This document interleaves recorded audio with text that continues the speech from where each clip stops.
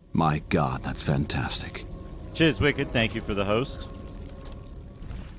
I got some news anyway. Continue game, yes.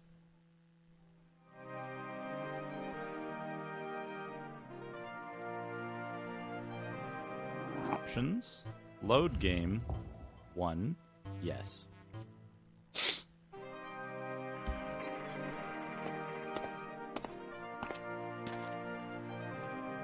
I'm glad to see you. The force of... Good thing you can skip everything. I have a feeling...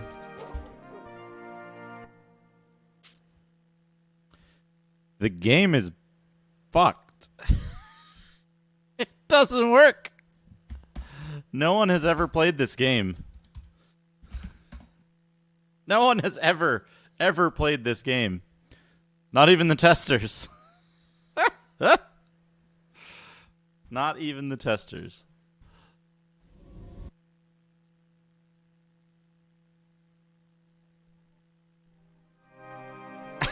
Scorpio beat the game with the patch that doesn't exist. I mean, on-the-fly translation. Works fine in DOSBox. Does it now? Does it work correctly in DOSBox?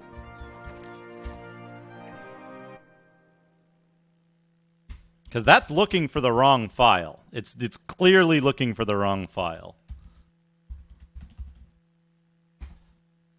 Oops. What?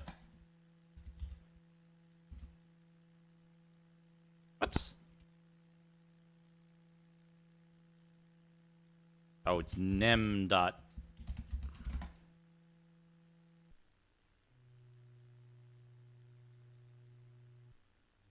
Start game and nem.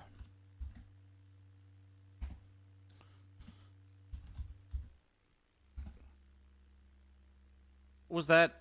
Text and track? No, it's not there. Well, things we can do. I can... hold on a second.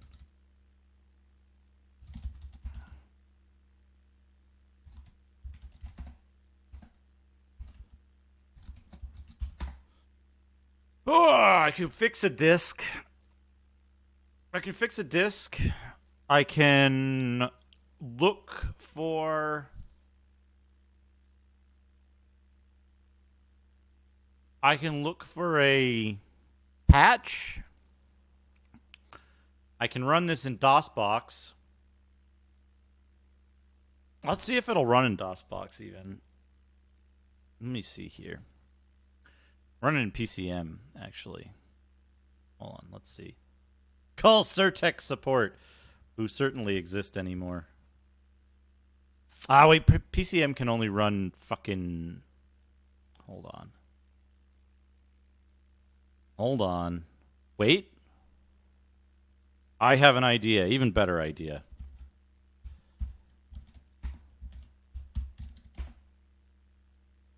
R. It's going to give me a full 571. 571, good.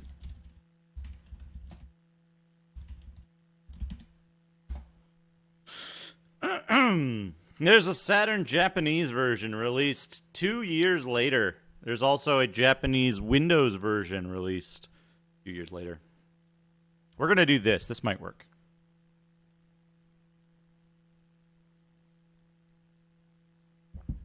This might work on its own. This might work after we fix it. We'll see.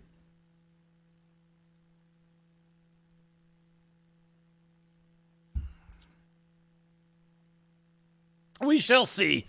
I have an idea. This is the easiest way to fix it without trying to like run the install on PCM or run it in DOSBox.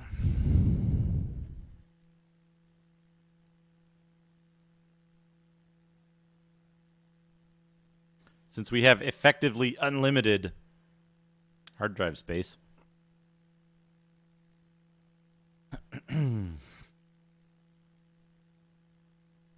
Yeah, it's cut off because of the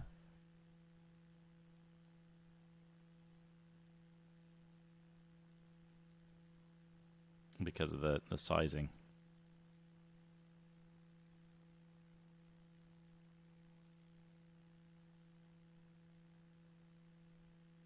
Licks. We got to copy all the licks over.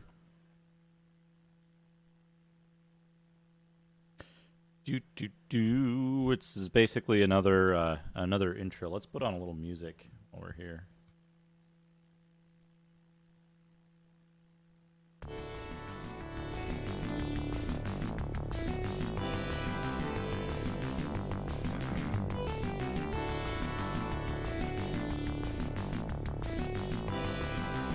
I only need the first disc, fortunately. I only need the first disc.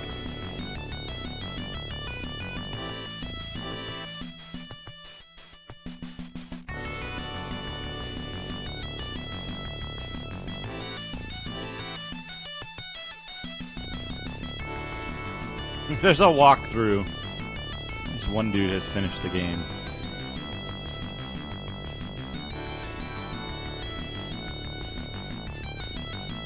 I wonder, there might be a patch out there that fixes this. It might be a driver issue. Could have to do with how the CD-ROM drive reads files. Could be with how, saw Retrograde Tom finish this. Yeah, Wikipedia says there's a Windows version. The Windows version was released in Japan only, as far as I know, in 1998. It's also possible, does GOG have a copy of this? GOG stuff doesn't run on, yeah, GOG stuff doesn't run on real hardware, though, if they do have a copy of it.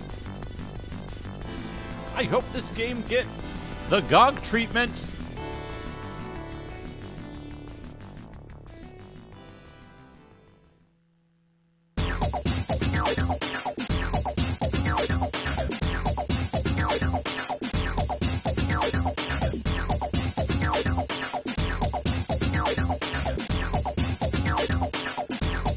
Somebody's comment is just a, like, link to the Moby Games page.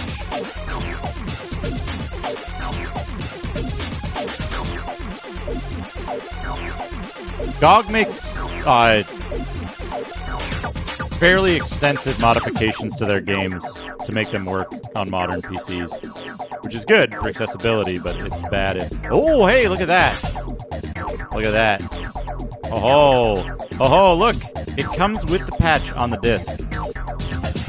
Let's have a look at what that contains.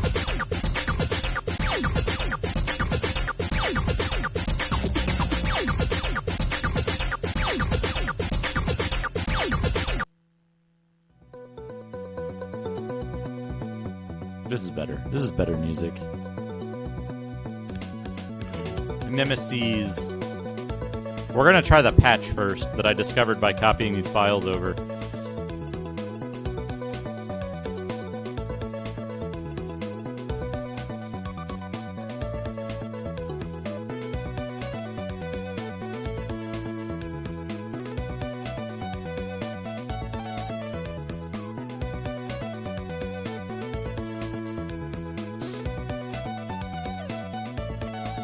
I'm still going to let this copy finish, because this is the backup in case the patch doesn't work. You would think, since they have the patch on here, that they would have included the patch as part of the extraction, as part of the installation process, but you never know.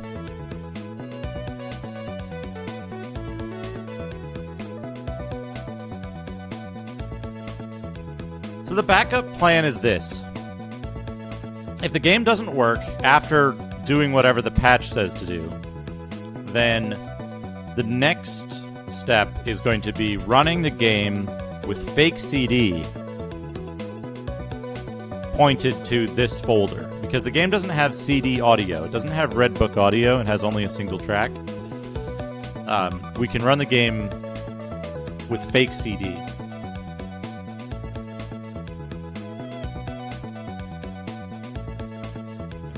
I better check if that's true. This could be a cat-native pin. No, it's only got one track. It's only one binary track. So I can use that.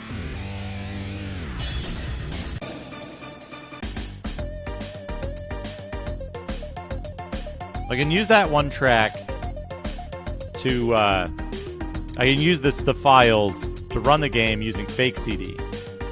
Then, if it still crashes, I can create the file that it's looking for in the fake CD directory to make it work.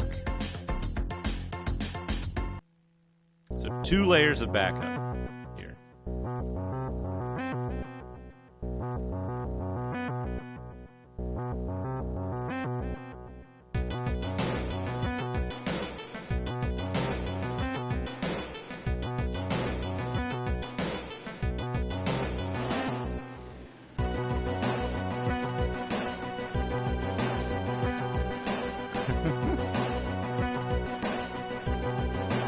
Yeah, they didn't have to have day 1 patches back in the day.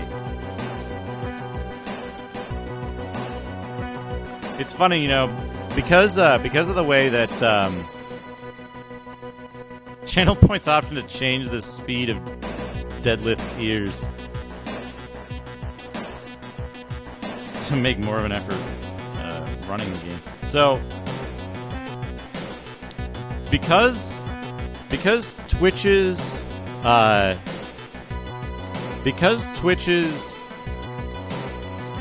partner communications often get caught by spam filters, I have to check my spam, and so now I'm seeing some of these funny messages that I don't usually see. Yesterday there was one from Natalie. "You want to know my mustard spot" as the first line of that. This is all XDT. A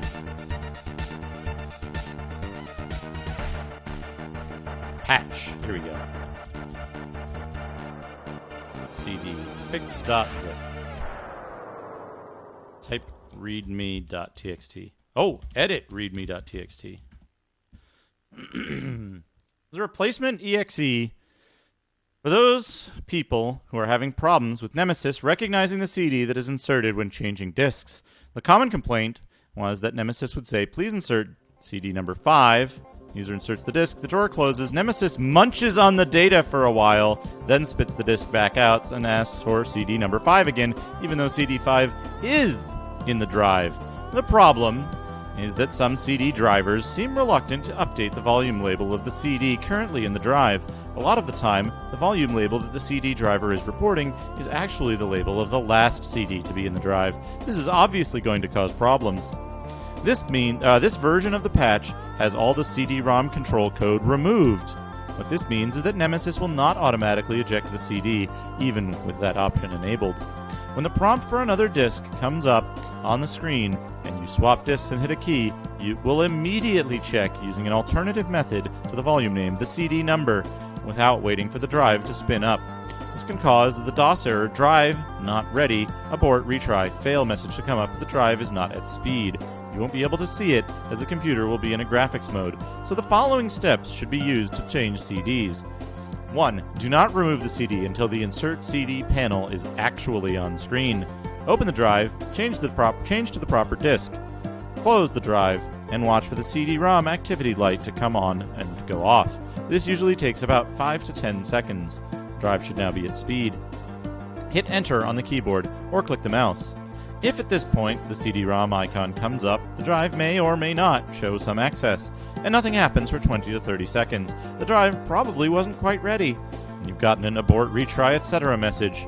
Hit your R key to retry the access. Save your game before changing disks, just in case. When the system asks you if you want to enter an area involving a CD change, you can always answer no. Save the game, then repeat the action and go on. What do I do with it? simply copy the nem.exe from the zip file over the nem.exe in the directory you installed Nemesis to. You might want to copy the original nem.exe to another name before doing this, just in case the patch doesn't fix your problem. If it doesn't fix my problem, if you're still experiencing difficulty, contact our technical support people. Please have ready all of the specifications of your machine, such as brand name, CD make and model, RAM size, video card make, hard drive make, model, and size. It might also be helpful to print out copies of your AutoExec BAT and config sys just in case. Is there CompuServe? Derek Bellend, lead programmer for Nemesis. And then we've got another thing here, which is nolsb.zip.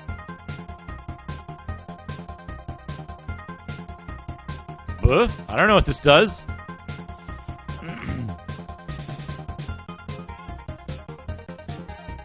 Munching. It's gonna munch on the data. Gonna munch on the data. Okay, so the first thing we're gonna do is we're gonna copy nem.exe to Nemesis and overwrite it. Nemesis. Okay, we can pause this music for now. We'll run Nemesis. Perhaps the patched version fixes the file access errors. Let's have a look. Skip this, skip that. Continue game, yes. Yeah, an extensive, previously unneeded procedure. Here we are out here.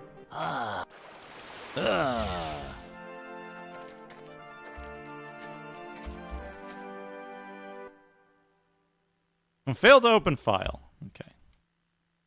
Okay, so now we're going to go to our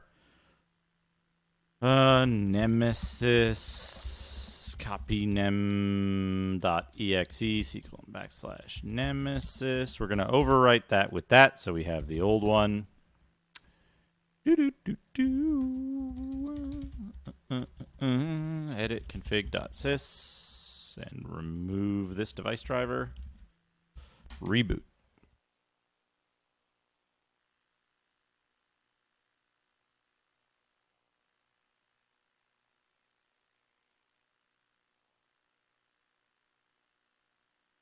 Let's try the stuff that might or might not work. Try mashing R on your keyboard if the game hangs when you try to change disks.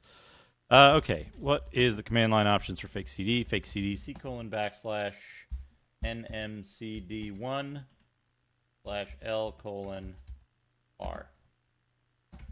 Nemesis.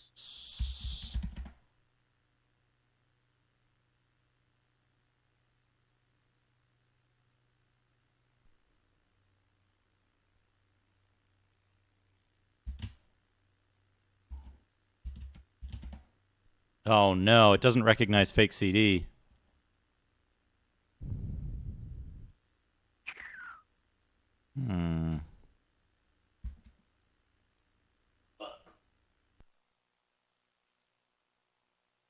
Should do though. Oh, do you have to check something? I have to check something.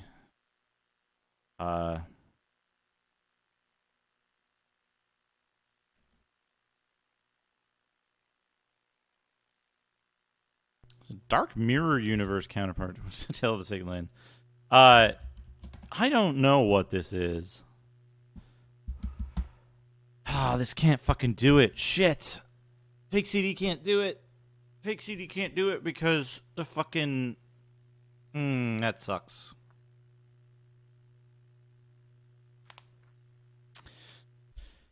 Maybe it can. Hold on. Fake CD c:/mmcd1/LR.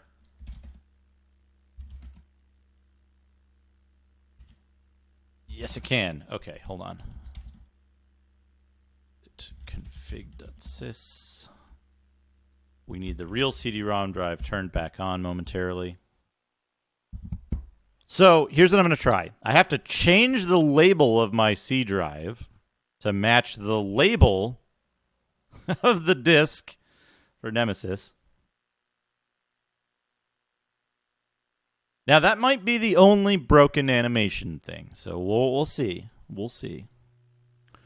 So the Nemesis disc is labeled Nem_CD1. See label.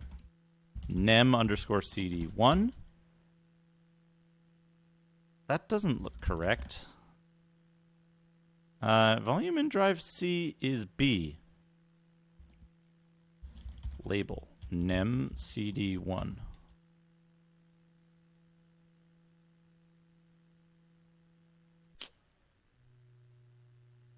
Why?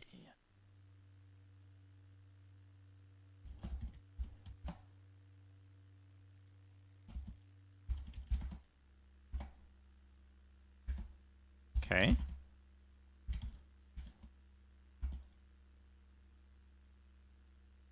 Why does label do that?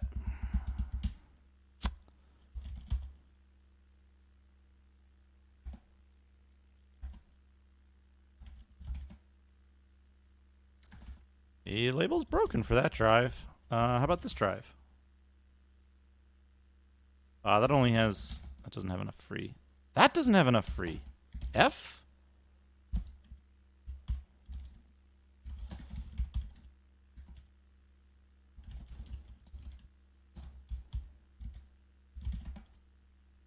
This is going to take a minute.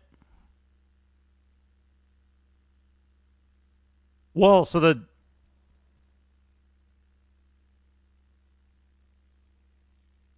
label issue, the way it fixes the label issue might not work with fake CD. It might not detect the disc at all. I think this will work, though. Actually, wait, shit. Before I do this, this is a time-consuming process. Break.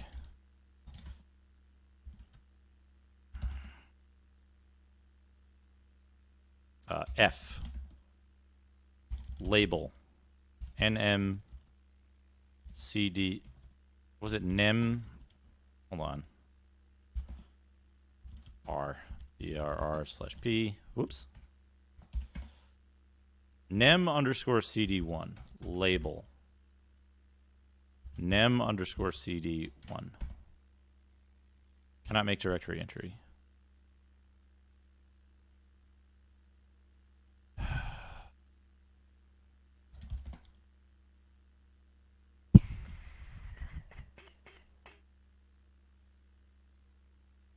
Why is it naming it B? That's not correct at all. Oh, wait, I can just format F/Q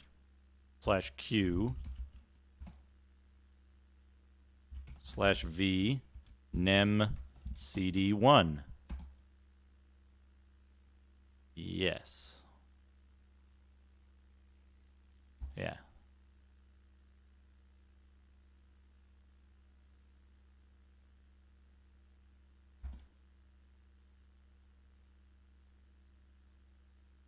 Yes.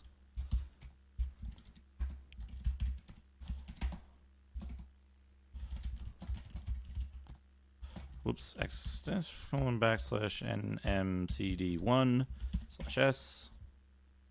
Here we go. Let's turn this music back on.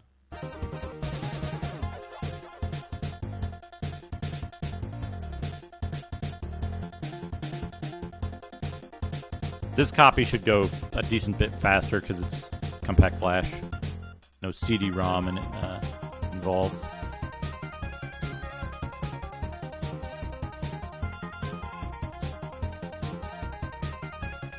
Now, we'll try this first with the patch.exe. Because if the patch.exe works, then what we'll have is we'll have all the files on the disk.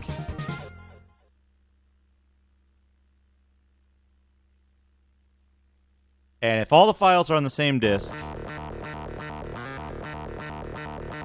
it should work. Good morning, DNA.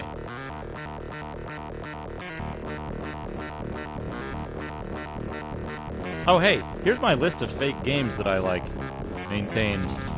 Oh, it was, the ad I was looking for that I didn't find was, Chesterfield And Agina's Prophecy.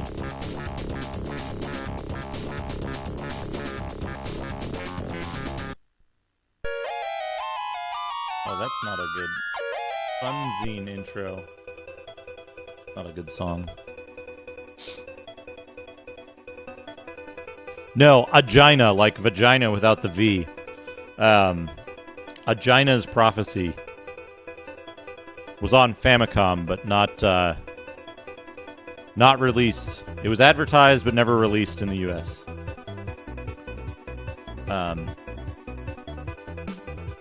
There's Vasum and Dando, or Vasum. Yeah. You got it right, Chenko. Star Quest was advertised, but never released. Explode Star, a localization of Trampoline Terror. Apparently there was a Radio Flyer game that I don't know if it was like supposed to be a movie license game or what. Previewed at Winter CES 1992 and mentioned on Nintendo Power, never released.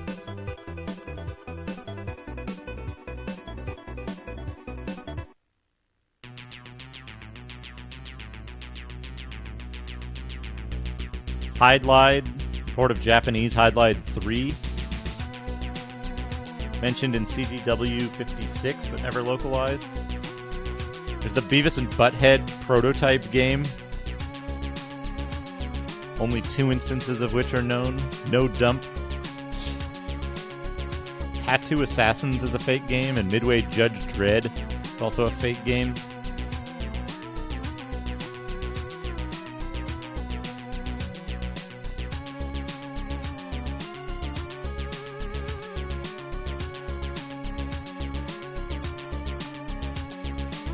But yeah, very interesting stuff.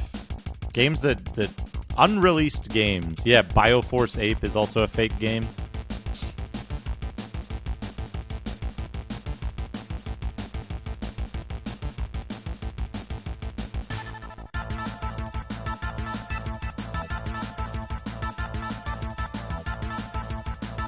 Oh man, Bill, I see somebody talking about Bill and Ted using the FM sampling technique. FM digital audio.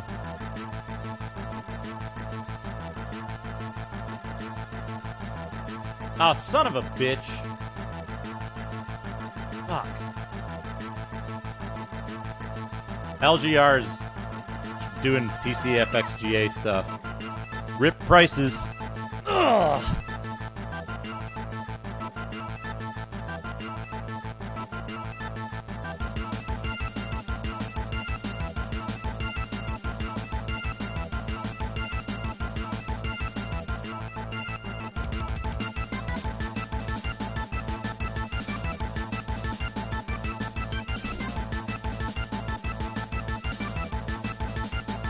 I mean, prices still skyrocket because people, like, opportunists will import it and then resell on eBay for like 10 times what they bought it for.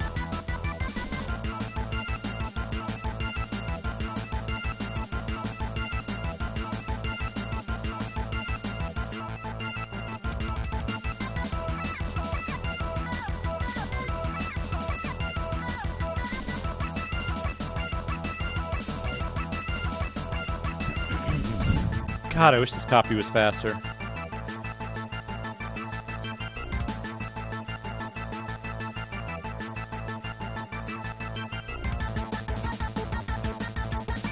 Alright, there we go. Done. Now, we need to go edit our config sys to remove CD-ROM driver and reboot.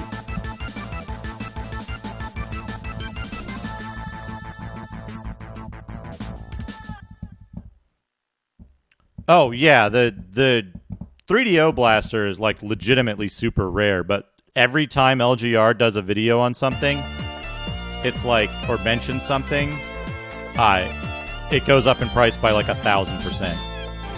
It's really, really unfortunate.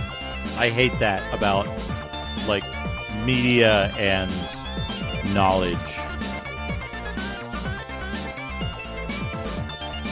I mean, honestly, like LGR is just doing his thing. It's not an effect of him. It's just the way like the asshole scalper type people work. Which is why, like, I would prefer less people know about stuff, honestly.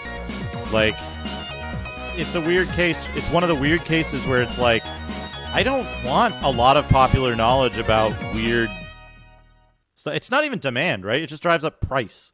Nobody actually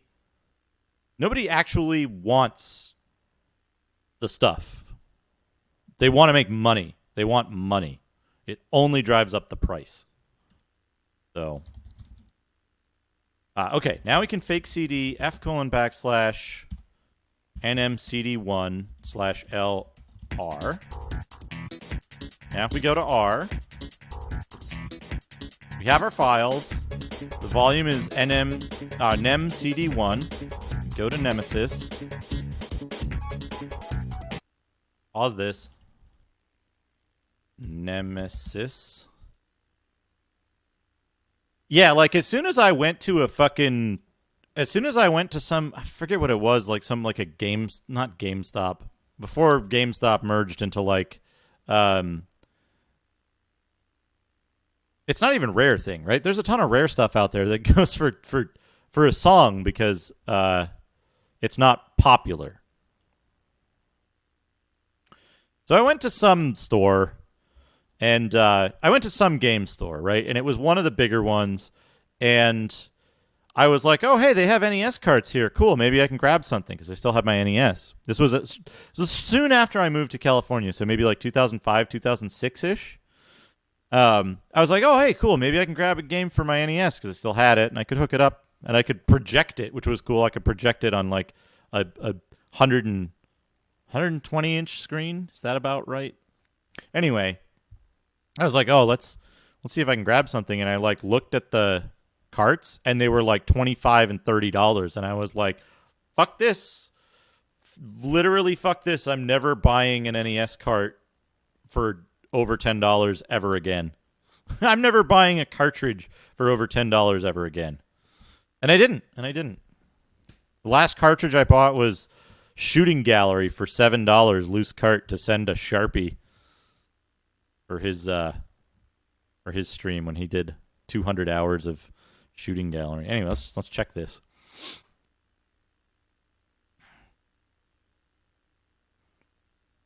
And drives for Nemesis CD. I won't find it. It won't find it. It won't find it.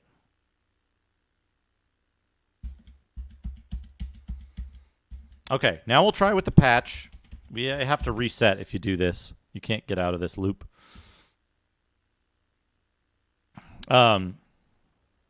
So I actually advise everybody, do not buy retro games.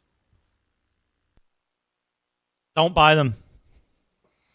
They're a bunch of bullshit. Get a copy in digital form. Purchase a license from anywhere. Purchase a license from anywhere, and only buy games if you can directly support the developer by doing so. Once you have a license, use any other method to get your game. Unless, and this is a very specific case, unless you're buying it specifically for the doodads, and you're paying a price that you feel is fair for the doodads themselves. You're also getting a license to the game, but don't include that in the price because usually you can get a license for that game elsewhere for cheaper. But like buying a Nintendo cart, don't. Just buy a license from somewhere. And I actually don't advise. Well, doodads is like I got here. I'll show you what doodads is. Show you what doodads is because I got a big box I got a big box of doodads over here by my magazines and stuff. It's all the stuff. It's all the stuff.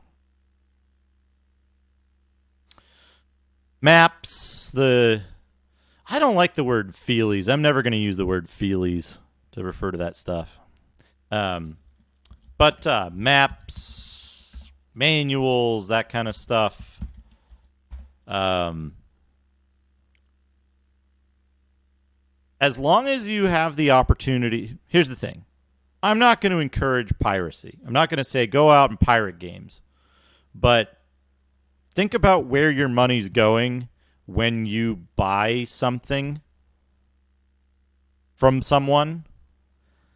It's usually a reseller who is driving up the cost of your hobby, right? So, like, if you buy a game from somewhere, it's like you're paying someone to resell you a game. If you know the money's going to somebody who's like, hey, I just found this in my basement, I'm selling it for $20, whatever. Sure, fine. That's almost always not the case.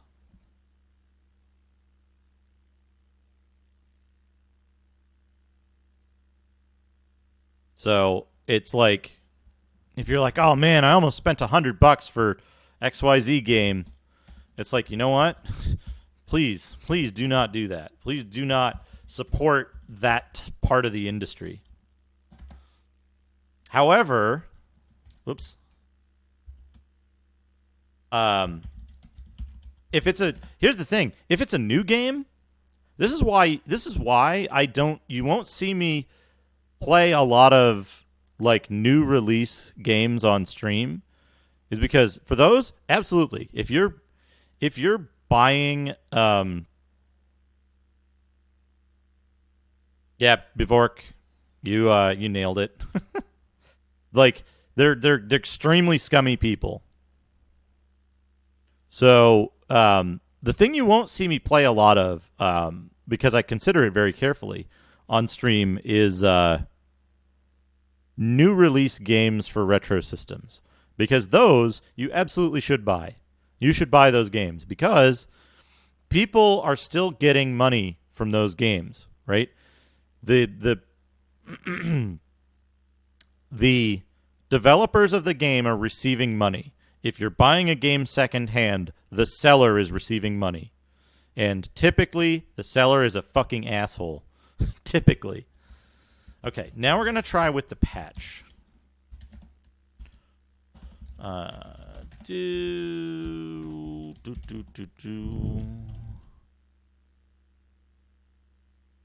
Oops.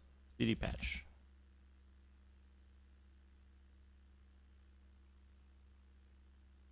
And yeah, please support developers. That's why I'm saying don't buy retro games from people who are reselling them from like when they purchased a big lot or something, or like the bullshit where it's like around here in LA, it's especially bad in LA, right? Like a lot of people talk about the PVM and BVM stuff. Yeah, C64 market, very strong. And yeah, they'll give you a disk image, so you can just load it up. You can just load it up easily. So in Los Angeles, like a lot of people talk about PVM and BVM monitors for use as retro game stuff, right? They're very popular. What you're gonna find on like Facebook Marketplace or you're gonna find on Facebook Marketplace or on Craigslist or whatever, is you're gonna find listings that are, we'll buy your CRT, like we buy CRTs, blah blah blah, right? Those are the only listings you're gonna find, and then you're gonna find two people who are like retro, rare, look, PVM, BVM, all like models, and it's like a store that just resells them. And they're the same people who are posting the looking for cash for CRTs ads, right? So you get this market where the only people you can buy from are people who are fucking bullshit scam artists. There's like one guy who's selling PVMs, like the model that I'm interested in, the 20L5, it's like $800. And it's like, fucking come on. Come on. Yeah. Yeah, think where your money is going. That's exactly right. Dominic Terrason. That is exactly the idea that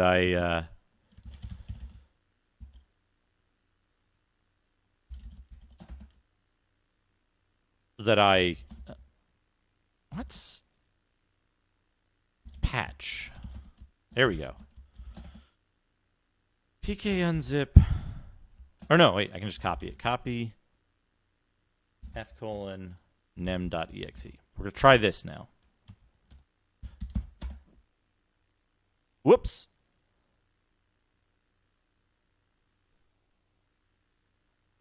Oh.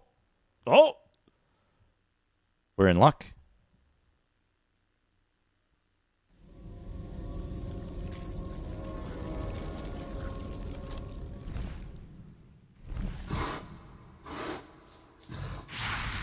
So yeah, so the PVM stuff, it's selling above market value. That stuff was never cheap. Yeah, arcade cabinets, PCBs selling for thousands of dollars.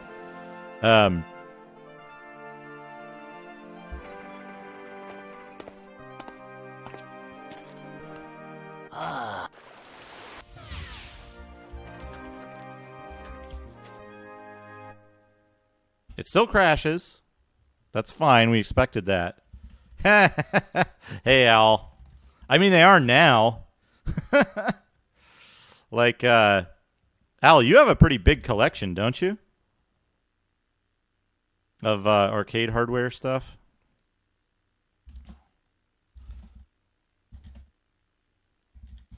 Flicks. Where was it? DIREN*/S. Segu. Copy ntrank smk ntrank !.smk. Okay. Whoops.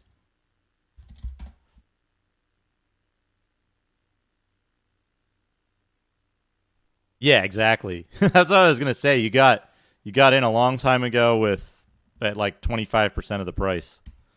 There's a couple of PCBs I would want to own. There's like maybe 2, really, and they're out of my price range now and forever, because the prices will never go back down. Once people bought in at those high rates, they're never gonna sell them at a loss, you know. Hey, Sarsanovi. Look at that. Fixed.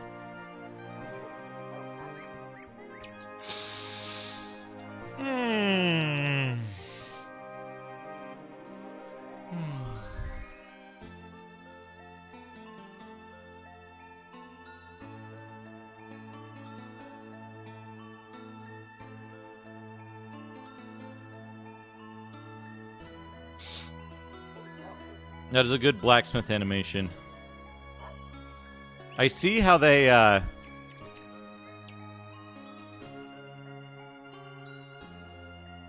Yep.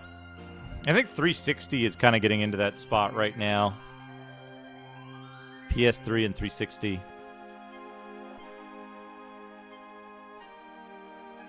Okay.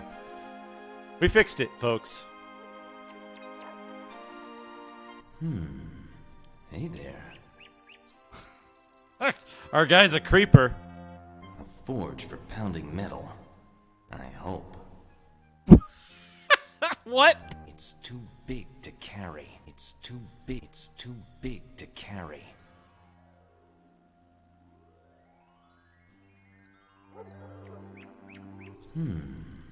Hey there.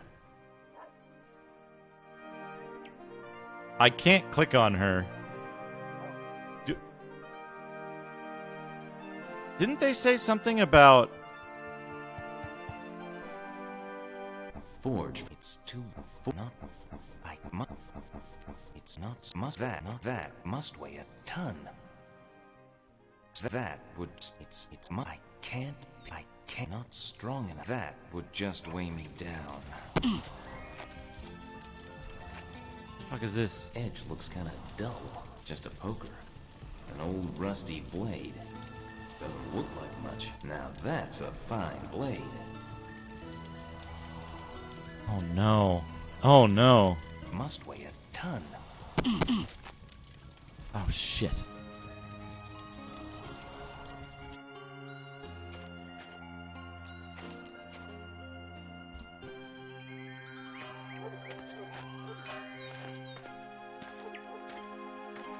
Some stuff is not working. Hey there. Don't think it'll do me any good. Just ornament. Don't want that. Just ornamental stuff. Just ornamental stuff. Don't need it. Don't think I'll need it. You want that piece of junk? Take it, but don't blame me if it breaks.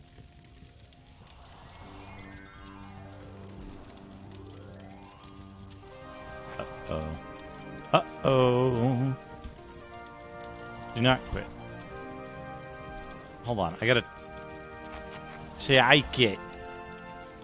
Alright, we gotta do some stuff. We gotta do options. Save game 1. Return to game.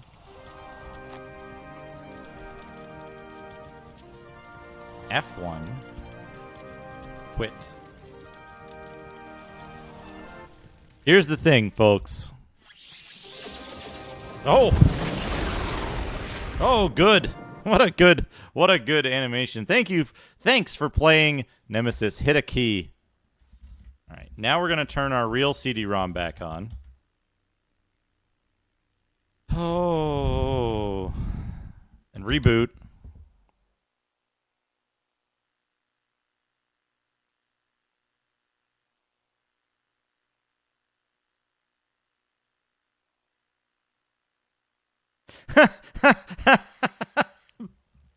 That's a good point. That's a good point. Picked up a Slim for 60, 50 at GameStop. Yeah, I got a PS3 Fat original model for like $50 or something. I've planned to play Demon's Souls on it, but Nemesis.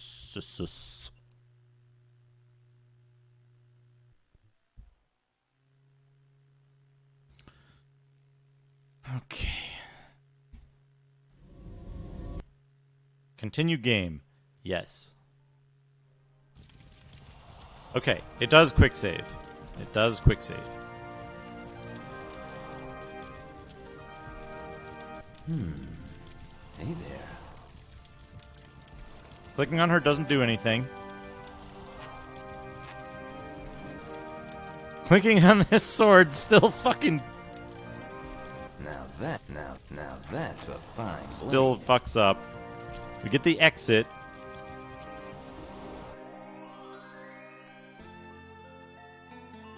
Wonder what they hanged him for.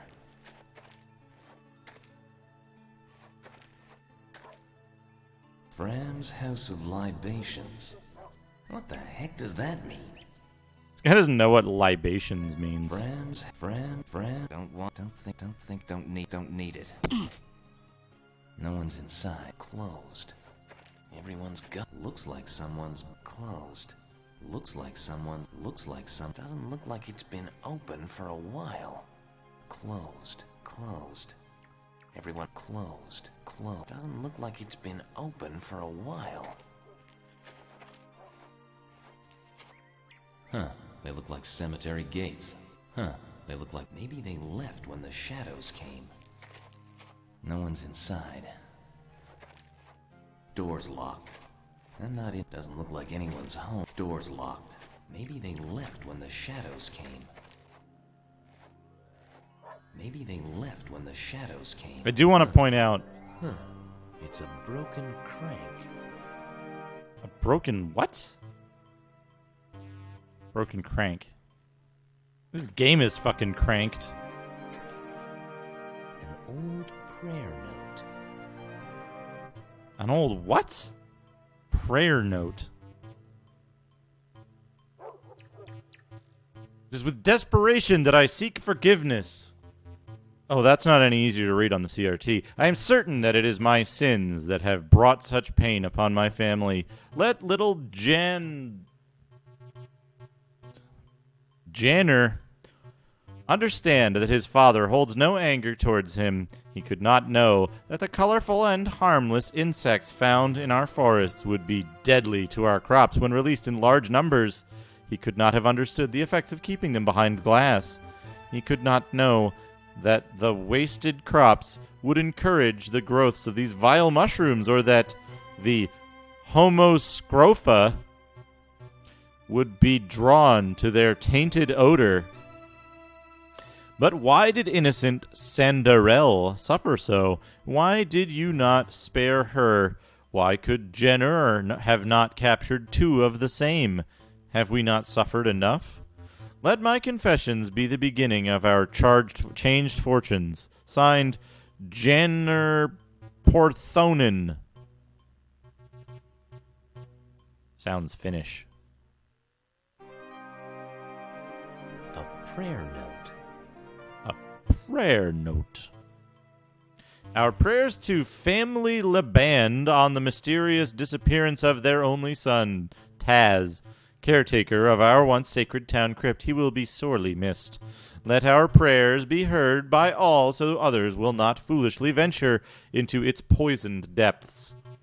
Let our plea that this holy ground be once again be made pure be answered.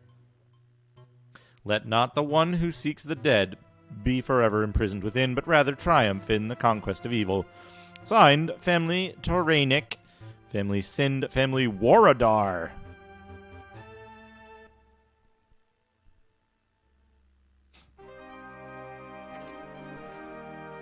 See anyone? Are we gonna see some pig orcs?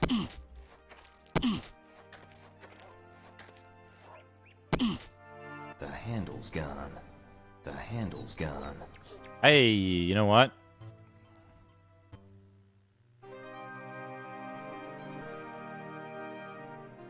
We can't use the messed up crank. Whoop.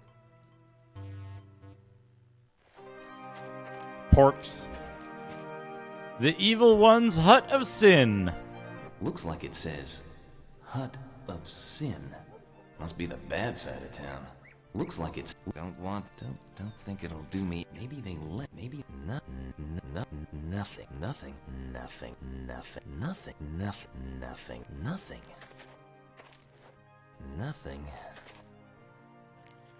Don't think I'll. Looks like an old tower.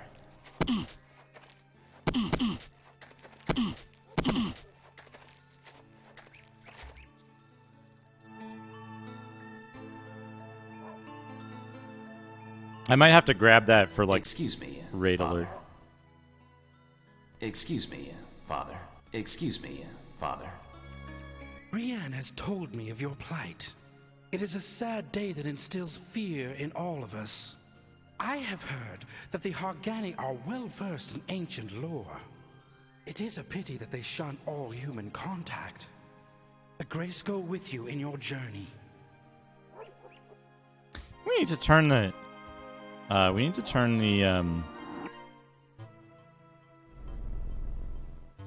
where is it? Preferences. We need to turn the brightness down a little bit.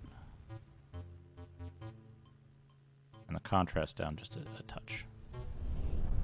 I think this looks better now. It was a little overblown before. Whoa. Look at these. Don't recognize them. Oh, shit. Don't recognize them. Don't think it'll do me any good. They're like portraits of 3D rendered people. Yeah, this is an adventure game. This is the Wizardry adventure. Yeah, 5 different nothings.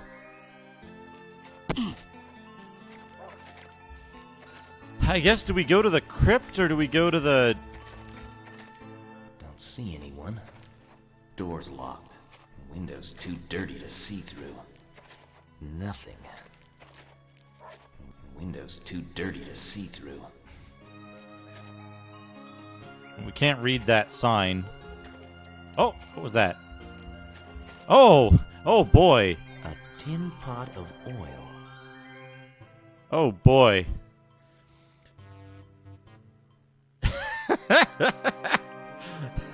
I like your tone of disbelief. That was my disbelief when I remembered this game. Don't see anyone. And that I had been meaning to stream it.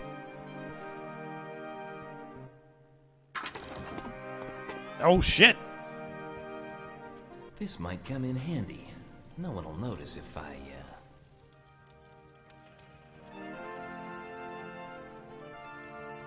Okay.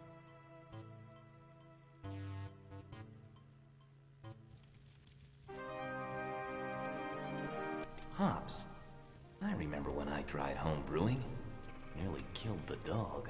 Why the fuck were you feeding homebrewed beer to your dog, you idiot? Don't want that. Don't want that. Hops. Hops. Hops. Hop. Don't think I'll need it. Used to mash the grain for the beer, I bet. Home brewed. Would just make me tired. Don't need it. Eesh, domestic beer. Prefer microbrew myself. Motherfucker! In 1996 already. Come on. Eesh, domestic beer. Prefer microbrew myself. Already. It's half empty. Or half full. Would just make me tired. Nah, looks like a lager. I like stout. Not much of a drinker. Not much of a drinker, but I prefer stout. I don't like lager. Hops and grains. Must do their own brewing here. Sure smells it. Don't think I'll need it. Wonder who they think is gonna drink all this. Home brewed. A keg of ale. Don't drink it warm. Or flat. He couldn't be British. He says don't drink it warm. Just make me tired. Don't want that.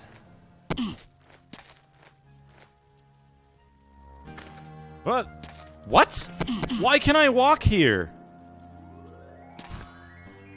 Chains? What kind of bar is this? Don't think it'll do me any good. Well, that's one way to stop bar fights. Well, that's one way to... Don't think it'll do me any good. Chains? Chains? What kind of bar? Must be where they ate. Someone's trying to keep me out. It's shut tight. Someone's trying... Huh. Must be where they age the beer. Oh, this guy looks good. Nothing like bar snacks when they're fresh. Ew. I just lost my appetite. Someone actually eats this stuff? I'm not hungry. Someone actually eats this stuff? Mind if I, join you? I'm busy drinking. I'm busy drinking. I'm busy drinking. I'm busy drinking. I'm busy drinking. Mind if I, join you?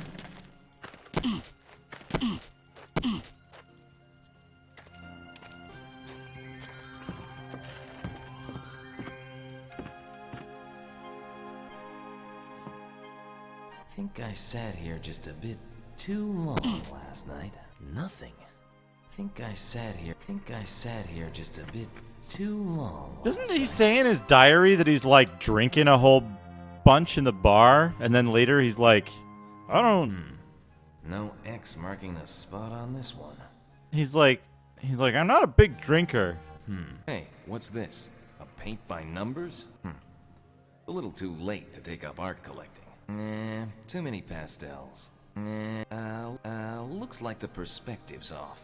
Whoever did this put way too much time into it. It's not really my style. That painting looks good. Right where it is. Whoever did this put it's pretty, but I don't need a new painting now. Hey, what's this? A paint by... No X. Empty. Nothing. Empty. This place needs a decorator. A shadow shows up and I'm going under here. Nothing. A shadow shows up and I'm going under here. A leather jerkin. Leather jerkin.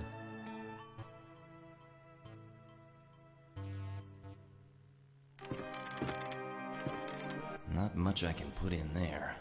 Probably gets stolen anyway. Nothing. Yep, I sure got up on the wrong side this morning. I'm not tired. Wonder if my stuff would be safe in here. Nothing. Lighting on that one's perfect. What the fuck is It's this? pretty, but I don't... Lighting on that one's perfect. Whoa. I see the last tenant left me a surprise. Eesh. Don't need it. Whoa, whoa, whoa. I see the last tenant left me a surprise. Cheap hotel decor. What do I expect for $10? Looks like the perspective's off. Looks like the perspective's off, yeah. Not much I can put the in perspective. There. Wonder if my stuff would be safe in here. Wonder if my stuff would be safe in here. Okay, so like... Whoa. Whoa, that transition. So just the entrance to the blacksmith is fucked up.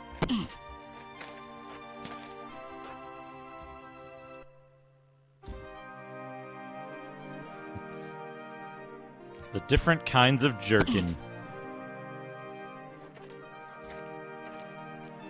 Door's locked. I wanted to...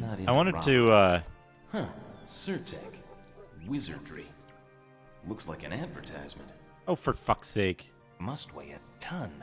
That would just weigh me down. Don't see anyone. Not strong, not... That would just... I can't. It's too heavy. What do we got here? A tree. Might lead to the forest. Don't see anyone. A tree. Yes, it is written on the left. Where the Noki Hargani Jin. are. Okay, F1. Let's also put a save down.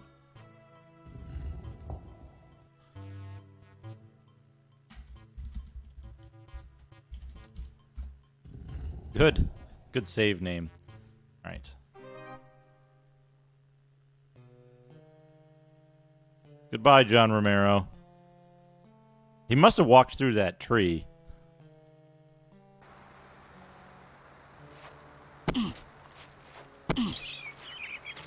Wait, what was that? The ground looks really marshy there. Probably a sinkhole. The ground doesn't look too solid. Looks like a clearing, but there's nothing there. Not familiar with these woods. Oh, what's that? A female bug.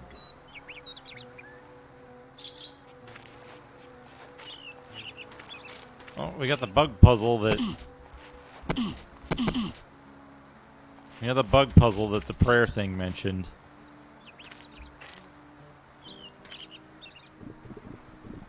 Yes!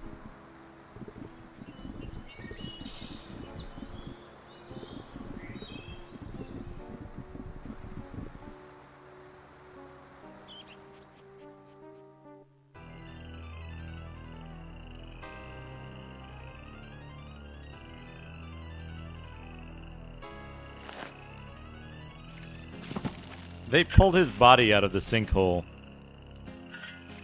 so that they could bury it elsewhere.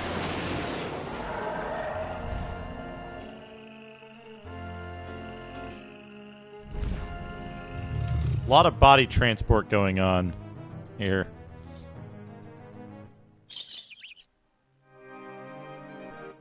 I wanted to double dip on burial costs.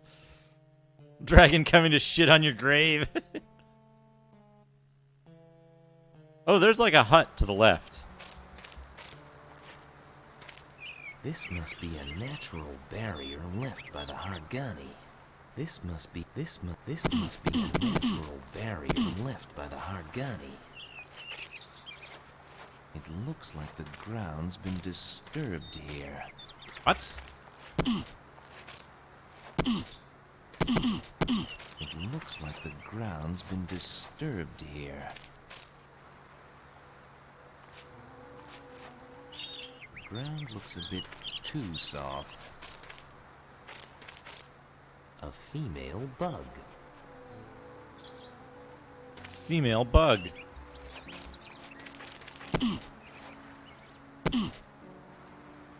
Hotspot hunting. Maybe I'll take Tala out there for a picnic one of these days. Maybe I'll take Tala. Nothing. Who the fuck is Tala? These shadows around, I'm staying out of the forest.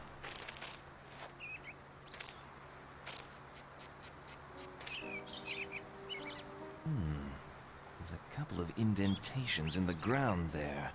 Nothing. Nothing. There's a couple of indentations in the ground there. That's what he says. That's what he says about the death quicksand. There's a couple of indentations in the ground there.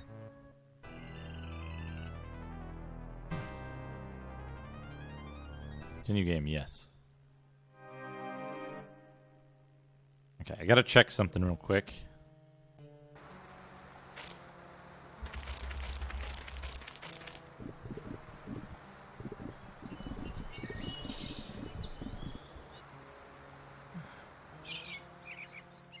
I like that it shows the death animation twice.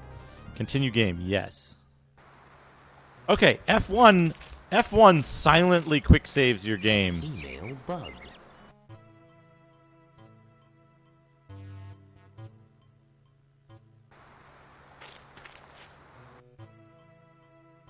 You know what I noticed? There's no hourglass here, like they explained in the manual. I think they couldn't...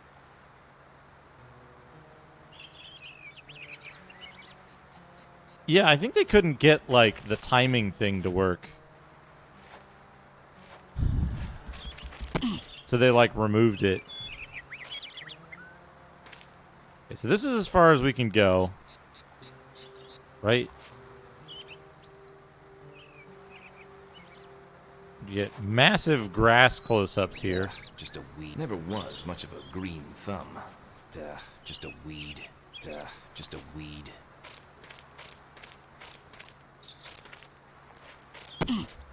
Oh! Is that a thing? No. This must be a natural barrier left by the Hargani.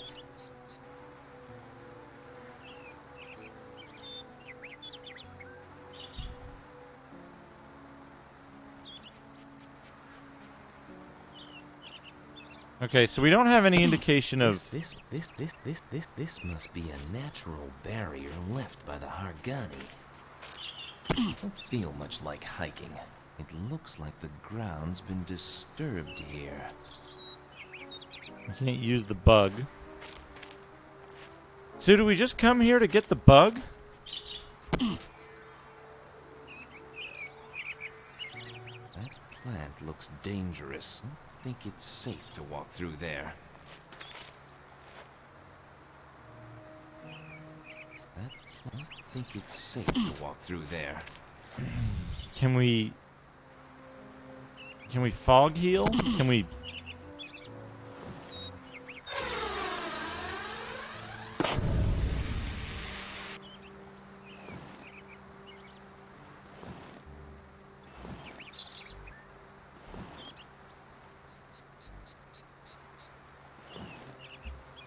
I think they lied about... Hey, Shaman 16X. This must be a This is Wizardry adventure. Nemesis, the Wizardry adventure.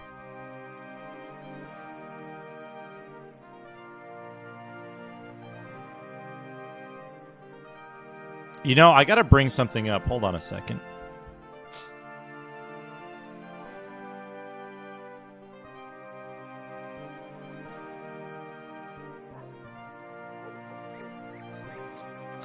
There's a Zork Nemesis as well. There were many Nemesis.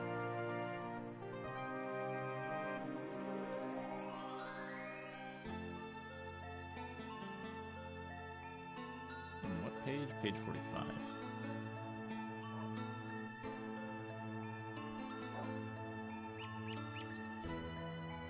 I've got to find this.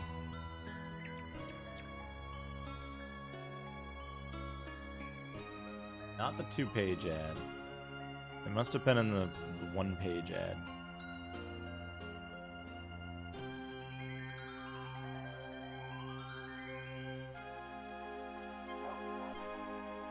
Let me bring this up real quick.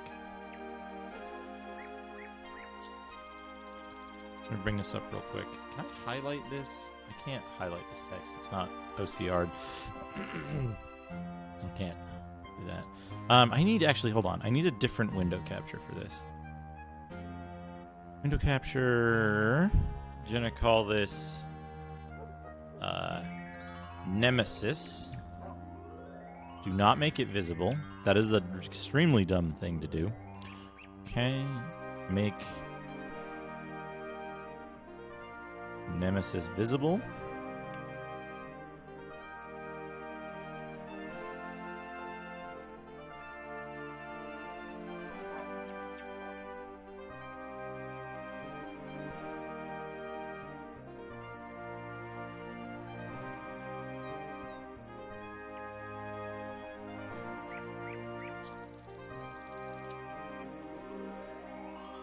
What am I even moving around?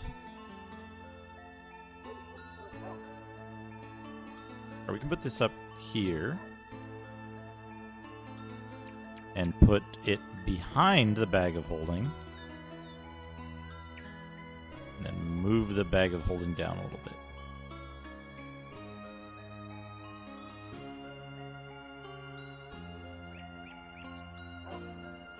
With the deliberate absence of video, Nemesis combines over 10,000 frames of original 3D art and SVGA.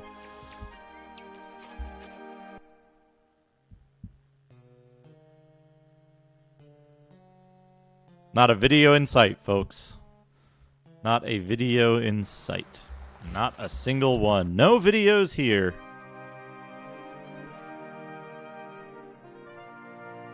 Deliberate absence of video. Hell, you can't even call this a video game. This is an art game. Well, I guess, do we go to the cemetery then? Enter Gallican's Forsaken Crypt CD3. This is a frame game, folks, not a video game.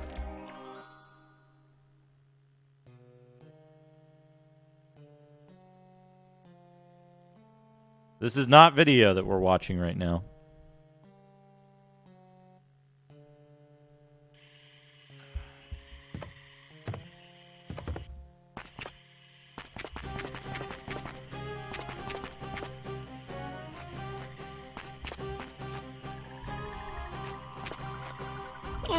Looks like quicksand there. I think I'll pass.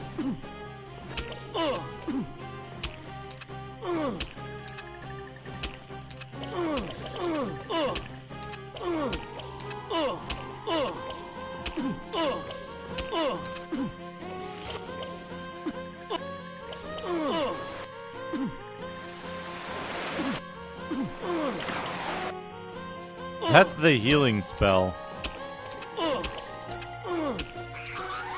Not sure what's going on here. Oh, I think I killed it.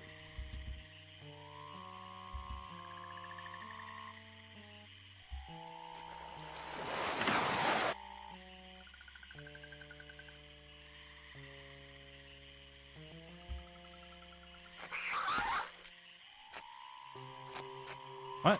Did it just spit out? Caustic tentacle. Spit out a tentacle. Caustic tentacle. Let me see. At least that one's already dead. Don't think I'll need it. At least that one's already dead. This isn't video. Doesn't seem like these little ones. Things look kind of sticky. Corrosive. Dead. Oh, man. How did I die?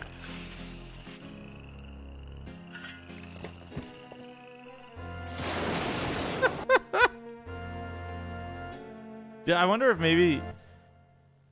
Do you think the rusty sword lets you do moves?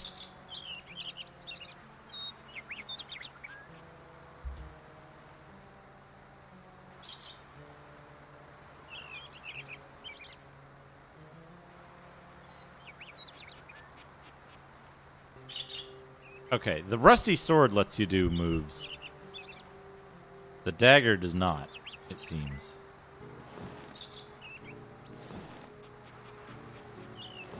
So is the rusty sword better, do you think?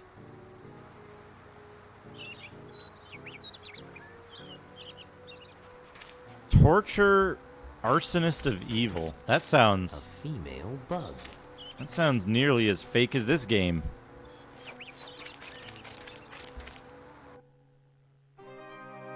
It's gotta be the fucking graveyard, right?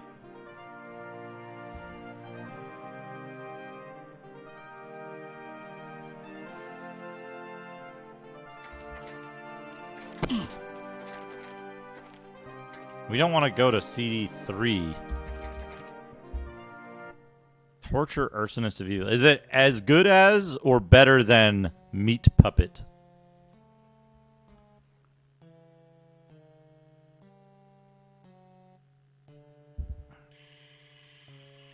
Okay, save.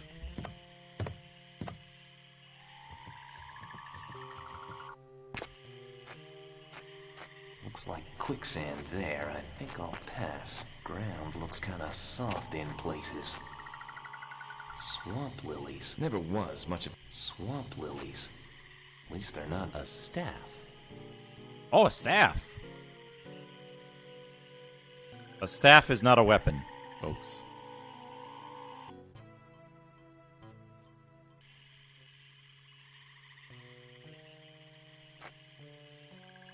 Just an old tree. It's too heavy. Never seen this nice plant. Swamp lilies. At least they're not swamp. Just an old tree. Doesn't seem like these little ones. Doesn't seem like these little ones are mature yet. Never. Nice plant. Nice plant. Oh.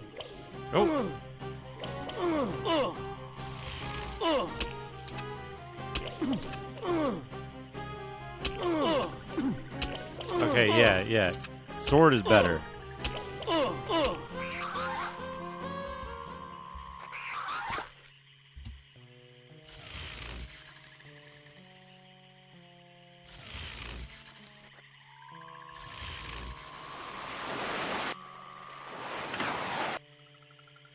Oh, I'm poisoned, is why, you see. A caustic tentacle.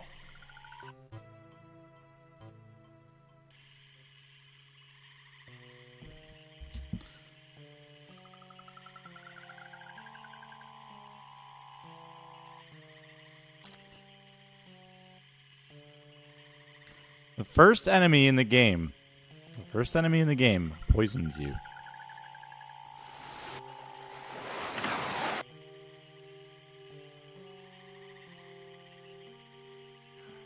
Hold on. Hold on now. Is the poison gonna be more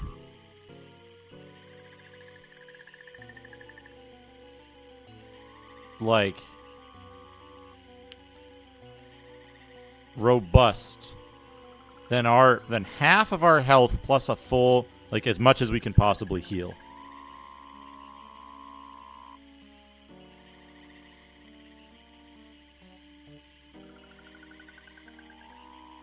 Because we're regenerating health,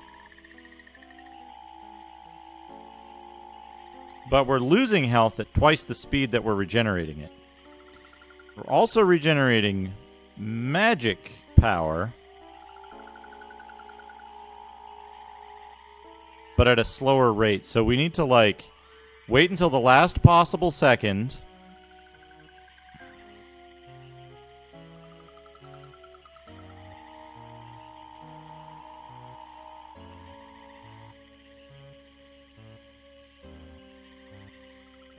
I think it's literally impossible for anyone to have played the game.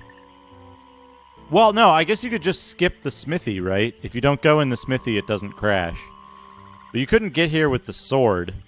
That's for certain.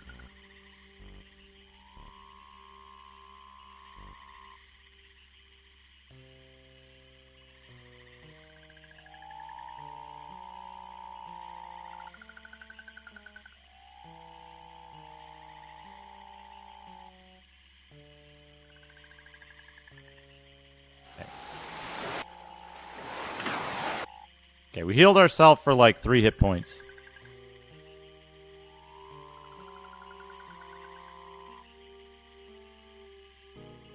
The poison is not going away.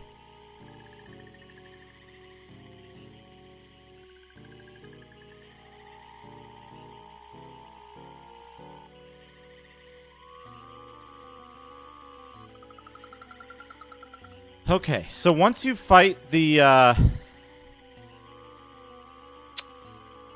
once you fight the tentacles, you're dead. You're literally dead.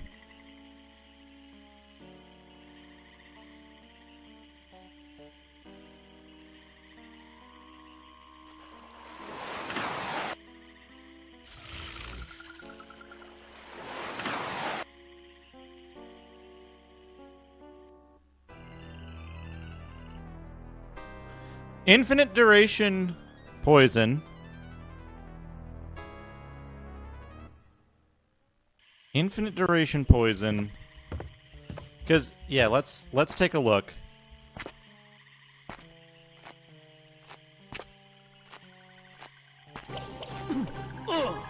We get poisoned when we get hit by this thing.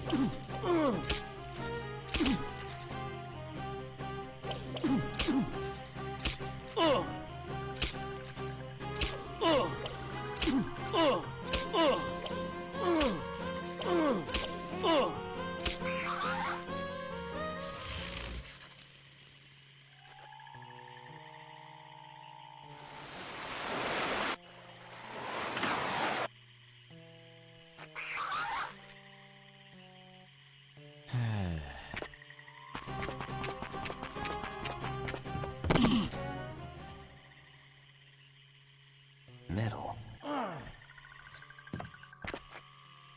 Do you think area transitions fix poison, maybe?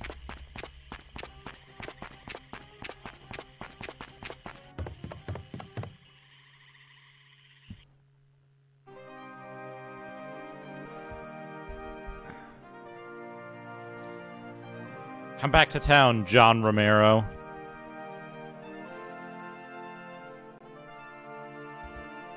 We're still poisoned.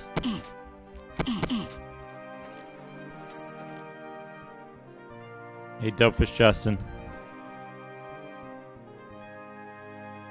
Excuse me, but I have little time to talk. A great evil has occurred. Sacrilege. Those poor souls whose graves have been disturbed. I must ease their pain. Excuse me, Father.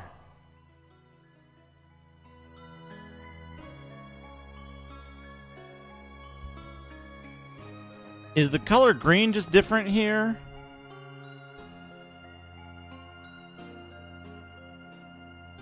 Or did my health get restored by going to the church, even though there was, like, no mention of it?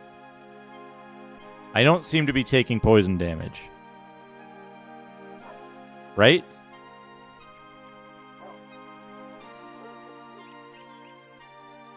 Your health runs out like Surtek's money. Hey, look, the poison went away now.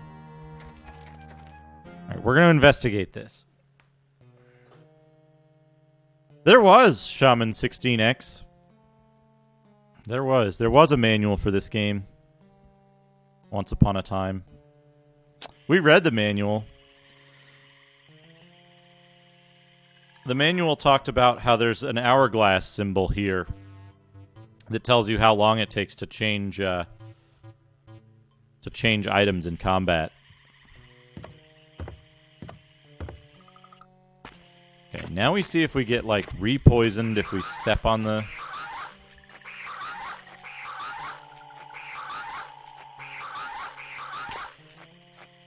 We didn't get A caustic tent. caustic tentacle. Yeah, you can't eat. You can't read or eat the tentacle. That plant looks just a bit too lively. Oh, it's status. I just got randomly repoisoned. What on earth?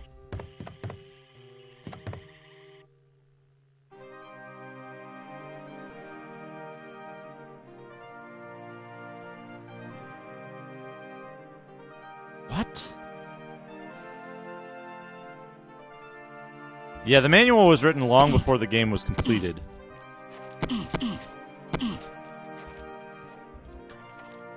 Okay, I'm still on full poison. It is a complete disgrace. Souls cannot rest in such foul ground. I must speak to Jaren. The fuck is We must have a Jaren? new graveyard. Please excuse me. Excuse me, Father.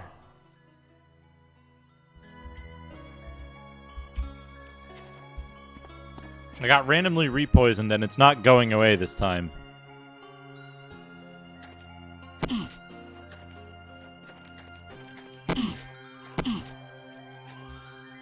Are you supposed to do the graveyard then?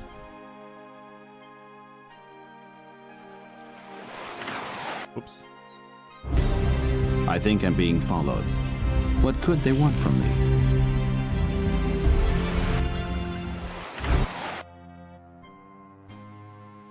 Rikoba27, thank you for the follow. This time the poison isn't going away. Do not enter CD3.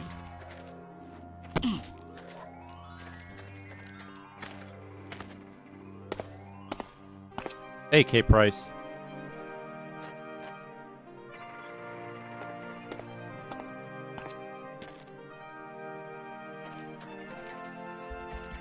This is Nemesis, the Wizardry adventure. It is an epic story. With a deliberate absence of video, Nemesis combines over 10,000 frames of original 3D art and SVGA something or other, doesn't matter. Am I poisoned because I'm carrying around the caustic tentacle? Let's find out.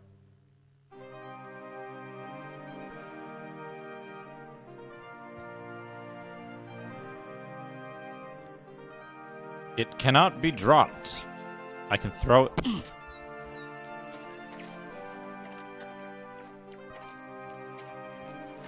Oh no. Oh no. Oh, there it is.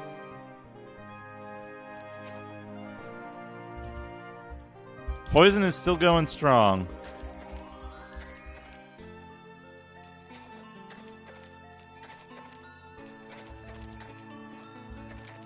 Yeah, I thought it went into the well, but you just can't see items that are on the square that you're standing on. Looks like it says Hut of Sin. Must be the bad side of town.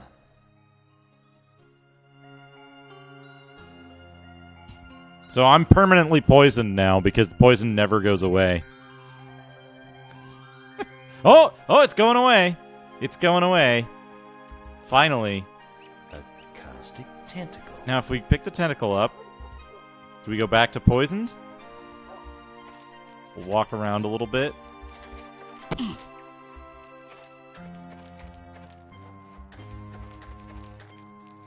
Okay. It is carrying the caustic tentacle that makes you poisoned.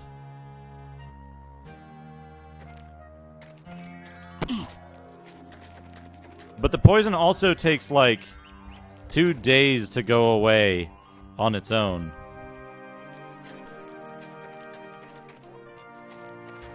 God, this game. I've been being too kind to myself and playing normal games with normal mechanics.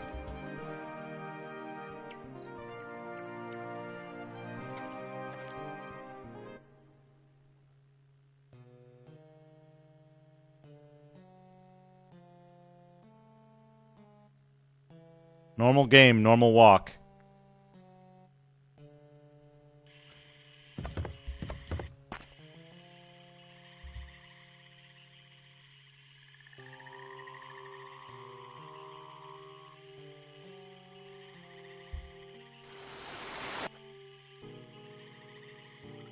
Oh, that just wasted my magic. It didn't actually cast a spell. Okay. That restored some health. That was at least 80 of the frames, yeah. Yeah.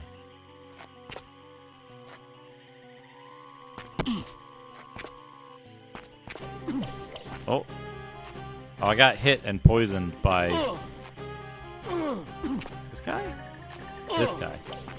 There's two of them. There is two of us. Alright, I'll be right back. Hopefully the character will die before I get back. I'm going to take a quick break.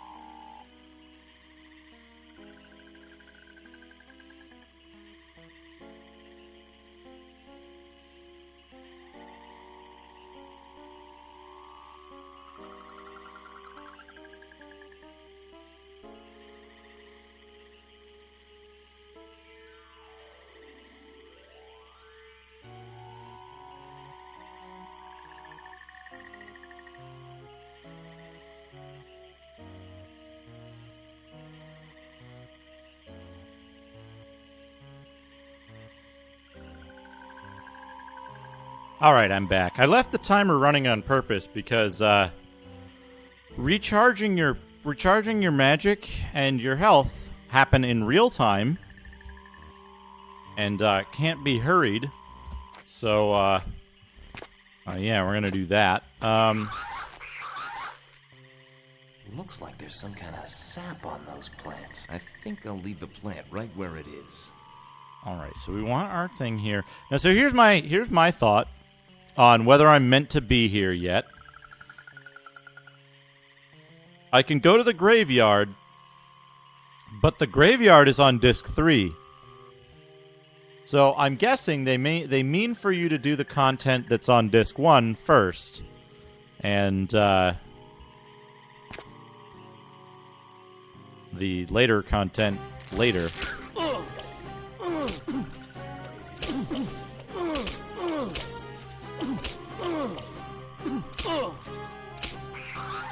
Okay, I killed it. Move away.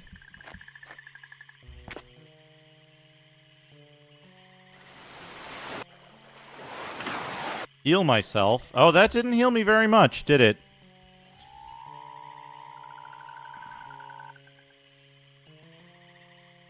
That's the only assumption I can make. Also, switching discs is a huge pain in the ass, so I don't feel like doing it.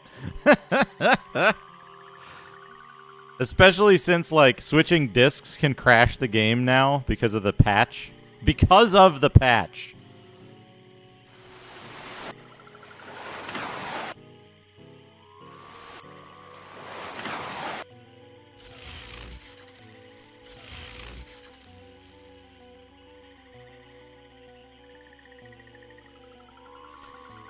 So it detects the CD drive based on whichever is your first CD drive. Right? So if your first CD drive is gotta make bugs to fix bugs. Well, see, if I just emulate it, then Well, actually, no. That still causes problems. If I use DOSBox... If I use DOSBox, I have to use the multi-image trick. If I use PCM, I have to... well, PCM might be okay, because I can do on-the-fly switching from outside. But...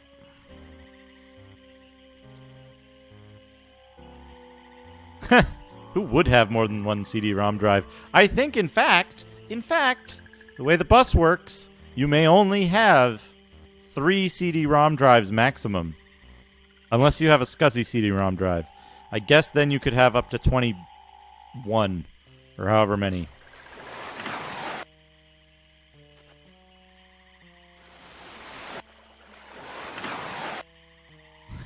It doesn't work! Where do I click to heal myself? It just doesn't... It has absolutely no effect on my HP regeneration.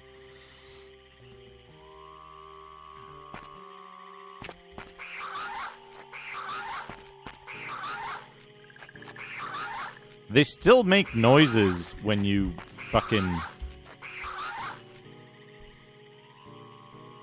I think 21... Was it,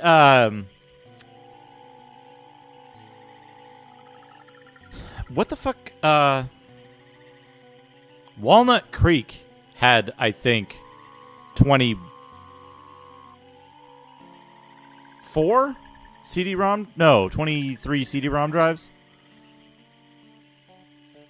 So healing, you're supposed to right-click.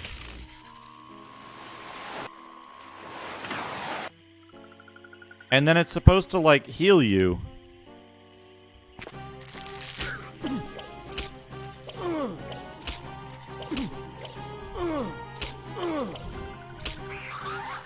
I managed to kill that one without even harming it. I mean, without getting hurt. Oh, butterfly. Come back here, butterfly. Or not. That's fine, too. So there's one there. They make noises even when... Doesn't seem like these little ones are mature yet. They make noises even when,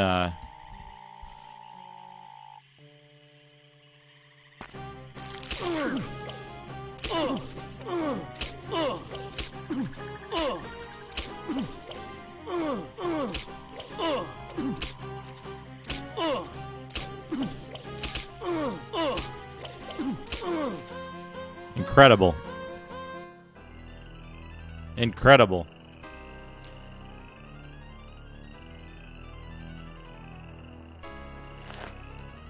Oh man, 11 or 12 floppies on Amiga. Yeah. I keep forgetting that, like, Amiga games were just, like, all diskette.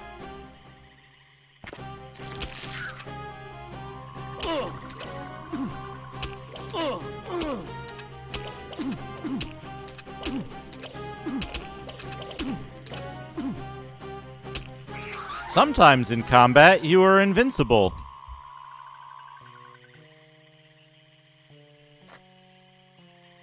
Things look kind of sticky, corrosive, might be poisonous.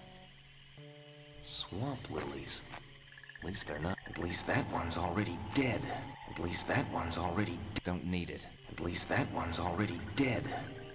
I like how sometimes he has a huge echo on his voice. At least that one's already dead. At least that one's already dead. At least that one's already dead. Oh. Save. Maybe we can take this one. Sometimes you're invincible. Sometimes it just kills you. Sometimes the fucking commands don't work. Sometimes you do 0 damage to it.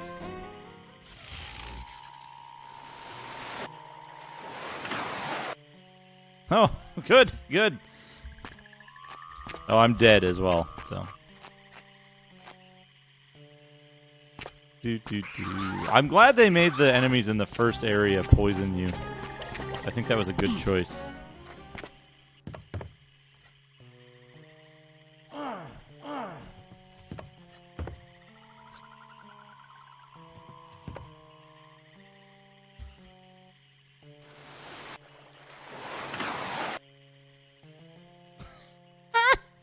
Yes. Yes. Good. Good. Oh, return to game. No. Fuck. Oh, no. Oh, no. Oh, good. What a good, yeah, quit. Yes, quit.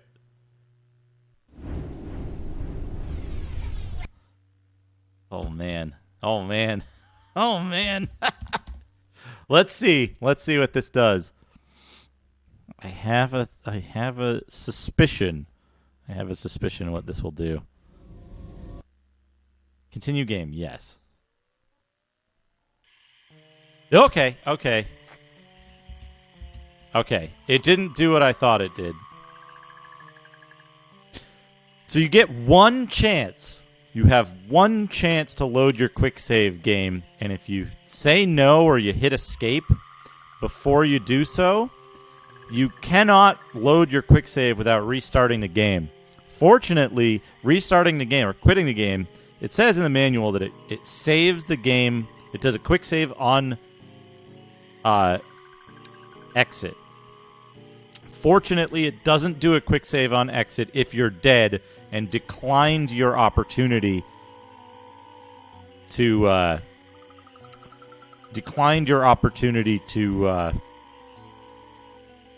do the quick load. Yeah. Okay.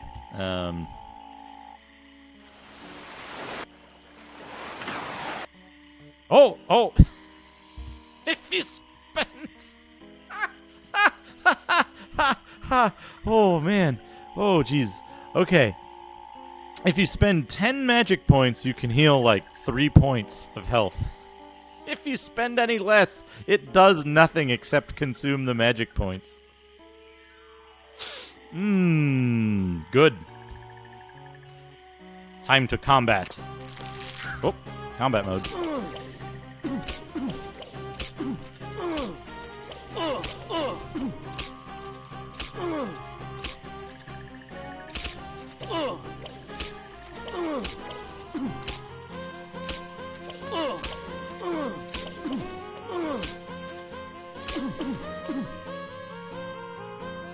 Also, I don't know if you've noticed, but the combat music has become,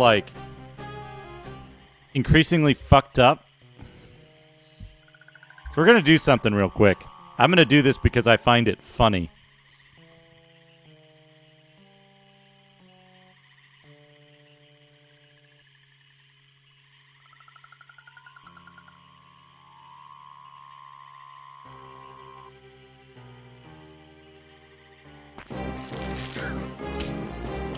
Holy shit, it sounds better.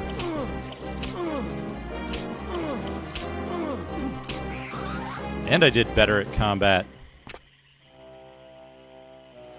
Whoops.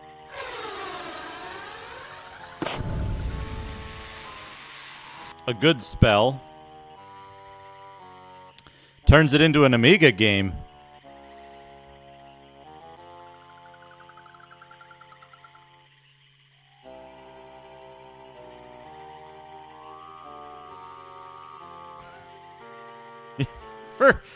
For 10 spell points, you can temporarily turn it into an Amiga game. Oh.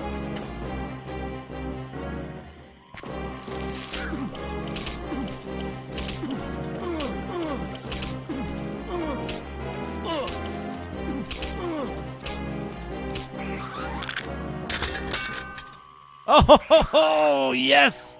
Guess what, folks? I think Guess I'm what being we've followed. got? What Guess could they what want we've from got? France Stream, thank you for the follow. Guess what, folks?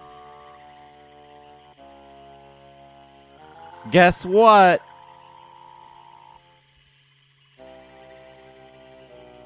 Guess what? Oh, boy. Broken rusty sword.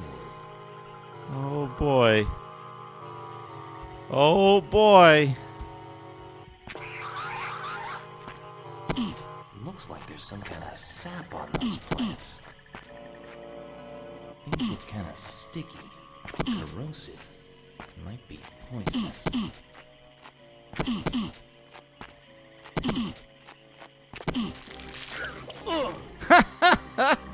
Did it? Oh, I don't know. I don't know.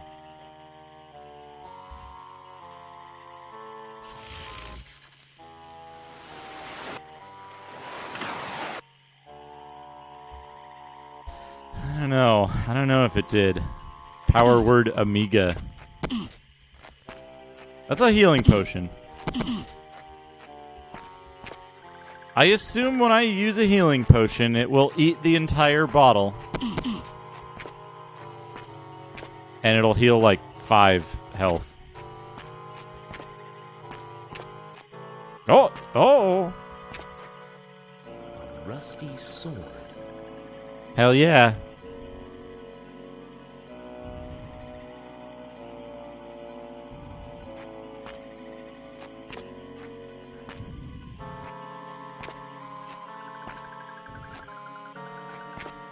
An arrow.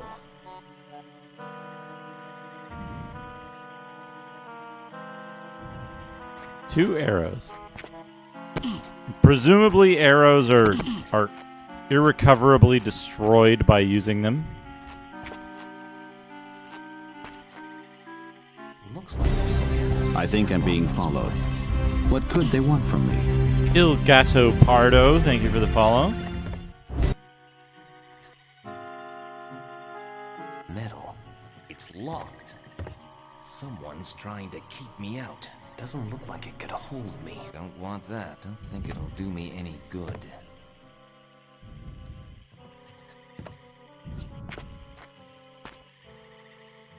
Quick save. I think we were recovered from poison.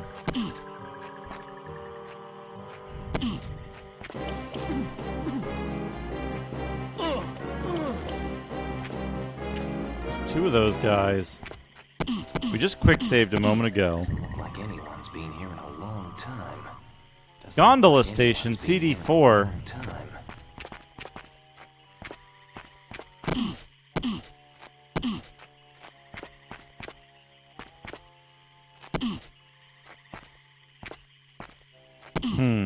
Maybe we do go to the fucking... I don't fucking know.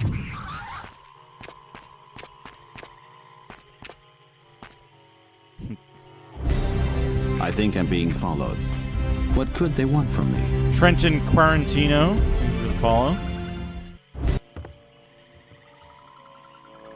What? Wonder what I'd catch if I tried fishing here. Probably a disease. Wonder what I... Nothing.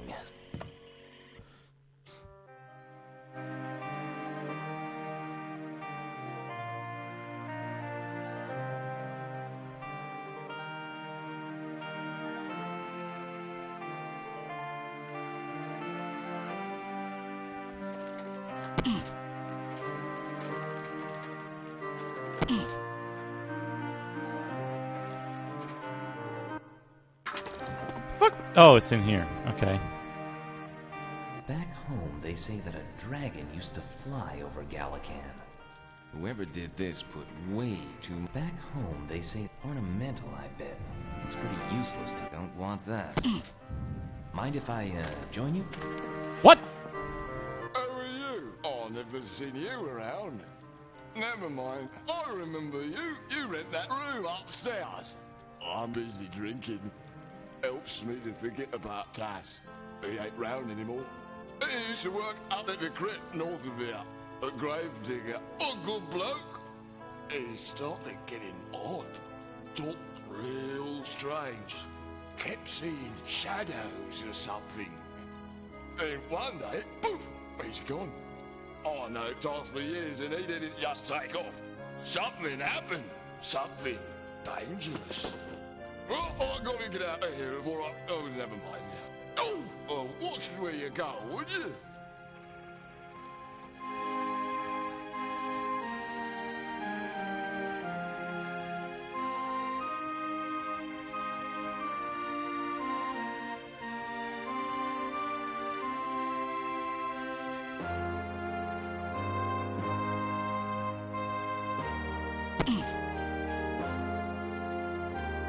Nothing like... Ew. I just lost... Hops. I remember when I tried home. Chains? Don't need it. It's half empty. Chains? bar is this?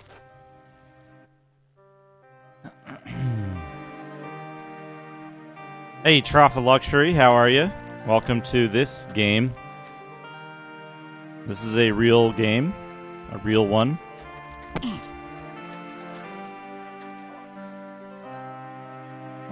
What? Looks like a church.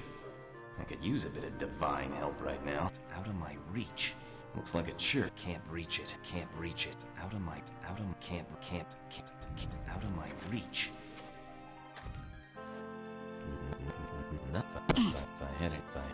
If I had any money, I'd make a... Do you think you can put the broken crank on the well?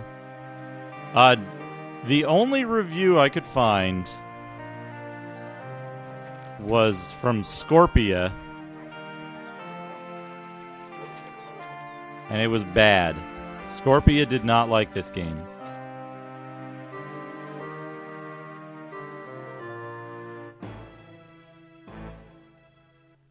Wait, oh shit.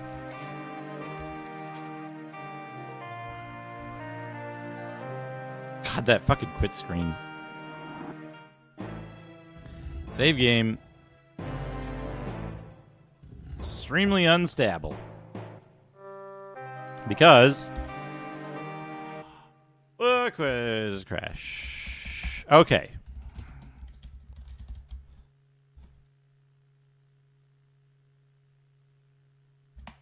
I hear the ice cream truck.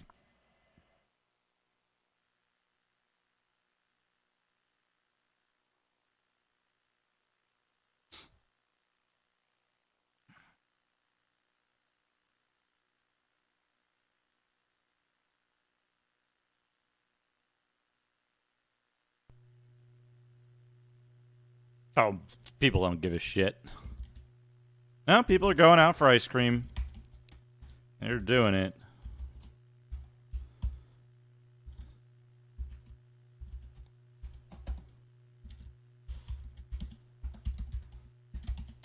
They're getting business. They're getting the business. So in order to go into the blacksmith,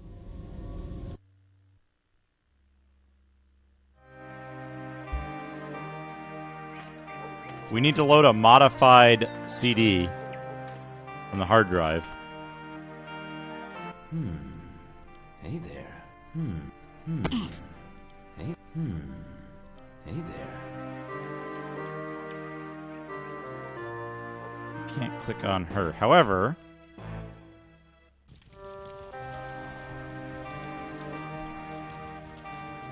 it's too big to carry. oh no. Oh no. Oh no. Wow. Oh fuck. Good lord, game.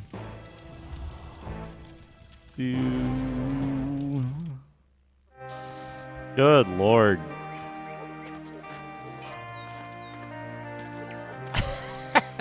Why is this not in Hippo's quest?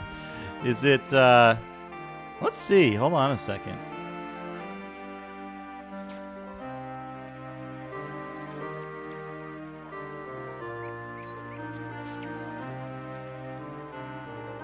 Back. Moby Games. Adventure. Adventure role-playing. So,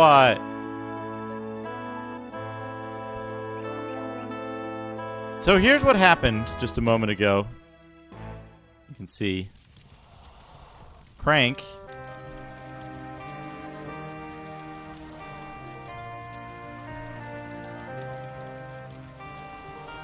We can't give her the crank. Hey there.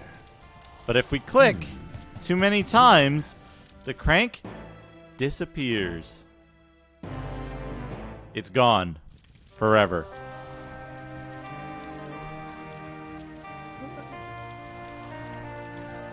Oh, number of arrows, I see.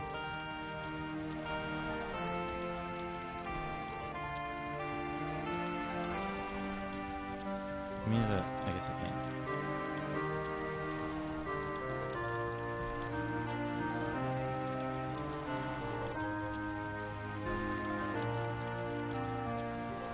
So, one other thing I want to try,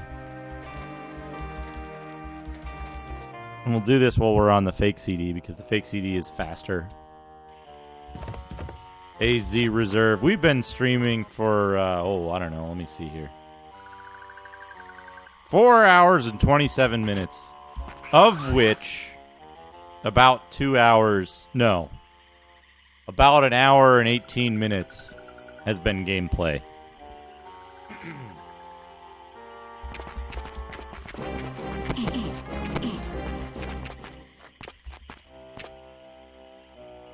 Broken, rusty sword.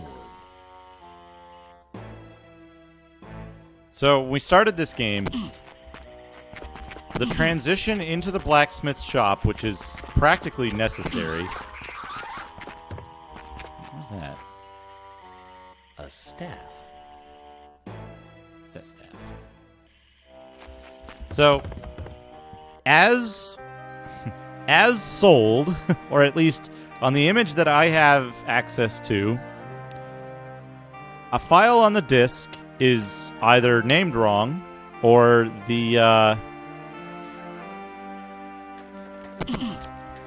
or there's something else seriously wrong. Ooh, why don't they take this body down?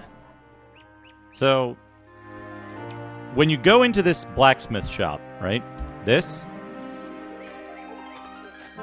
little transition movie. Wait, sorry.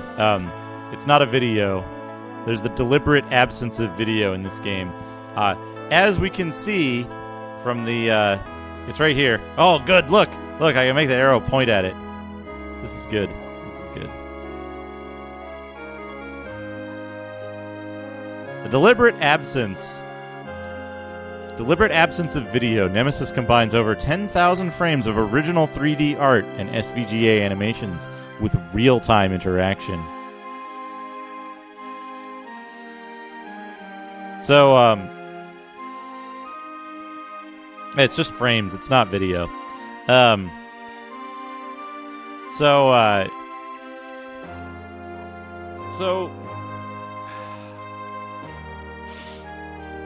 that animation into the blacksmith is named like ntrank3_.smk. And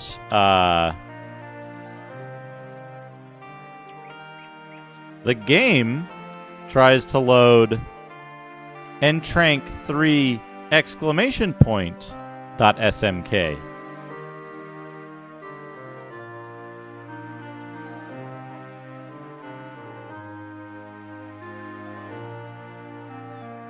So, for whatever reason. Yeah, it's weird, Nightcall. I wonder if it's like a... Well, because it's a QBin file, it shouldn't have tried to write ISO 9660. It should have written Joliet, right? Which would have allowed for that. Anyway, this is what I wanted to try. Broken rusty sword.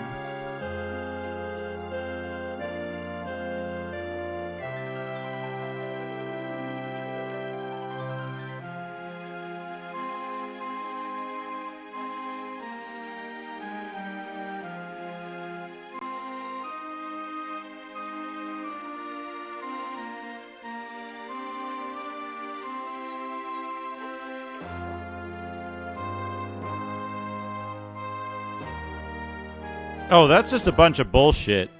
the thing in the upper right, it's from a magazine advertisement. Hold on a second. Let me put this up above the thing here. We'll take a quick look here at this.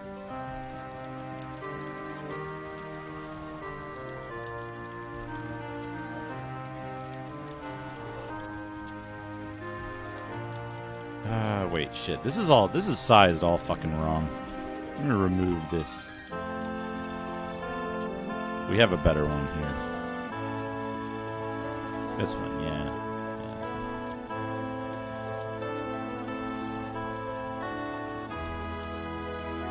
Yeah, it's from this. Only one adventure has earned the Wizardry title. The Wizardry series has sold millions of copies worldwide. This fall, Surtech ushers in. Hold on. This fall, Surtech ushers in Nemesis, the world's first Wizardry adventure. At Surtech, Wizardry is a name a product earns, and Nemesis has been put through the ringer. Over 3 gigabytes, 5 CDs of intense virtual worlds bring new meaning to the phrase epic story. With the deliberate absence of video, Nemesis combines over 10,000 frames of original 3D art and Super VGA animations with real-time interaction. This is an intense story about virtual beings with real lives and real enemies that make your visit real unpleasant. Nemesis marks the beginning of yet another Wizardry legend. Now, for anyone who's just joining us,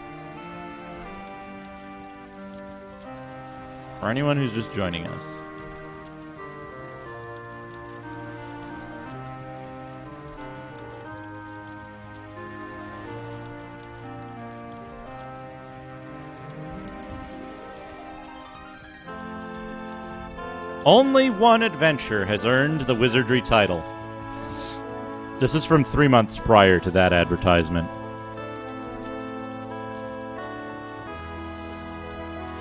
This is from 3 months prior. August, I want to say? No. This is prior to that. This would have been May, I think. Maybe May. Only one adventure has earned the Wizardry title. Let's take a look. Let's take a look what they said about this game. The Wizardry Reality Test. A real story and real puzzles. The Nemesis world will tantalize your senses with true intrigue, mystery, and excitement in the Wizardry tradition. Nemesis relies on reason and incorporates puzzles that are designed to make sense. Real danger, real-time combat. Real-time combat earns a new description in Nemesis. Responsive.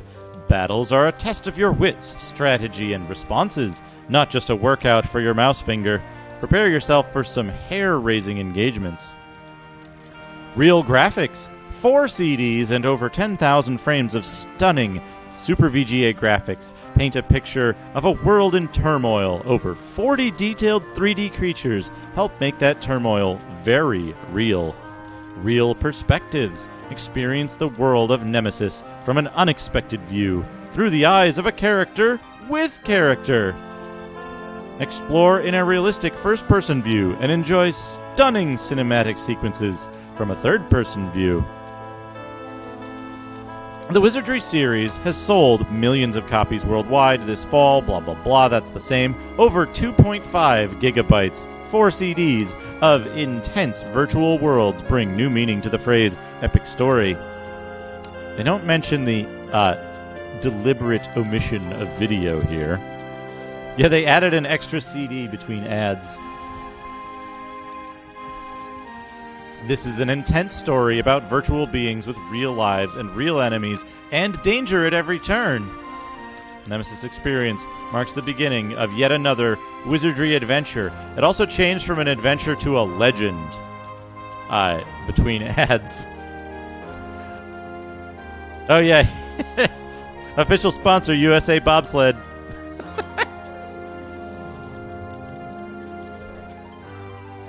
Then we got some things to look forward to later. We got Light Bulb Night. We got Light Bulb Night. A scorpion. This place is kind of ransacked. This dragon with incredibly questionable proportions. There's a forest. There's a graveyard. This dude. Look at that guy. We've got this. We've got this. T-posing dragon. T-pose dragon.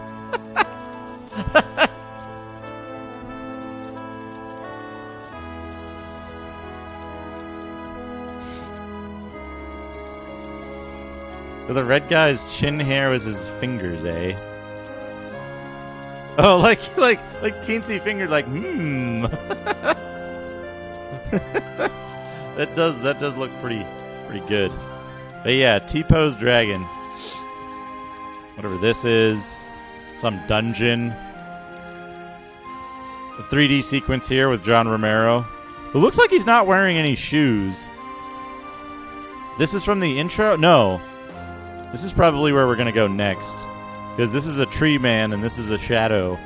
The shadows are just like Dragon Man.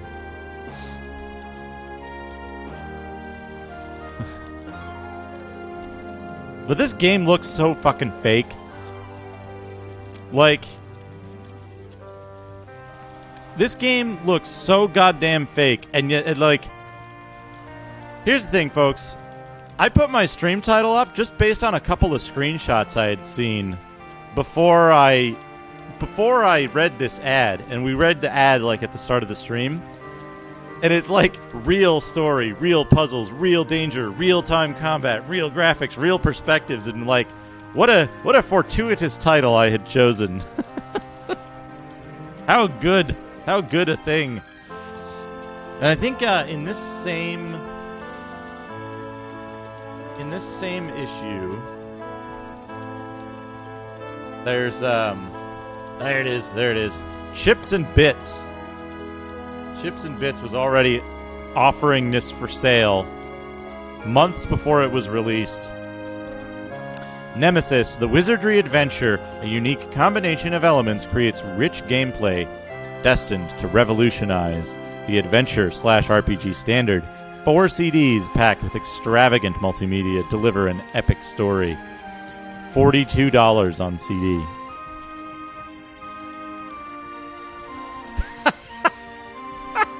What?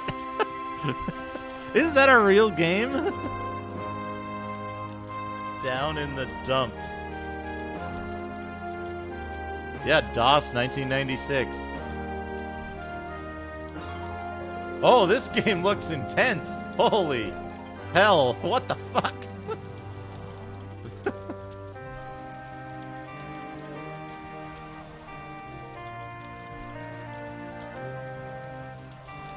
Jeez, what a weird game.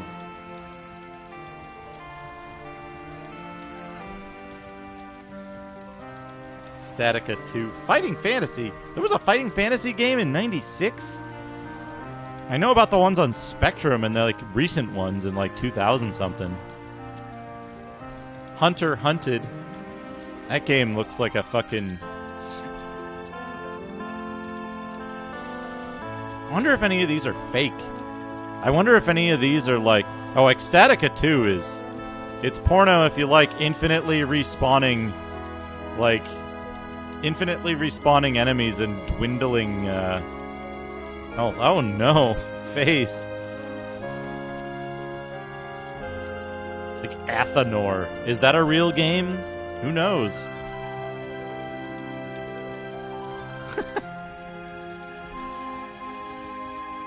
Still selling Legend of Kyrandia.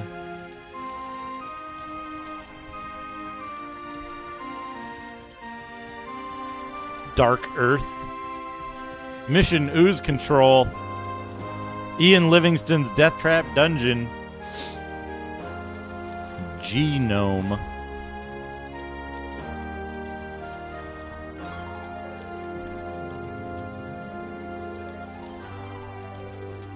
Reverence. I don't even know if some of these games like ever came out.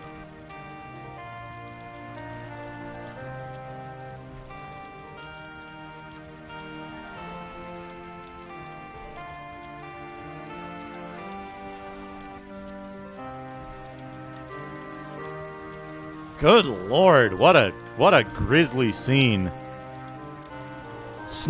Wait, they made a Snow Crash game in 1996? What? What?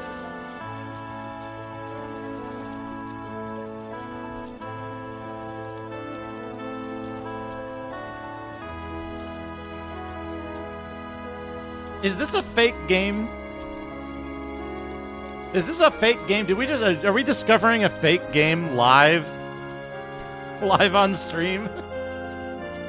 This sure says Snow Crash W95 for $44, and it's highlighted like it's a fucking development in 1996 but was never released. Fake game. Fake game. God. Yeah, Chips and Bits is a great place to find fake games. Yeah, I wonder if there's a prototype out there.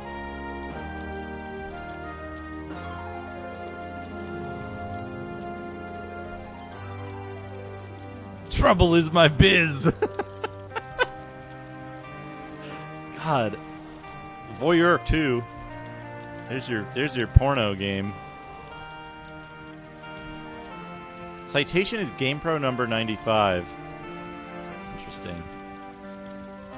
IBM War Games. IBM Budget. Yeah. Budget games. Nomad. I have Nomad somewhere. I want to play that someday, but it's a horrible, boring game to watch.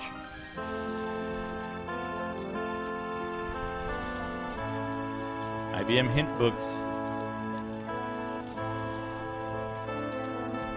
There's an ad for Battle Cruiser 35,000 AD or whatever.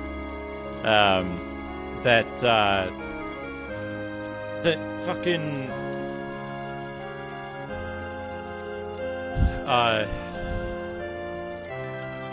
that has like, it's just a like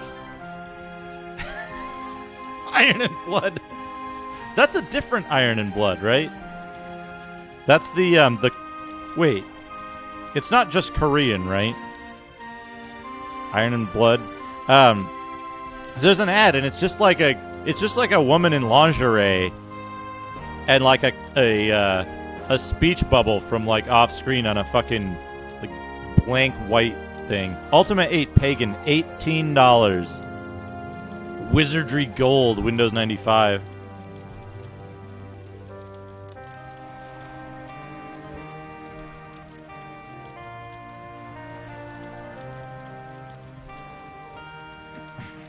Iron Blood.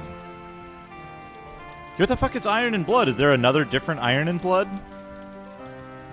Because it wouldn't be under IBM. There's no IBM version of it, is there?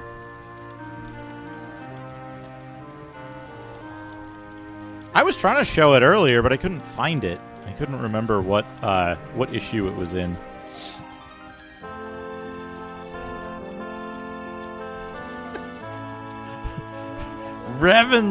Ravenloft 2 Stenprop. Good. Good.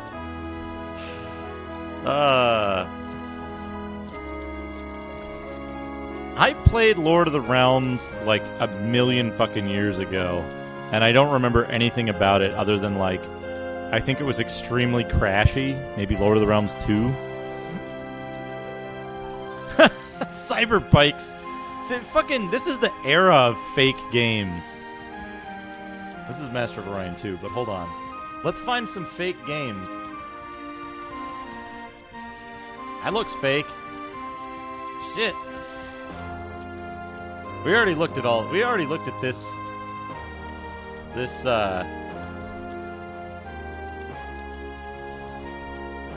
already looked at this, but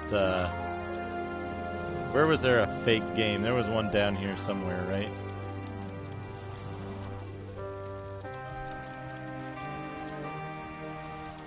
Where's fucking, like, Net Zone or whatever the fuck it's called?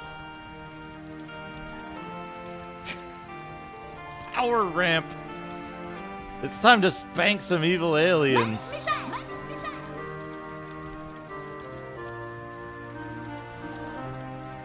Games are real. I don't believe it. Heart of Darkness, computer game sampler.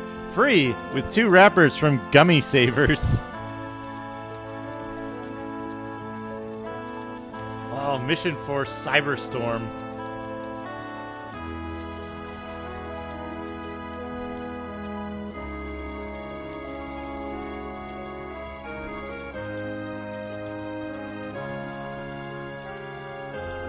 These are pretty fake looking. These guys. Fuck. The only thing I know about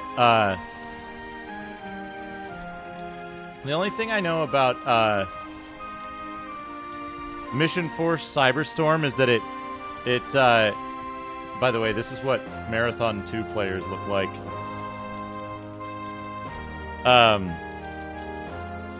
It led me to find Vibrations Cyberstorm. Here we go. Time Commando. Look at this fake shit. Chinkinator.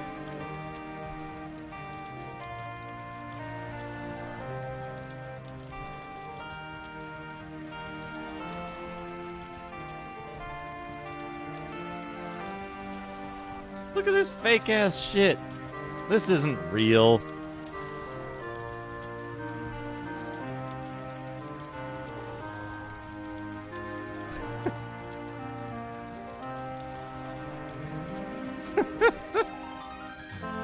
Time is your weapon. History is your battlefield. 3D man. I don't think there's a samurai level. There's another one that's really good in here. It's in like the start of the magazine. Cyber Judas. Experience it now. Only the deaths are real. The rest of the game isn't. I must have missed it. Or it might be in one of the other ones. The later you get in the magazines, the worse they get. Hold on a second. We're going to look at... I'm trying to move the... Okay, this is the cursor you can see. I'm trying to move it down on like my other monitor to like hide the window capture so that it sets it up properly when I open the later magazine.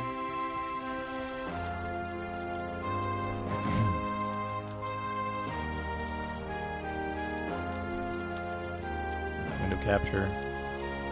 Here we go. Put this in book view mode so we can read it more easily. Here's Diablo. Surprisingly real looking game. Fallout, Master of Orion 2. This is just give you an idea of what era of game we're looking at. Hey, Felly, welcome back. We're back to looking at magazines.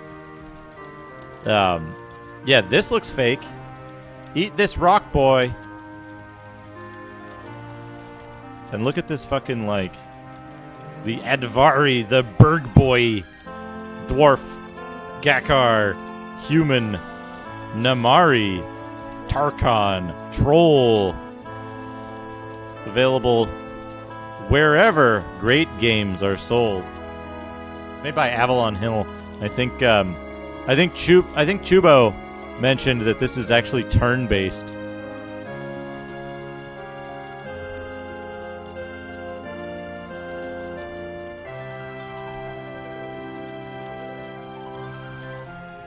Time-lapse. Surprisingly real-looking game, because it looks like a text adventure. The adventure game that challenges your moral fiber. This is good imagery right here for a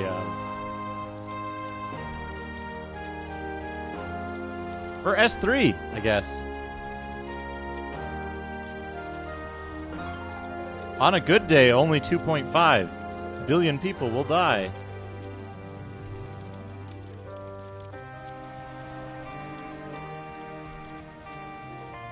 PC2 TV, I remember that. What on earth?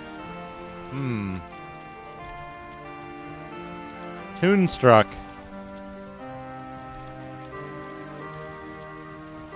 Cheater's Edge. We found the macaw part of the mag.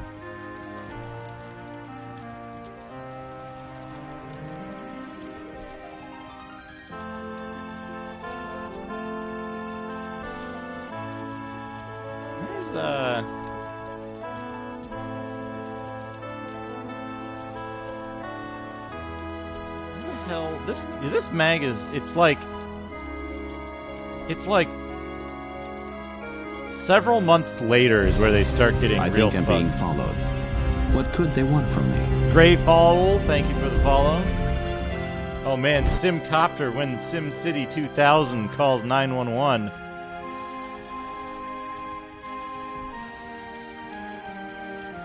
Lords of the Realm 2.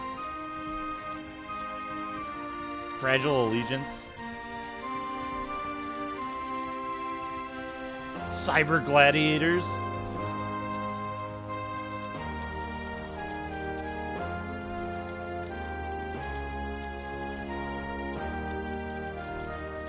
Let me see if I can find this. Hold on a second here.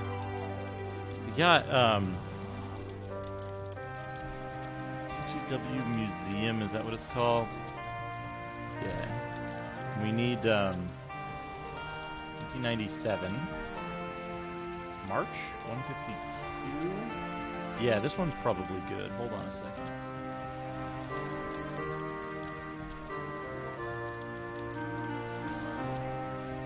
I gotta see. I'm looking for a particular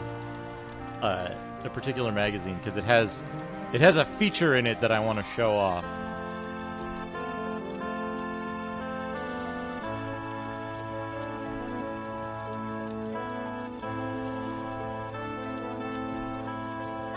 Oh, my God, that's fantastic. Chasm the Shadow Zone well, hold on. Let me save this one. I'm going to see this because of Chasm the Shadow Zone. But we'll look through this one in its entirety. What was the other one that I was looking at? 155. And this one. This is a good one. It's got Quake Killers on the front. Alright. Okay, let's load this up. Hide the window capture. Close the window. Infinite Grimoire. Yeah, give me a second here. Here we go. There's the Infinite Grimoire. 152. Yeah, 152 is the next one. So this is the next issue after the review for... the next issue after the review for... 30-sided die.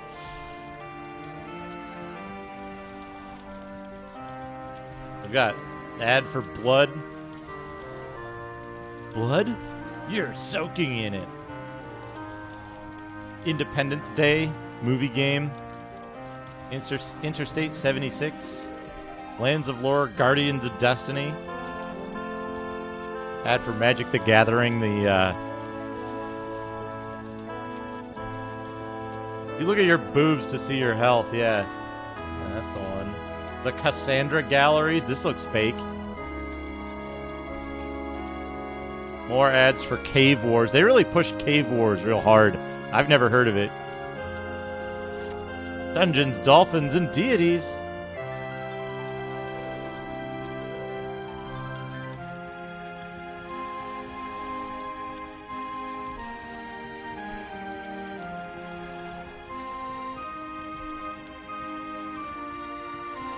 What an ad. What an ad, folks.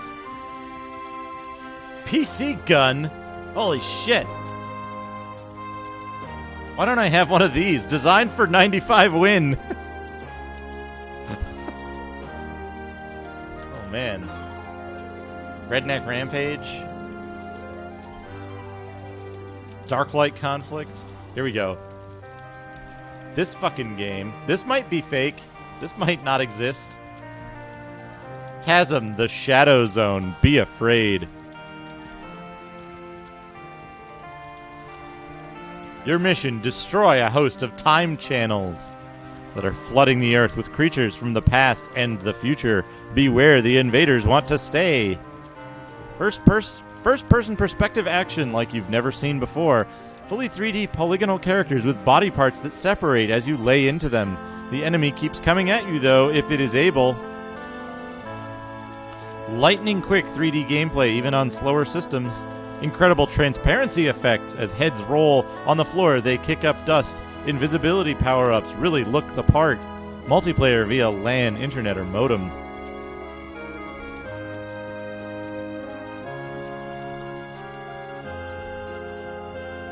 This is just a Quake mod, right? It's literally just a Quake mod. Using, like, stolen assets. Mega Media Corporation.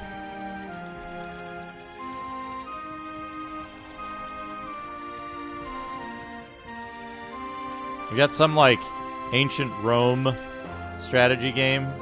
Still in vogue at that time. Shadows over Riva. God. And look at this. Look at this. Shadows over Riva still has, like, this fucking... It's still screenshots from, like, the first game.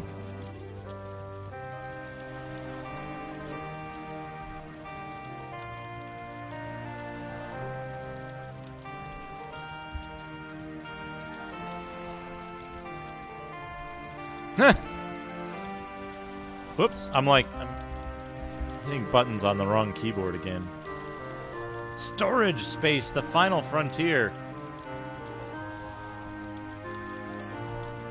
Several companies have shipped EIDE hard disks in excess of 3 gigabytes, with 4 and 6 gigabyte drives on the horizon. You can also get 9 gigabyte SCSI hard drives.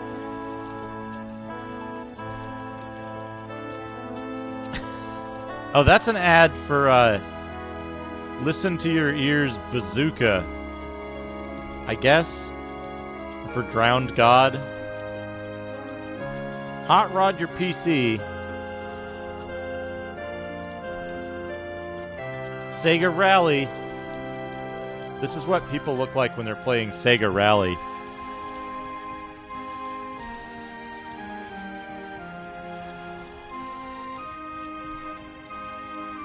I like this last guy who's got his leg out.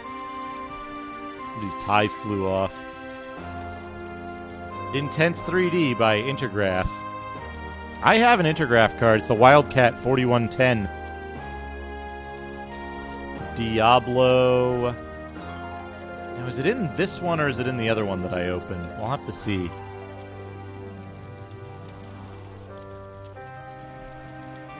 Clandestiny.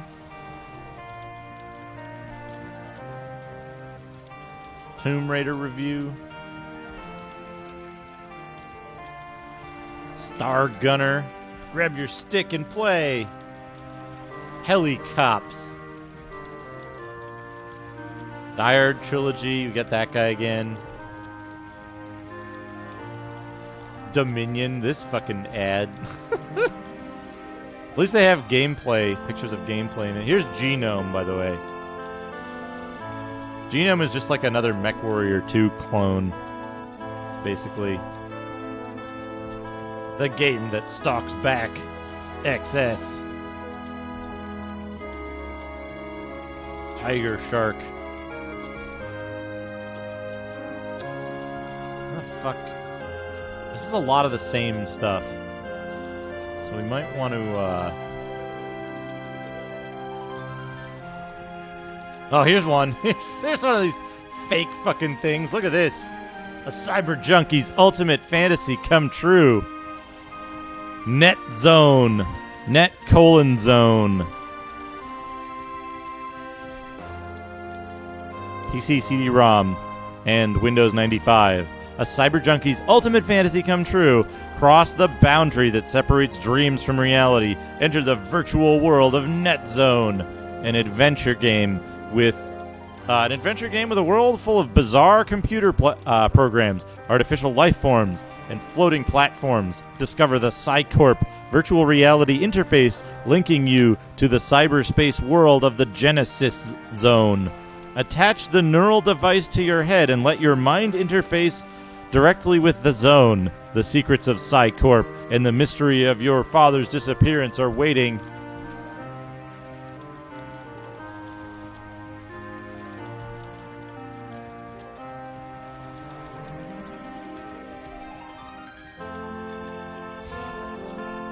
Net Zone. This fucking ad.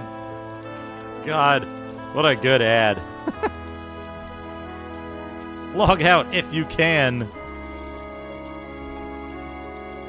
Warwind. Carnage Heart. Callahan's Cross Time Saloon. Star General.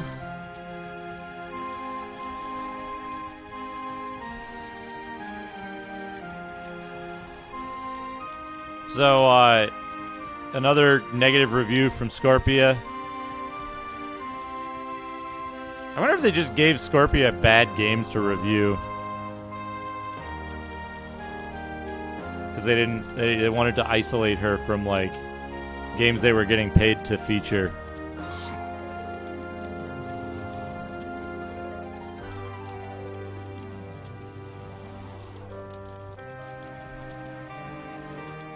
Privateer 2. But we want, you know what we want? We want the other one that's, like, later. Several months later. 3 months later. Yeah, Net Zone looks like a good game to check out.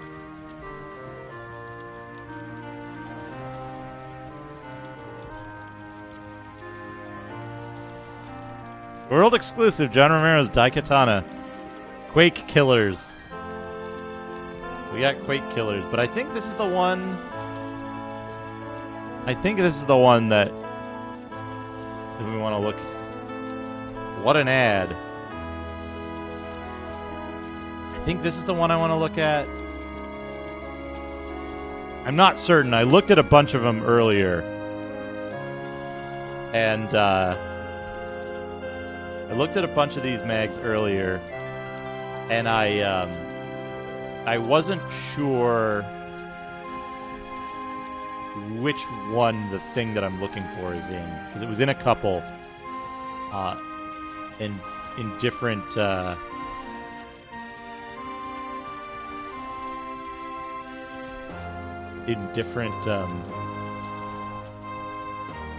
ways. Super Twins in 64. Quake Killers. Yeah, Quake Killers. Daikatana. Speaking of fake games.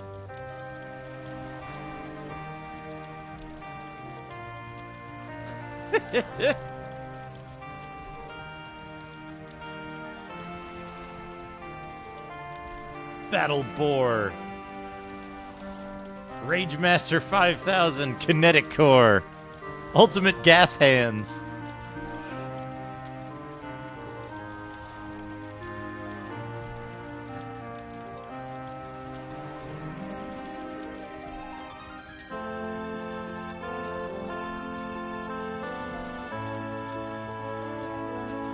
Other unimportant games that aren't Daikatana.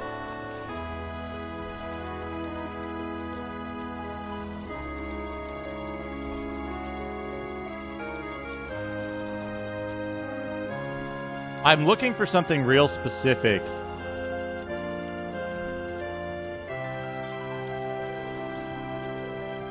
A fork in the tail will confirm your opinion. Oh, Joust Do It! Dragon Lore 2, The Heart of the Dragon Man. Speaking of fake games... Whoops. Speaking of fake games...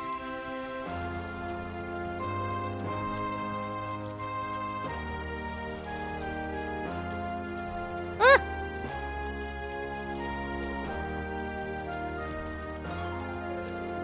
Speaking of fake games... Statica 2... thing that exists. Shrek for Quake. Outlaws. I've seen Mortis play that. I know that one's real. Swiv 3D.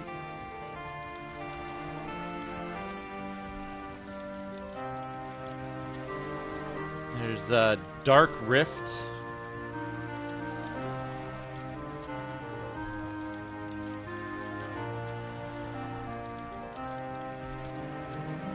Still haven't seen the game I'm looking for, though. It might be even a little bit later than this.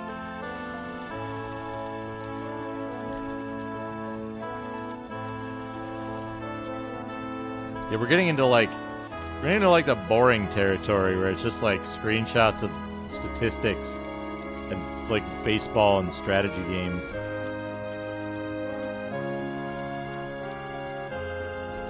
Here it is. Here it is. Building a better tomorrow, one murder at a time. This isometric shooter is going to blow you away. Meat Puppet takes the top-down action shooter to the next level.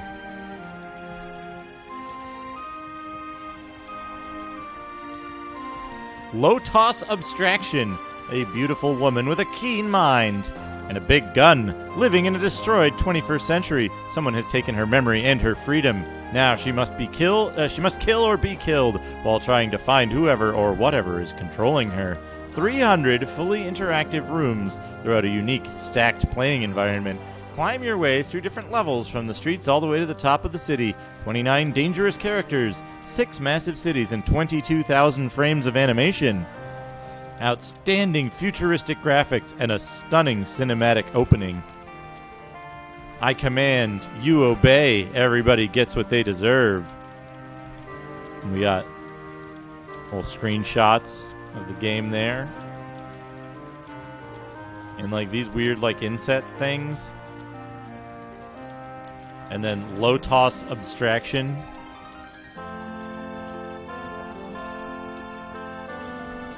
This game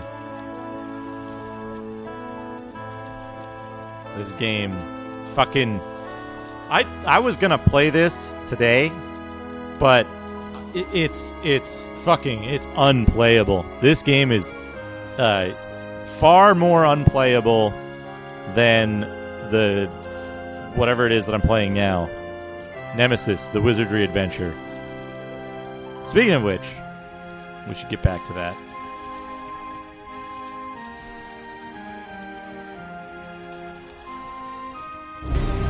I think I'm being followed.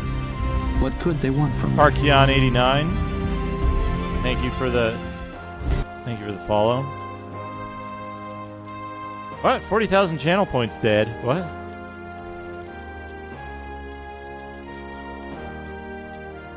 What did I miss? Anyway, we're back to this game. Here we go. Let's turn the timer back on.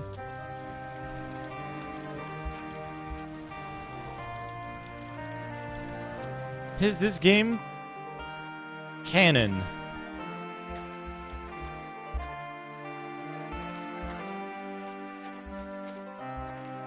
Oh, dead on. Got it. Did I miss it? Did I miss it? All right. So, what am I looking for? I'm looking for quick saving the game.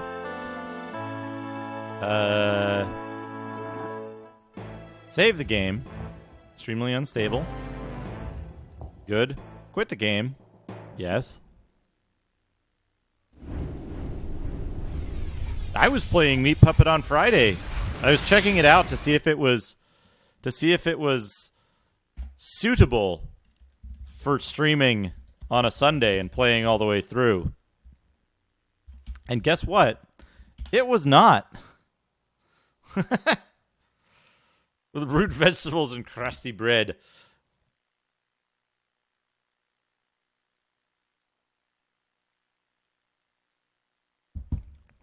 This game, Nemesis the Wizardry Adventure, was released in probably Q3 of 1996. Nemesis.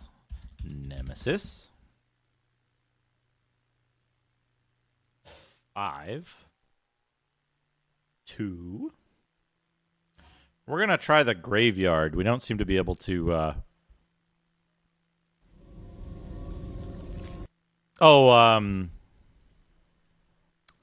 restricted area?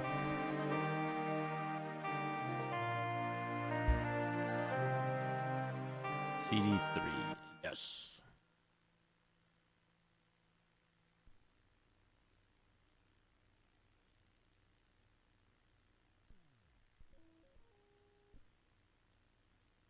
Restricted Area is an extremely fun game.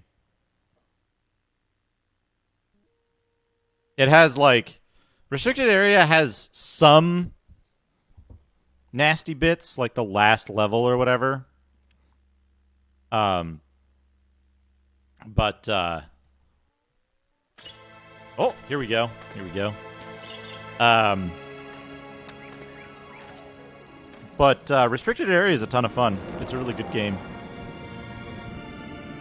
Meat Puppet is not.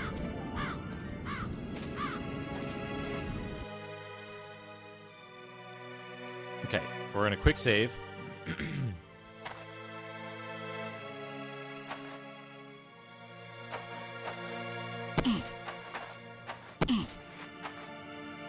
Gargoyles, the guardians of the dead. Why do I sound so sinister all of a sudden? Don't want that. Gargoyles, the guardians of the gargoyles, the guardians of the dead. This is an old cemetery. Nothing. This is an old cemetery. Oh, gargoyle. Okay. Okay. Theory supported. You are not supposed to go to disc 3. You do not go to disc 3 just yet.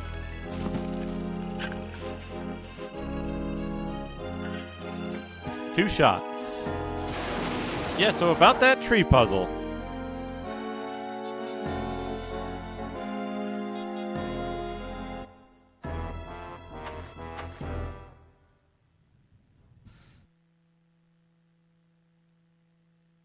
Look at the fucking icon.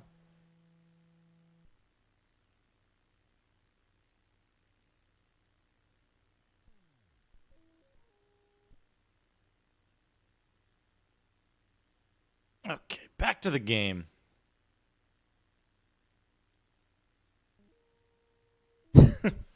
back to the real part of the game. So what is the fucking tree puzzle? Can we just attack the tree maybe?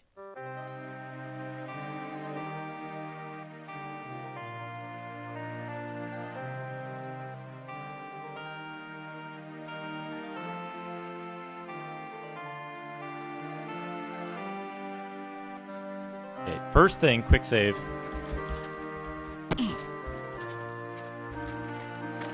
No! Shit. Stop that.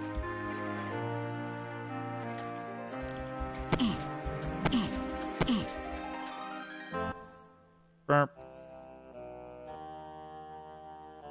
Hold on.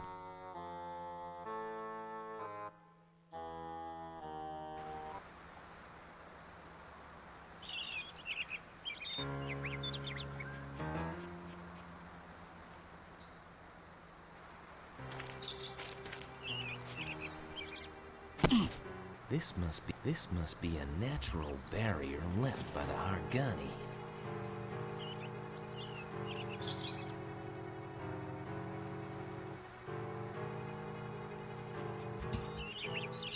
This must be a natural barrier left by the Hargani.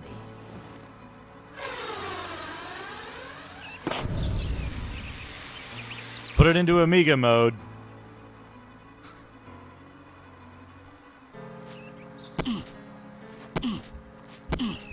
Yeah, there was a version, a Japanese-only version on Saturn.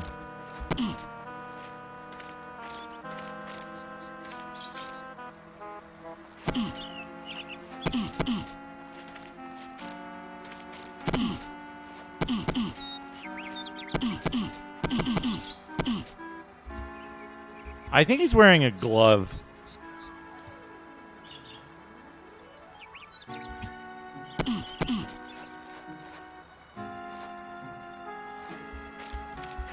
So, some kind of fern. Who'd water 'em? Never was much of a green. Who'd water 'em? Nice plant. Never was. Nice plant. Some kind of fern, I guess. Yeah, it's absolutely impossible to go around this tree. He does say, like, if you like. That plant looks dangerous. Too many thorns. I get ripped to shreds. This plant, too many thorns. It looks like the ground's been disturbed here. Yeah, it looks like the ground's been disturbed here. I can't, like... Not feel. Last time I went into the woods, it was not fun. It doesn't look like I can actually do anything. None of the items I have. Tin pot of oil. Can't drink the oil. I have an empty jar that looks like a salad.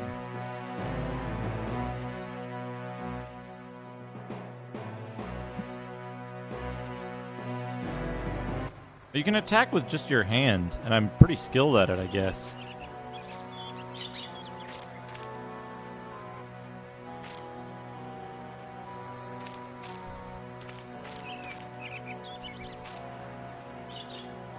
Here? Yeah. There's this.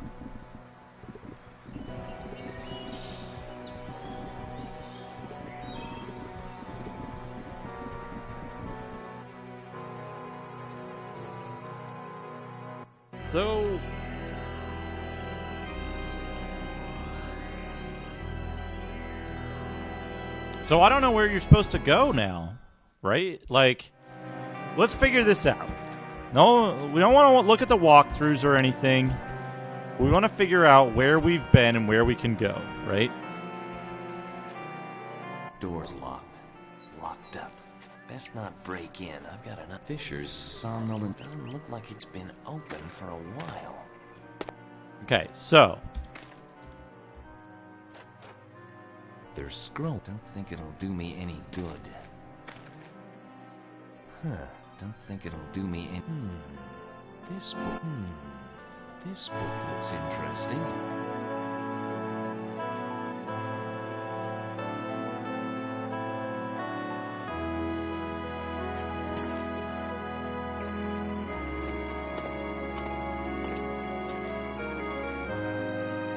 Yeah, he didn't have the... He didn't know the dangers of quicksand. So, places we can go.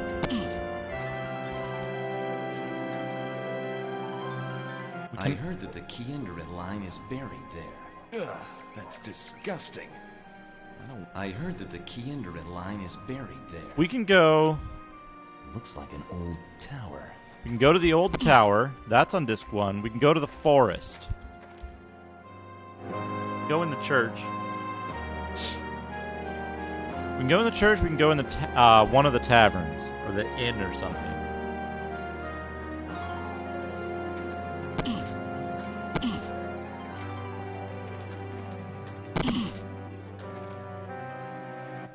Surtech.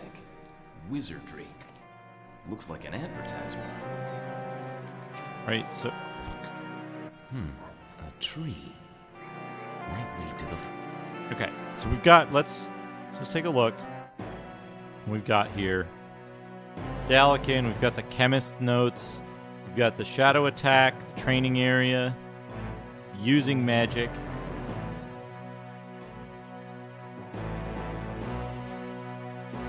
Complete Metropolis. It probably doesn't have the right soundtrack, though. The Giorgio Moroder soundtrack is the best reason to watch that movie. Met Benaris. Okay. Using magic, my necklace, they call it an amulet, went through its own right, I guess. I can use it to cast magic now. Decide what spell I want to cast. Hold it in my hand and no longer channel it. The stronger the spell gets. Taught me one spell, how to heal myself, and call up a shielding fog.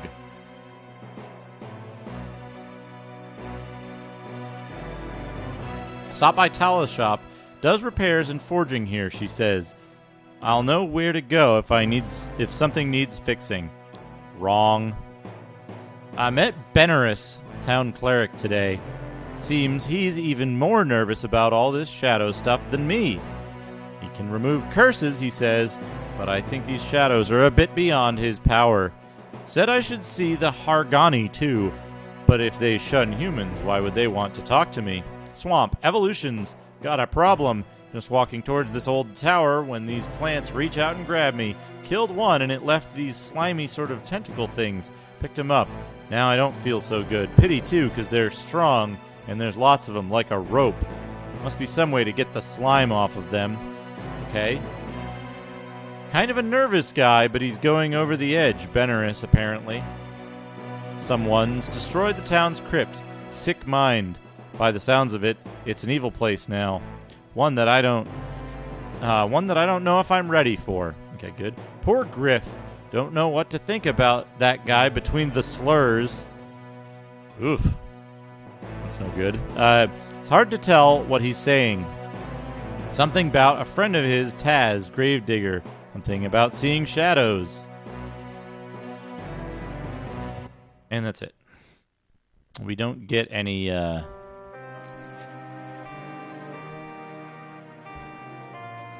we don't get any hints about anything else. I think we probably need water from the well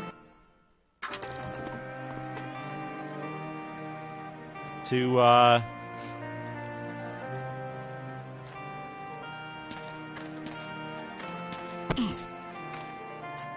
we didn't get anything up here in this room, right?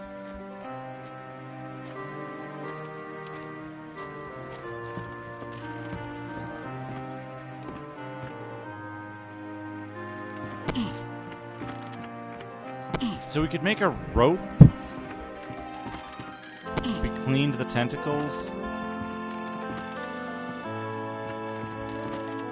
A shadow shows up and I'm going under here. Shadow shows up, I'm going under here. What's gonna happen? Nothing. Never know nothing. Never know nothing.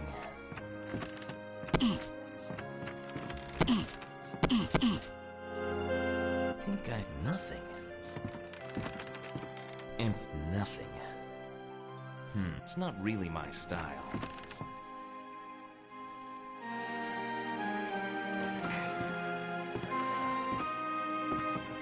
So, there's nothing in there. I think we got everything we can from the tavern, which is the dagger and, like, talking to that guy once and then he disappears.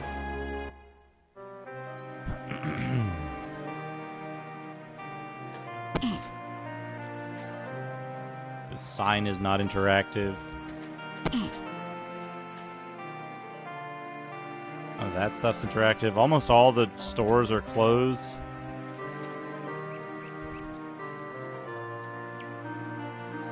Can we, like, combine the jar with the... A caustic tentacle. Caustic tentacle. Instantly.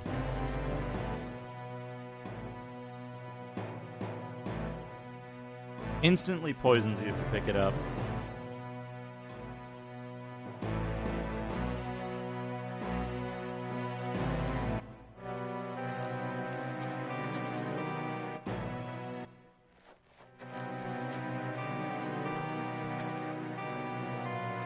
Looks like it says, Hut of Sin. Must be the bad side of town. Is there anything I'm missing? Any ideas? Currently in use. Didn't notice this when I first came into town. I think I'll leave the bones right where they are. A pillory. A pillory. Currently in use. Maybe they left when the shadows came. Maybe they left when the doors locked. Maybe they left when the shadows came. Right? Like... Well, I don't have any water. I can't combine it with the... I can't combine it with the pot. Can't use the oil on it.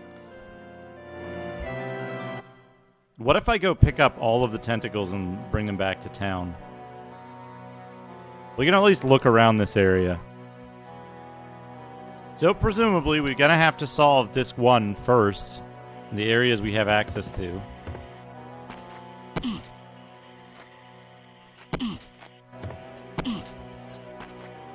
Strange, there's no birds here. Can't reach it. Strange, there's no birds here.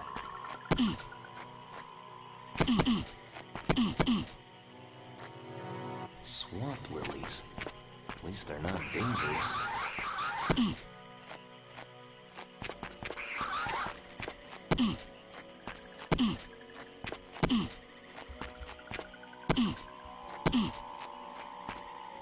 It's nearly impossible to tell where you can and cannot move in this.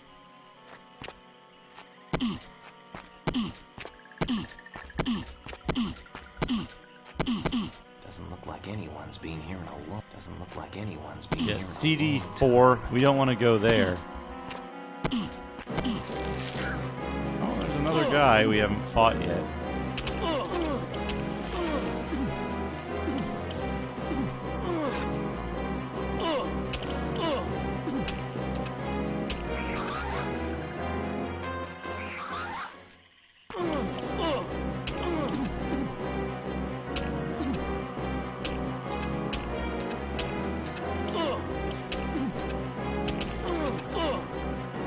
Oops, I died.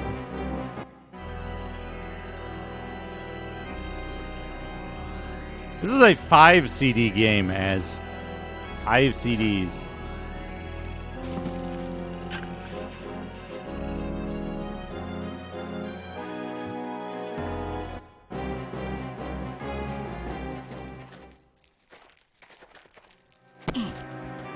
What if I set this to CM32L mode? I'm trying to fuck with the MIDI by like resetting this, but it's not working.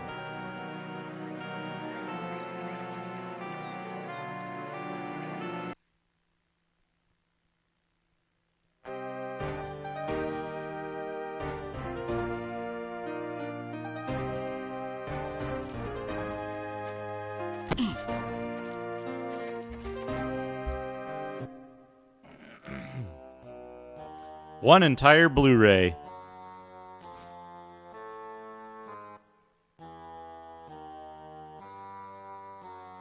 One whole Blu-ray. It would have taken up the entire storage space of a Blu-ray at the time. A caustic tentacle.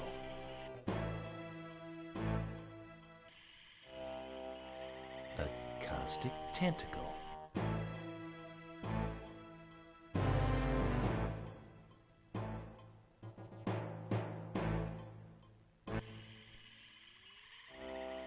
Caustic tentacle. Caustic tentacle.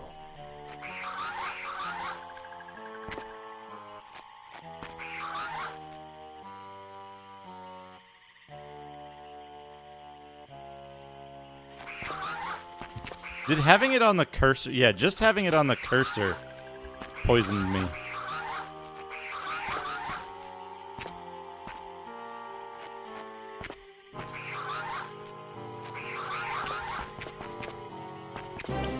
Oh, there's another one.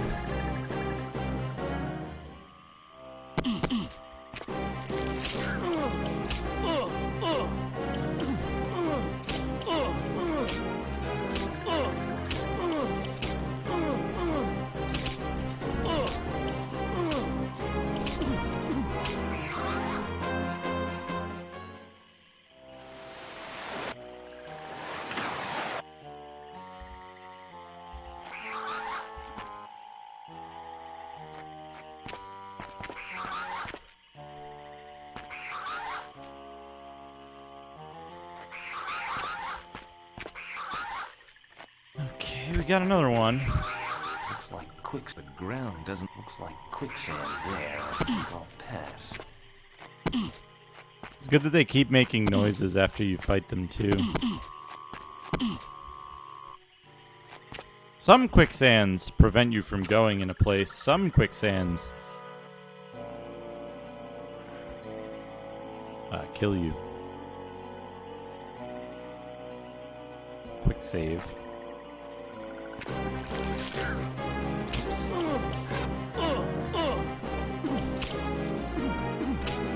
If I equip a second weapon, do you think, like, I can attack twice as fast because I can attack with both hands?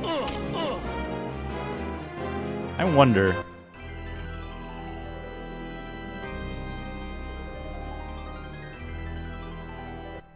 Game tapes. This game only has 10,000 frames of animation. You could fit this. That's 10,000 frames.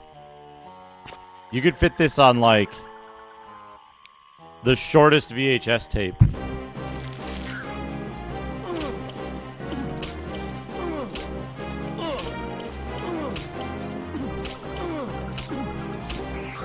Good. Good. I think I figured out the secret to, 10,000 divided by 60. It's like 2 minutes, right? 2.5 minutes, almost 3 minutes. I figured out the secret to combat. Ditch your stupid fucking amulet.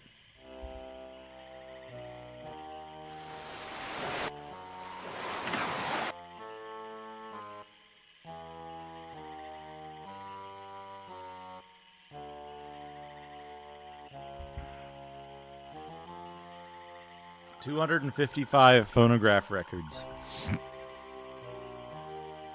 You could store this. You could store this game on like a data phonograph, like the Thompson Twins game. Also,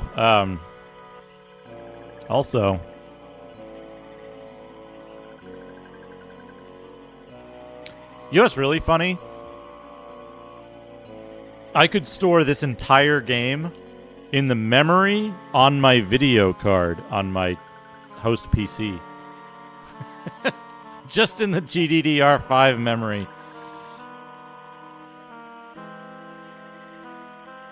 Five feet, 33.7 inches of game. I think you should measure games in length. Not duration, length. How long is this game? Oh, about 5 feet, 33 inches.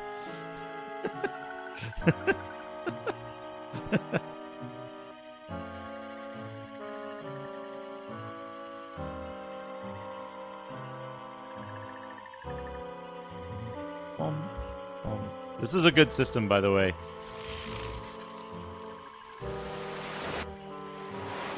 Having your character heal very slowly over time is superior to having a rest button that makes you heal faster. It was one of the benefits that Scorpia pointed out in her review.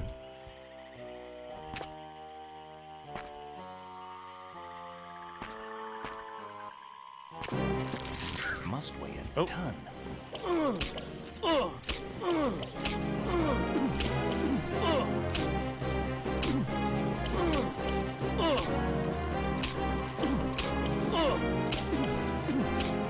I'll have to reload. I'm dead. I'm dead already because the first enemy you're meant to fight in this game has poison.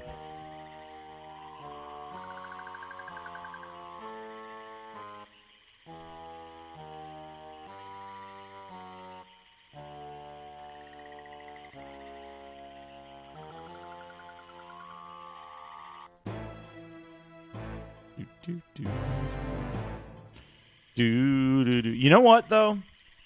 I will say this about this game.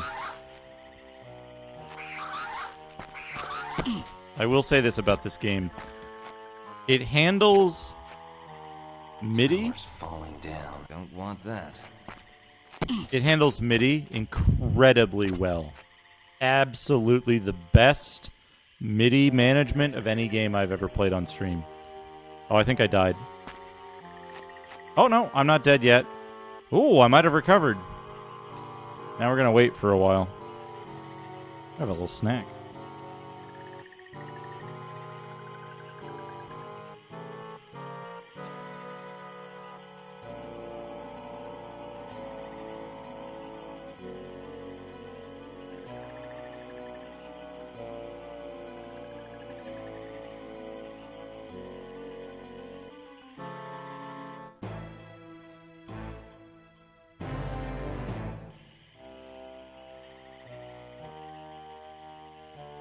My quest is that I got attacked by a shadow, which is suspiciously like a flying dragon type thing. Almost killed. And a wizard saved me and said that I need to learn the wizard's magic to like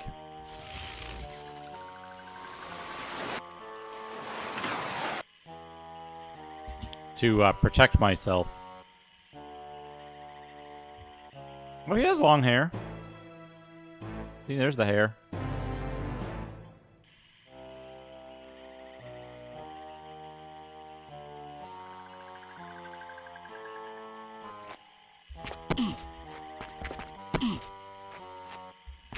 And then that's about all we've been given. We went down into a...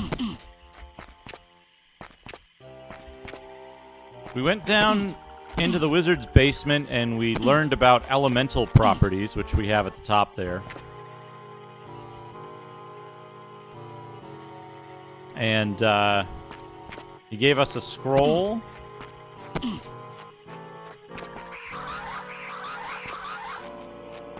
He gave us a scroll that enabled us to use the fog heal spell.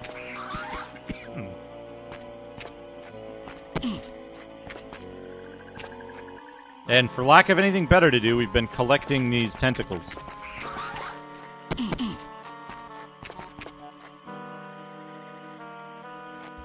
Which poison us every time we touch them.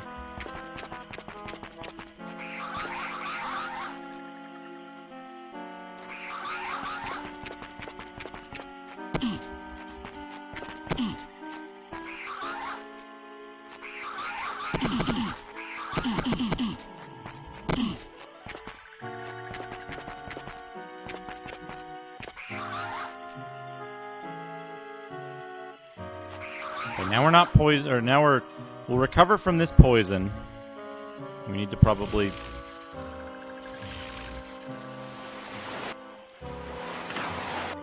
heal ourselves. The tickly finger, yeah. Metal. It's locked. Someone's trying to keep me out. Doesn't look like it could hold me. Ceiling's caving in. With my luck, it'll fall on my head. Ceiling's caving in. With my luck, it'll fall on my head. Doesn't look like anyone's been here in a long time. Towers falling. Towers. Nothing. We tried to go to an area on CD3. With these shadows around, I think I'd rather stay here. We tried to go to an area on CD3 and we got totally fucking owned.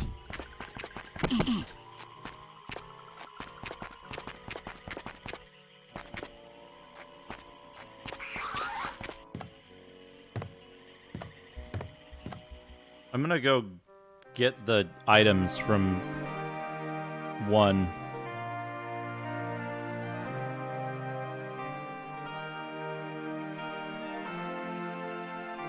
From the town.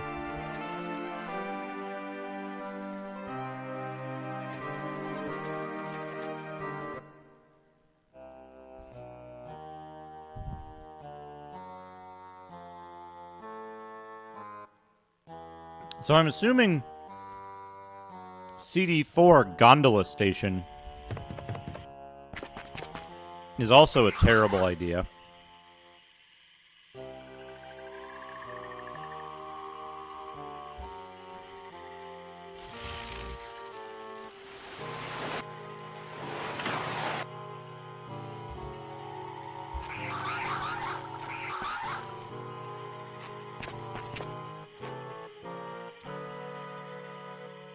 The animation in this game would have been considered an embarrassment 2 years before its release. Honestly. Ground looks kind of... There's already a couple of sinkholes there. So presumably, Doesn't look like anyone's been here in a long CD4 time. would be a bad Anyone's idea. been here in a long time. There doesn't seem to be anything else I can do around the tower.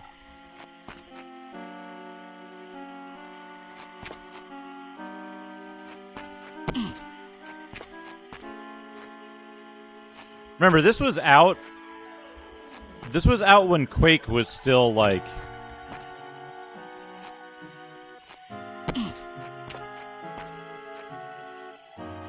Towers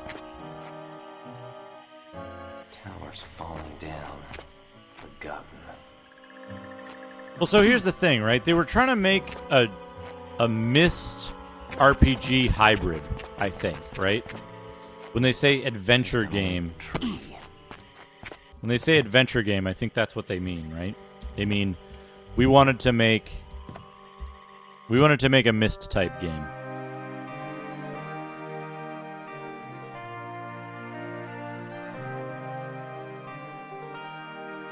Myst is another one of those games like fucking Boulder Dash and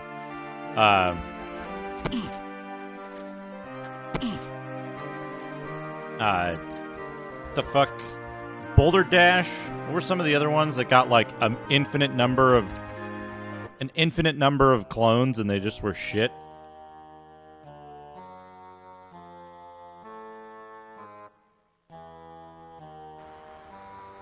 Tetris is a pretty good game.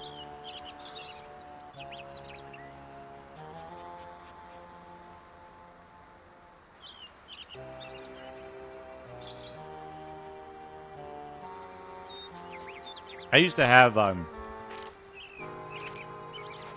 Tengen Tetris. Okay. Some kind of fern, I guess. The ground looks a bit too soft. It looks like the ground's been disturbed. This must be a natural barrier left by the Hargani.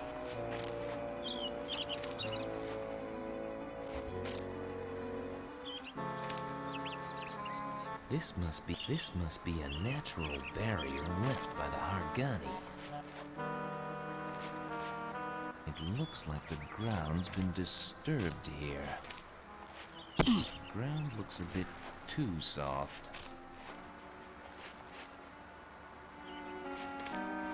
So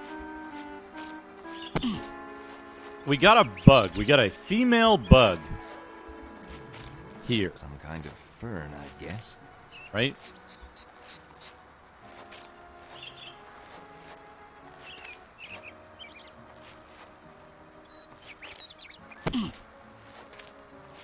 Look at this.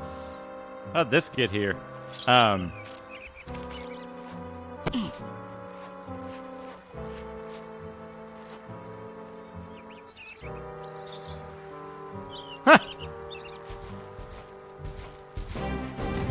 What? What the fuck is this?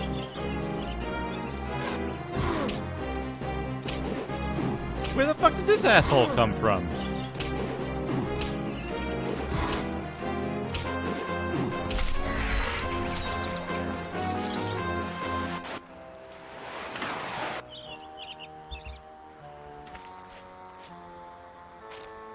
Did he drop anything? He did not drop anything. With these shadows around, I'm staying out of the forest.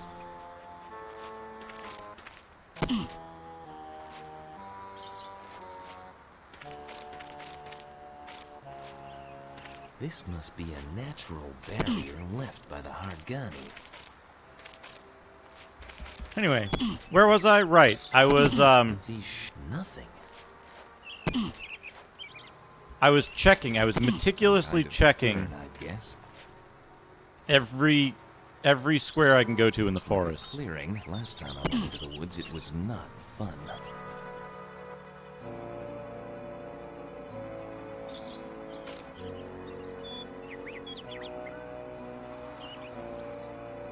This is it, right?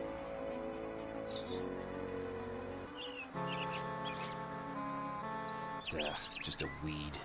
Who'd water them? One more. Here we go. There's a couple of indentations in the ground there. Nothing. Strange markings. Last time I went into the woods, it was strange markings. I think I can get through the tree. I think... Oh, for fuck's sake. Fuck's sake.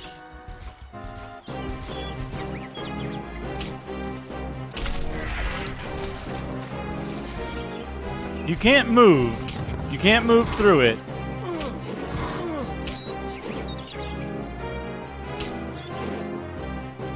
I don't know, it looks like a piece of shit to me. Looks fucking invincible is what it is.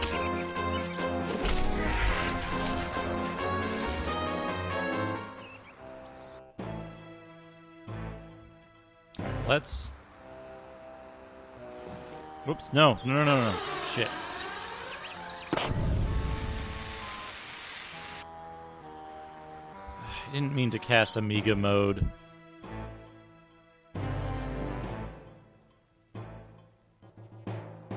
Let's save the big sword for later when we might need it.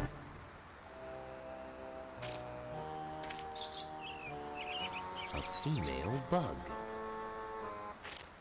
Female bug. Looks like a clearing, but there's nothing there. It looks like the ground's been disturbed here.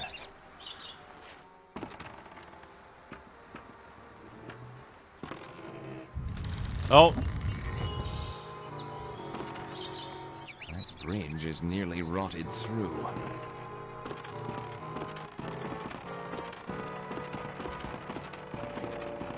Nothing.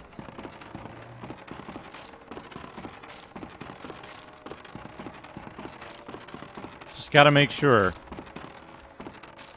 A male bug.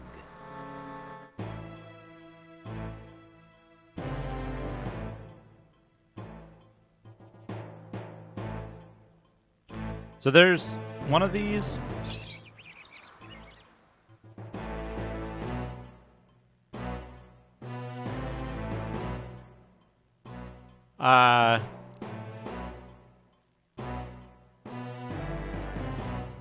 Colorful and harmless insects.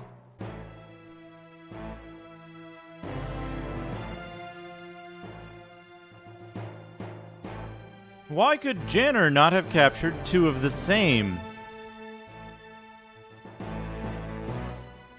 So we don't want this bug. A female bug. Something's glimmering in the water. What? Carved stone.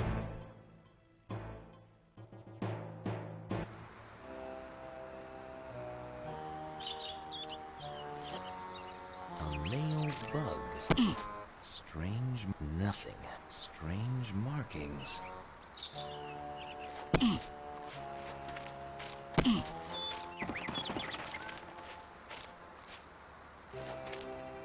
A female bug. A male bug. A male bug.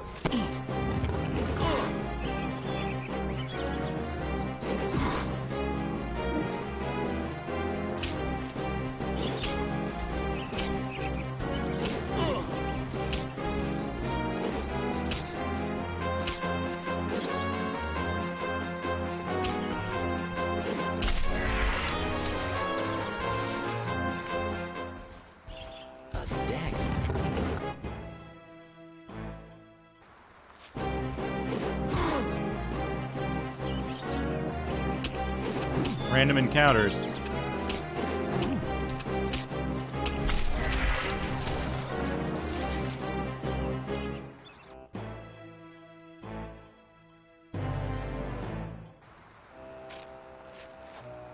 A male bug.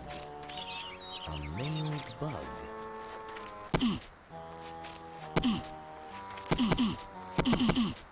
By the looks of that tree, the termites here didn't go hungry. Don't think it'll do me any good. So we gotta put... Female bug.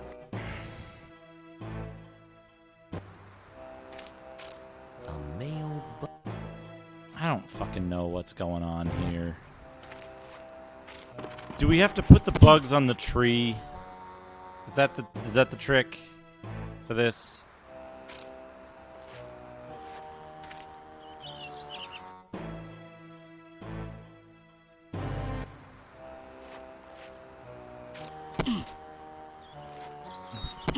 I think I'll leave the plant right where it is.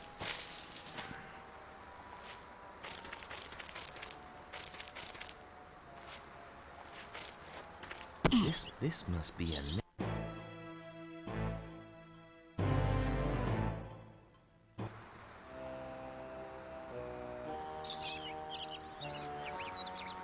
give?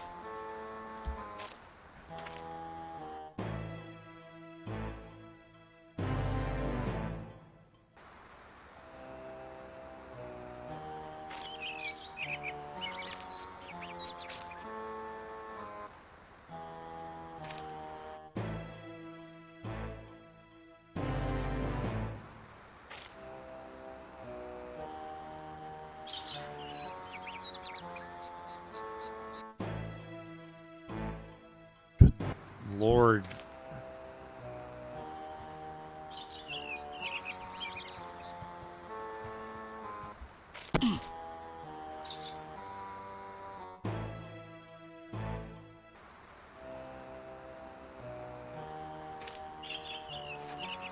Good fucking Lord, this interface.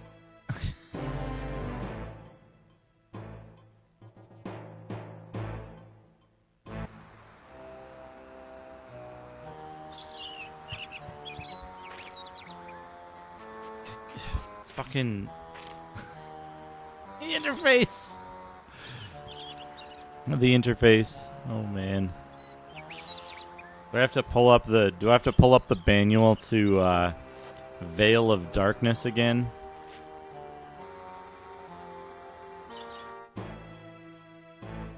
We don't want the arrows on the belts. We've got an empty jar.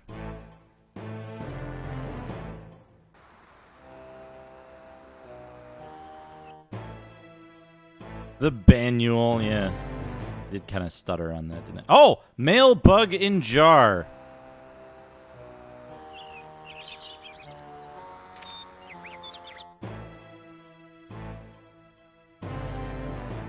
Jar with 2 bugs.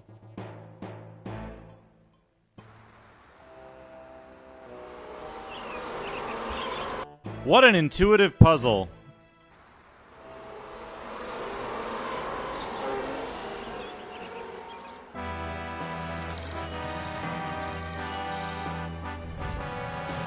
Oh shit. Karate Tree versus the Shadow Dragon.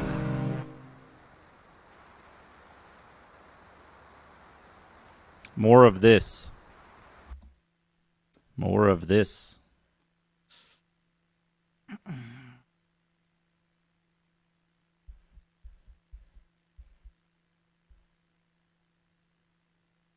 More of this. More of this. Hello, everyone.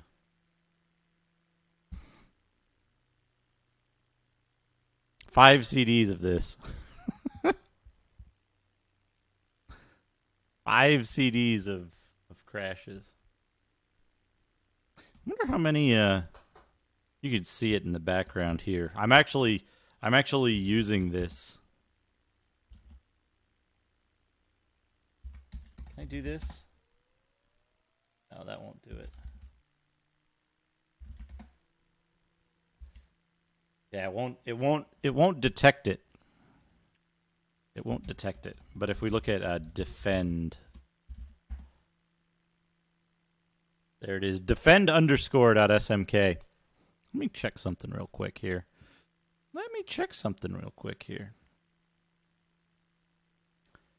CD1.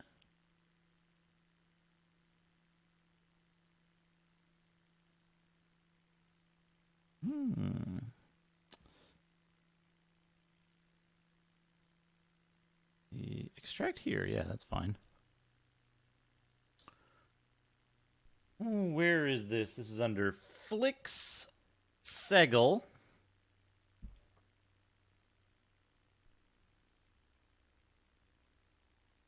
Oh, it is interesting.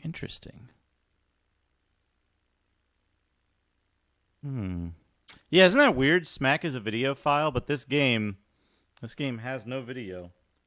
Intentionally did not include any video. But what I think I need to do... Now, hold on a sec. Oh, let's give this a shot.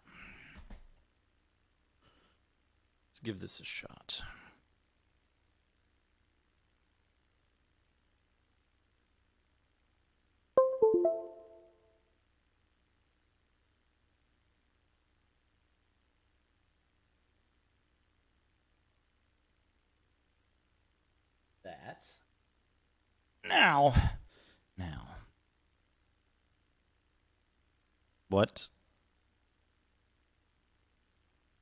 What's wrong, Chubo? What's wrong?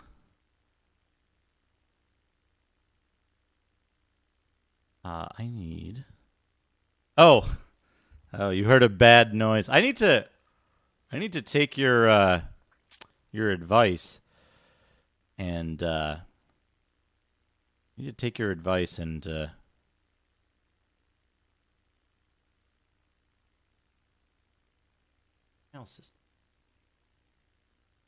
yeah, it's Joliet. It's Joliet. So, how do I get this to not fuck up file names? How do I get this to not mess up the file names? Not the beach ball.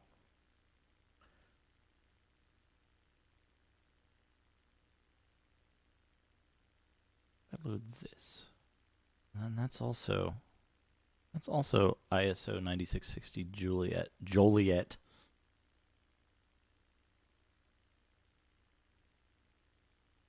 And it won't change it, right? That's baked into the image for it to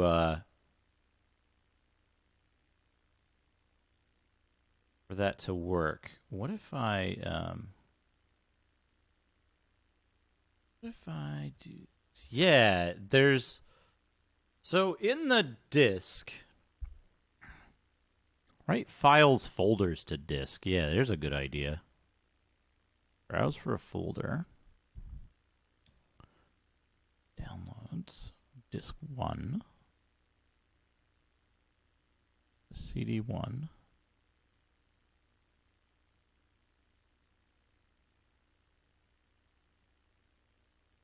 Where the fuck is it gonna put it, though?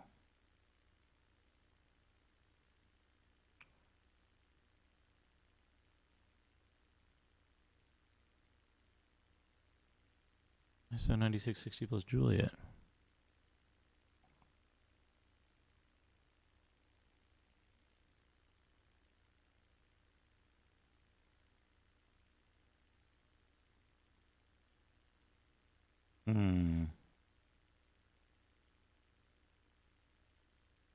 Real jank.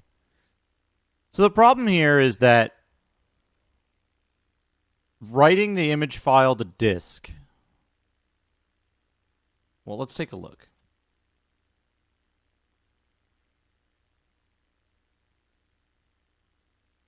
Let's take a look. It's a blank disk.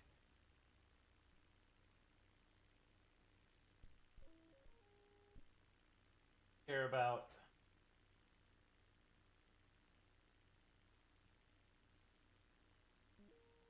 ATOA plan. I'm looking at why this disk here has incorrect file names.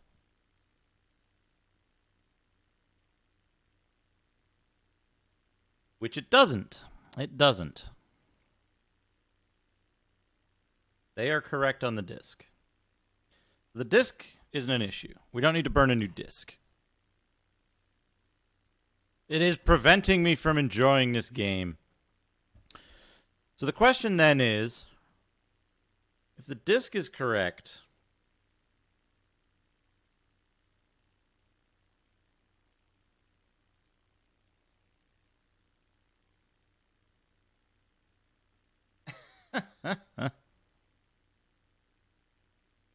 maybe someday I'll have a magnificent mustache, but it's like, see, it grows a little strange here. There's like a little gap between the beard and the mustache, so I don't know, we'll see. So, this disk is correct. When read in the drive on my host computer, it has exclamation points.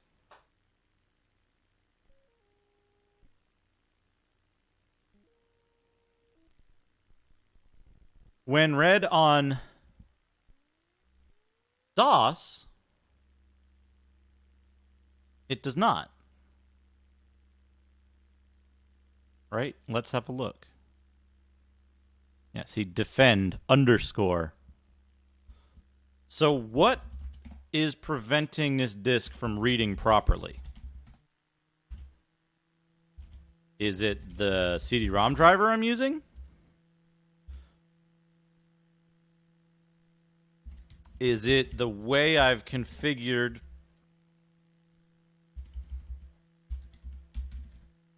MSCDEX? Can we do that? Help MSCDEX.exe? Match not found. Here it is. Specifies the driver signature. Allowed to use expanded memory to store sector buffers. Recognize, we don't need to recognize things encoded in kanji. We don't need to share CD-ROM drives on MSNet or Windows for Workgroups. Specify the letter and the number of sector buffers. So, it's not that. Does this have help text written in it? What was that? No. Its help text is compressed. Port IRQ drive primary secondary 3 4 master slave. Number of drives, device name. It's just a standard oak. It's a standard oak technology CD-ROM driver. Do I have another CD-ROM driver? Start at sys. I have oak CD-ROM. Let's try that. Whoops. Let's try that. Device high paths.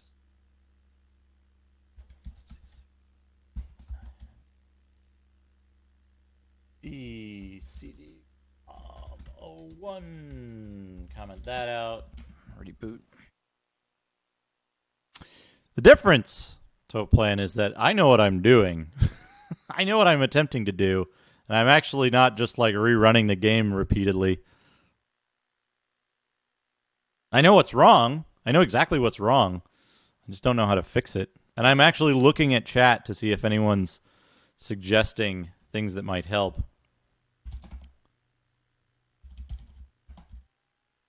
What was the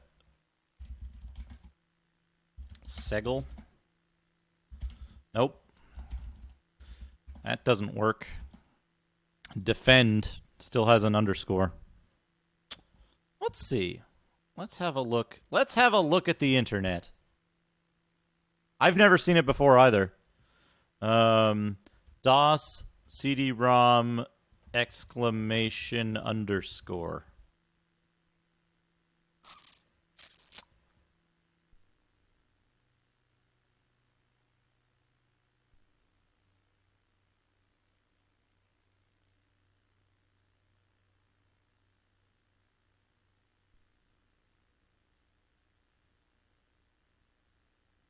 No. No. VIDE CDD. Code page issue.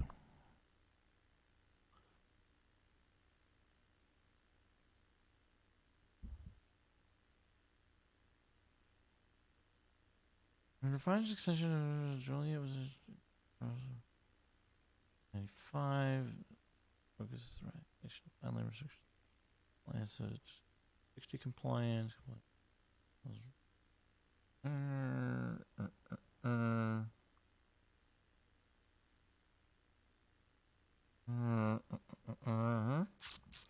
This. I have an idea. Yeah, let me grab that avianographer.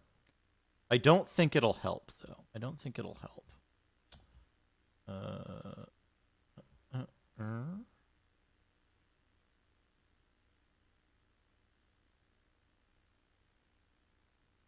Is there a download for this here? I don't see a download on this page. But what I need, I've got an idea.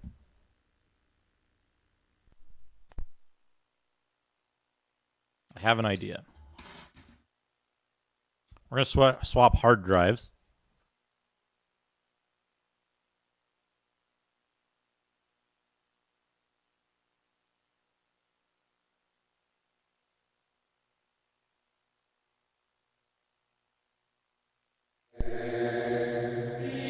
I can hear strange music.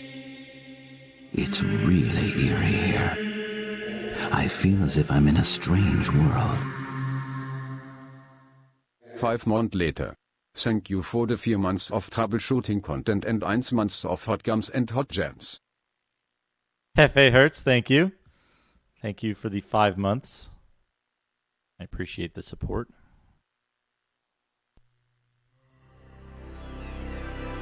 This doesn't look right at all.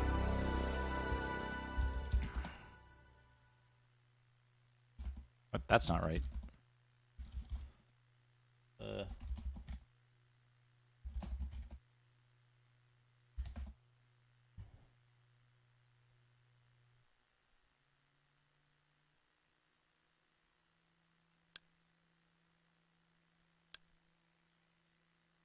Whoops, it's under Flicks. Segel. And here it's correct.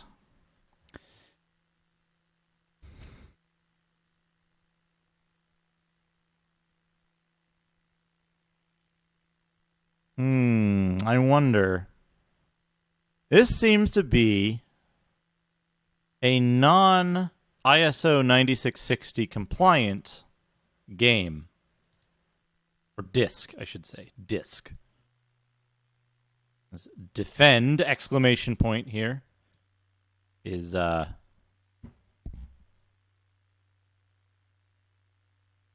messed up. There's a couple of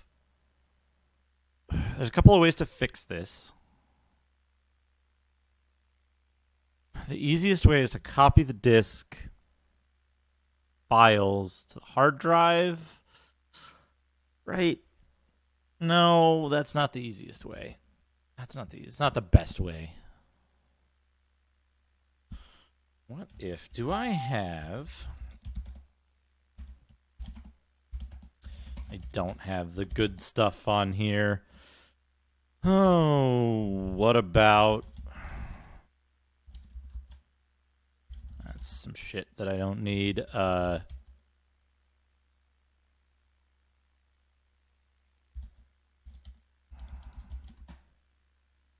Windows Command.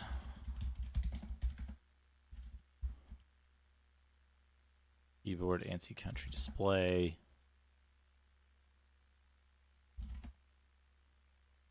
There is no CD-ROM driver included with Windows 98 SE. There's no CD-ROM driver for DOS.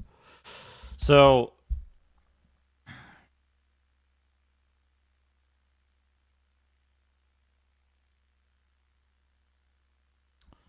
I can't. Let's see here.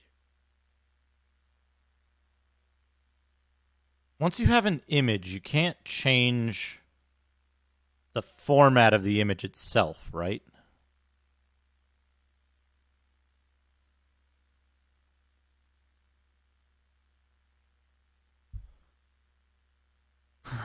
You can't change the format of the image itself unless you remake the entire image.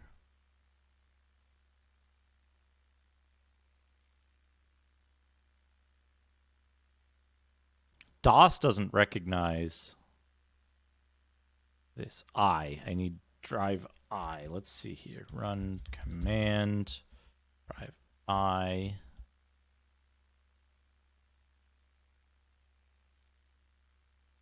No backseat tech support. If anybody knows a way to fix an issue where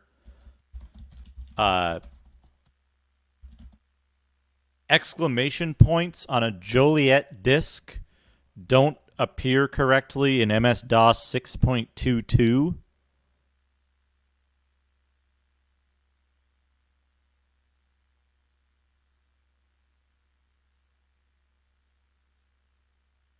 Enabled set local enabled delayed expansion.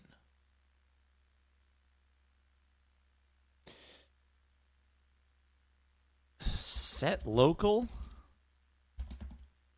Yeah, set local is not a DOS command. To echo what? Set local. Set local enabled delayed expansion. Syntax error. So we actually don't want to be working on this here. We want to be working on it in the correct environment. By the way, for anyone who hasn't seen it, here's what the process of taking the hard drive out of the computer and putting the other hard drive in is. Here we have the DOS hard drive.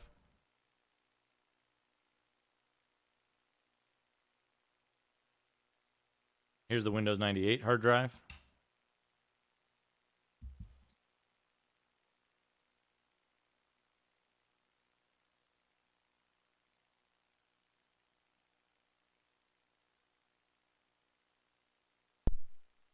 Put the DOS hard drive back in. There we go. Why am I using CF? Because CF is fully IDE compliant. Thank you, Gangrel. There's no problems with compatibility, and it also has a 5¼ inch front mount bay that's easily obtainable.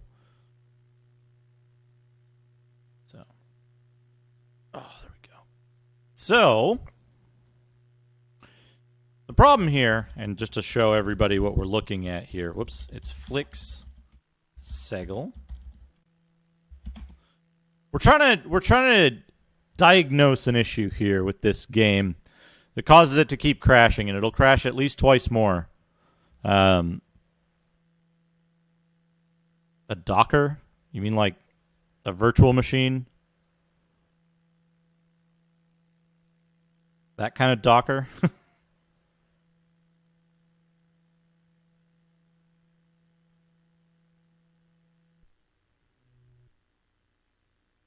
You might be missing the entire point of running games on real hardware.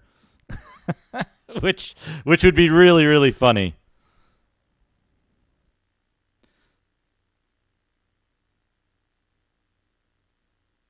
Oh, use a real hard drive? Fuck's sake. God, no. Never. What a pain in the ass. Extremely failure-prone media that takes up more space and weighs a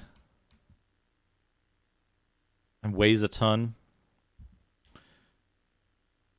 So if you're referring to Docker like the packaging system, then you're absolutely off course. But I'm not certain what you're referring to with the term Docker other than that. I'm not familiar with a common term for Docker other than that like product name specific to that. So anyway, that's off course though. What we're looking at is, if you see here, we have this defend_.smk file. So this defend SMK file should be defend !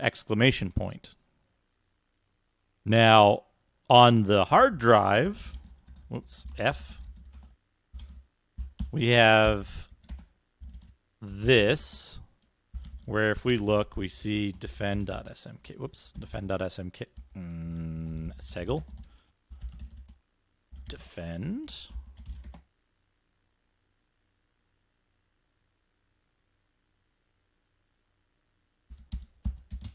And if we rename defend_.smk, this is on a hard drive, by the way. This is a hard drive copy of the disk, to defend!.smk.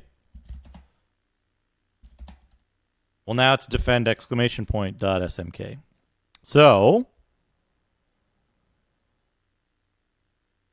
We can change the file names to have exclamation points, but on the disk, they have on the disk they have exclamation points if they're viewed in Windows 95 or on my host PC in Windows 10. They don't have exclamation points when they're viewed in MS-DOS. We could try to run the game on Windows, just entirely on Windows, which would take a little shuffling to get the save games in place.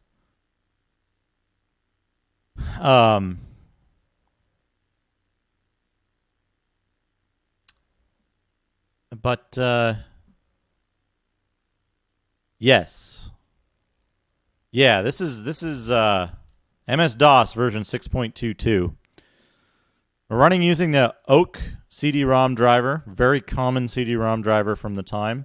Also tried using cd1.sys. So when I burn the image has the format baked in. And the format is ISO 9660 Joliet, which should be compatible with MS-DOS. Right? Let's have a quick look. Let's have a quick look if MS-DOS CD-ROM Joliet. Thank goodness that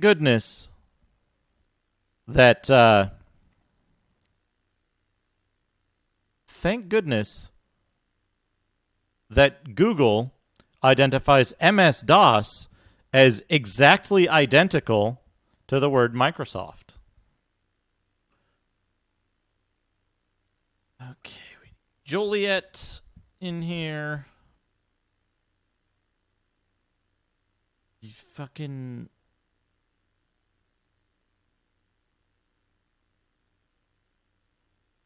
Media director. What the fuck?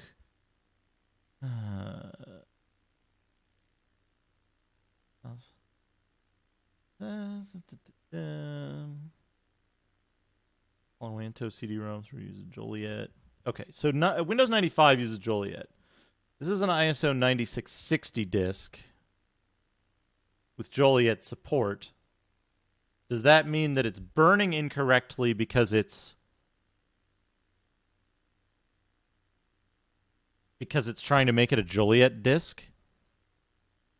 PC Gamer UK gave this game a 45%. Good lord.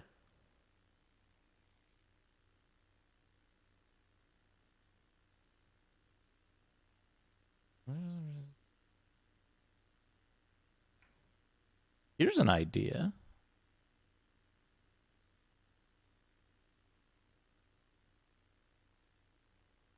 CD-ROM device driver. Well, you can't change the option, right? It's baked into the image. So I would need to change the way the image is generated. I'll generate a new image file. Let's see. Let's see if I can do that here. We'll try it just a straight image file from files folders.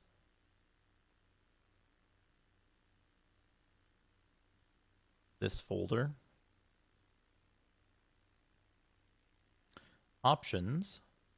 Data type mode 1. ISO 9660 only.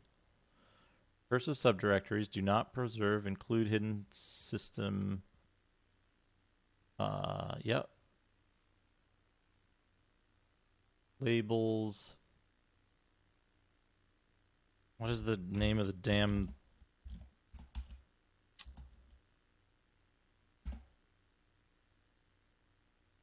The Windows version of this game is only available in Japanese.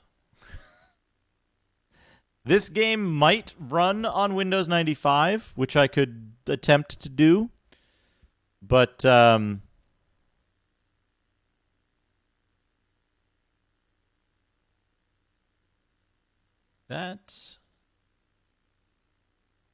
NEMCD1... Volume dates, none. System date and time. File date and time. Okay. Information. Oh, destination. Name CD1 to ISO. Okay, create. I selected one folder. Would you like me to add the contents visible in the root directory?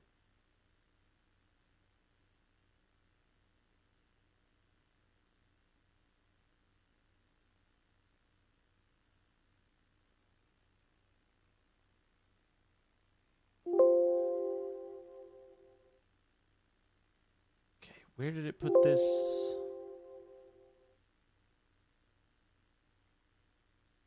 CD1.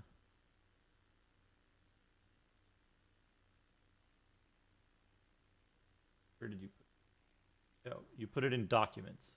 Good work.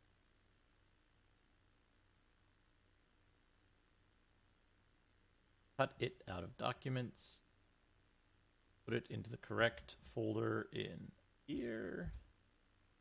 This is fine.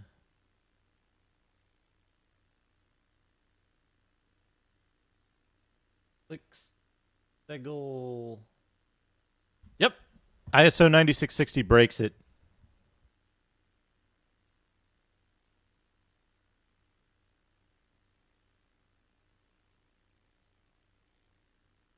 So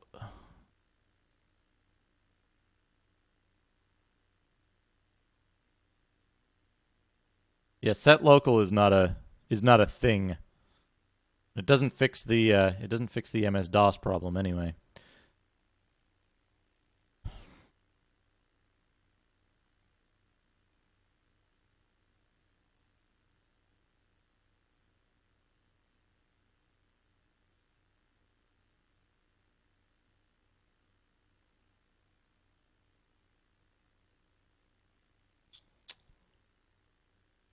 I have an idea.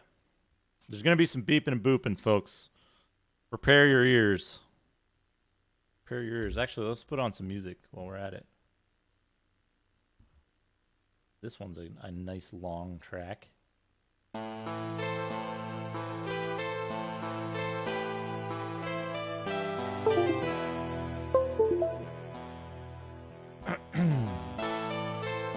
FreeDOS and DOS 7 didn't exist at the time, did they? This one. Windows Command CDEX. Let's just put it in the damn downloads folder. That's a fine place for it. There's a problem with this. There's a problem with this disk. There is a problem with the disk. Off.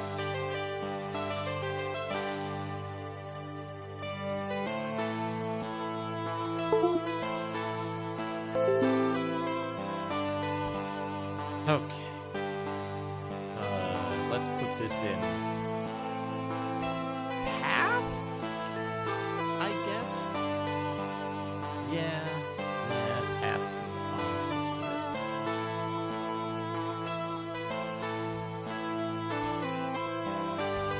The last ditch effort here.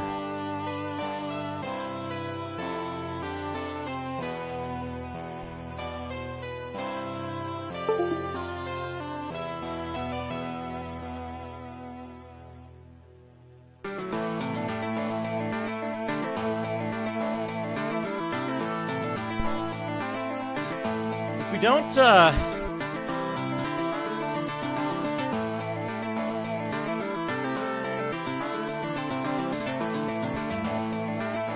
we don't solve this, we'll have to run the game in Windows 95, which is extremely risky.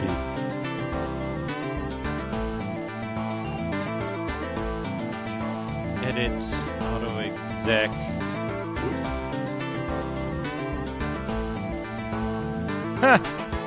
That's a good choice. Oaths. Oaths would be a good directory to store your stuff in. Oh, they specifically say that it doesn't work well on Windows 95, and that if you try to run the game on Windows 95, that you will have problems with it. They explicitly say that Windows 95 does not work well. Okay. R. Flicks. Segel. Order by size. Does not work. Windows 95, Windows 98 in DOS mode also will not work, which is what they suggest.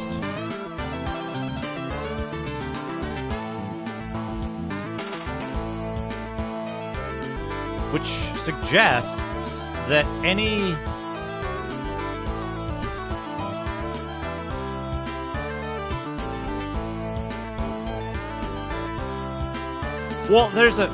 here's the thing. There's a way to fix this. There's a way to fix this. And it's really, really stupid.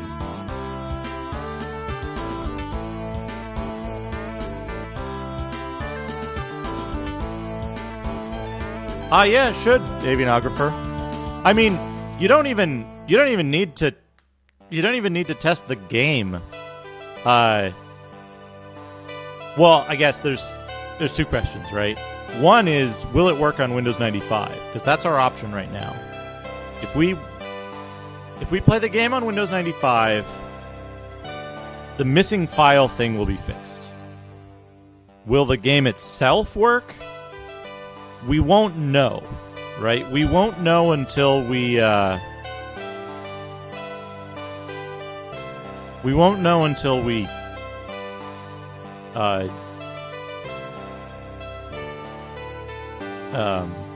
what's the word I'm looking for? Until we encounter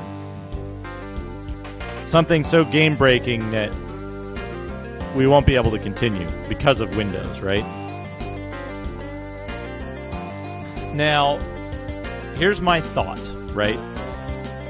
The key problem here is that the disk itself is not ISO 9660 compliant. So the question then is, how do you burn a disk with non-compliant formatting so that exclamation points show up correctly? Right? Because this defend_.smk is being read as an underscore. This is the copy protection as far as I'm concerned, is that the format of the disk being non-standard. The only thing the game needs is for the disk to be in the drive to run. It's from a time when the Scanza, what do we have here? File problems with Road and Track presents the need for speed SE. Win number 6.tgv.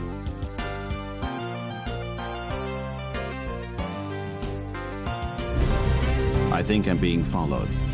What could they want from me?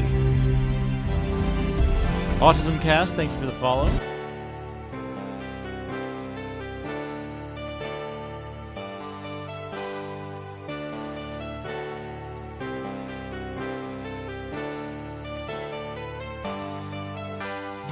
None of the movie files replaced with underscore.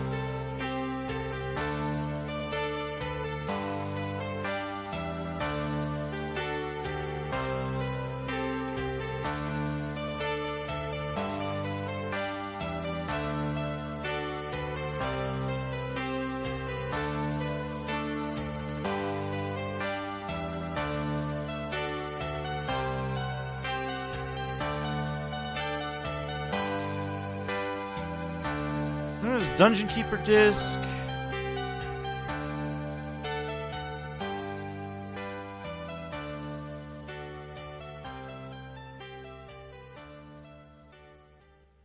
Certainly try that. Use relaxed ISO 9660 rules. Last post is how to burn it. If we create an image file using ISO burn, the restrictions subject.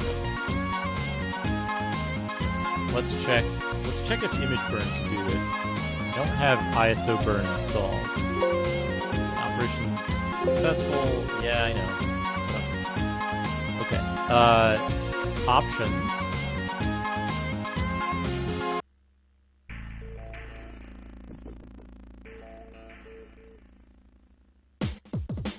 Advanced. Restrictions. ISO 9660. Character set DOS. Yeah, that should allow it, right?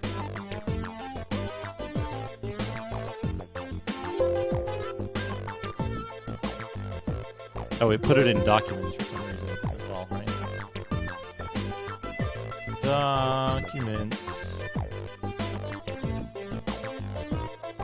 What am I looking for? CD1. Spec. Downloads.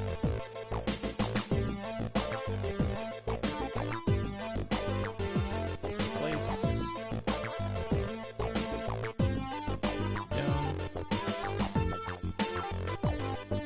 All Segel. Whoops. Not Segel. Flicks. Segel. And exclamation point. Perfect. Now, I need that disc. Scanza, thank you. That is the correct solution.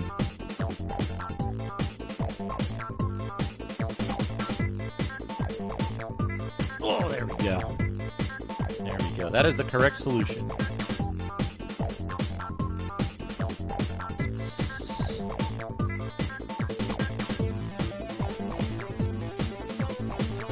Write an image file to disk. Select an image file. Downloads. CD1.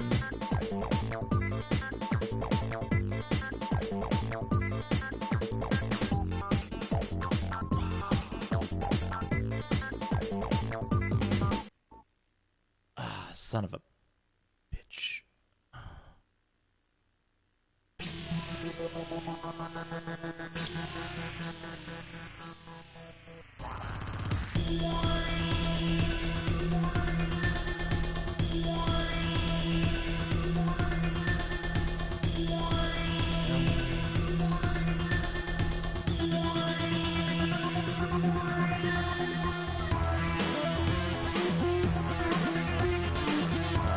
Good.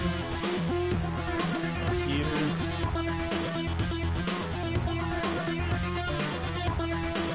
Create an image file. Files folders.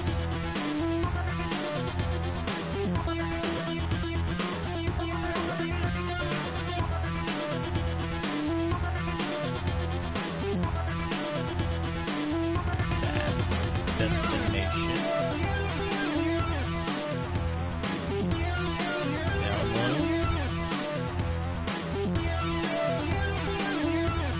So,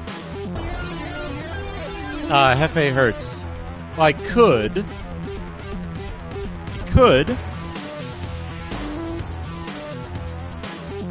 However, in order to do that, I would need to,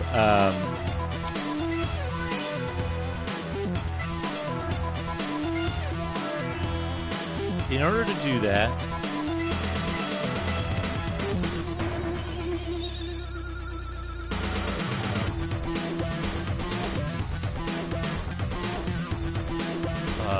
volume label.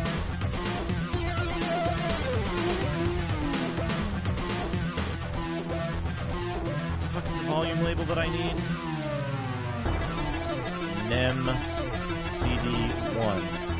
The only problem is that there are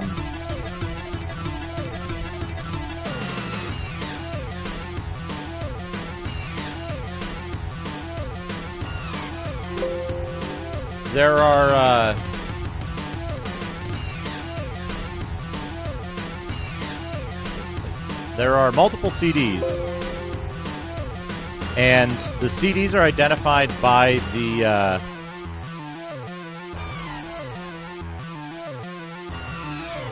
why is this here? The CDs are identified by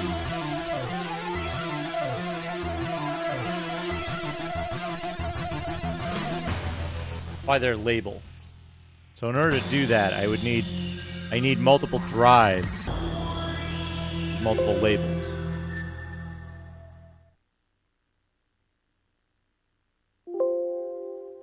Okay, that should be it.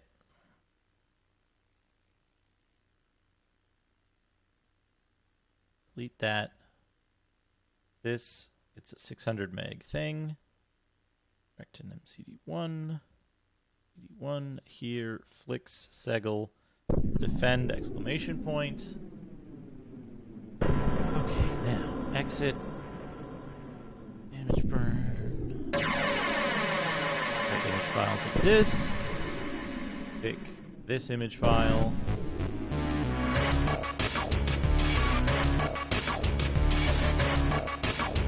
ISO 1960.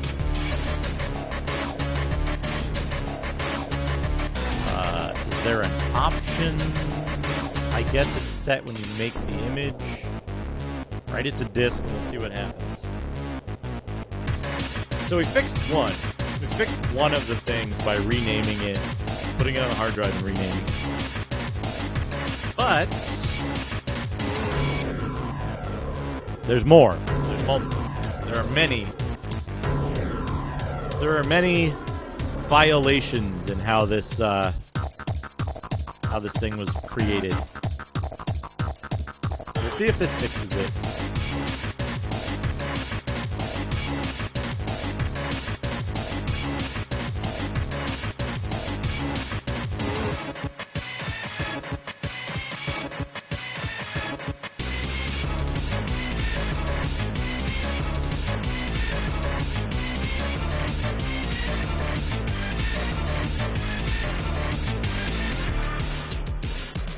I'm currently looking for a feature that I want to show while this disk is burning. It was in one of the... Yeah, here it is. Here it is. We're gonna have some lore time while we do this. Hold on a second here.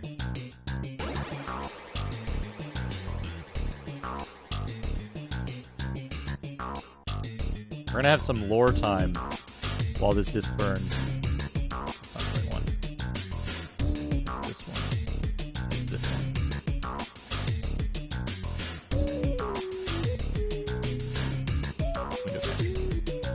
Here we go. So, to give you an idea of what games looked like around this time, right?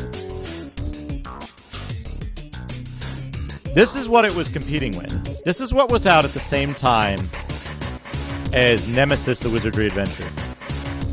Diablo, Longbow, Quake, NBA Live 97, StarCraft, Blood was out and happening.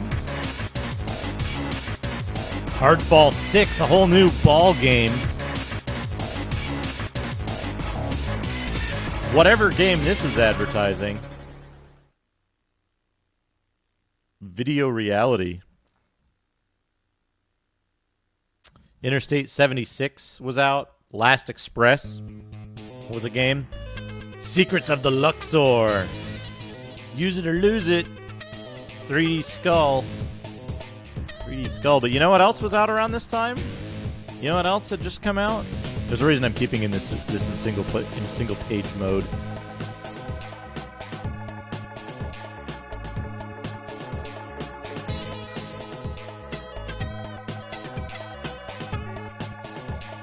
But there was a preview in this issue. There was a preview of a game. Oh man, Gamer's Paradise. What does a Gamer's Paradise look like?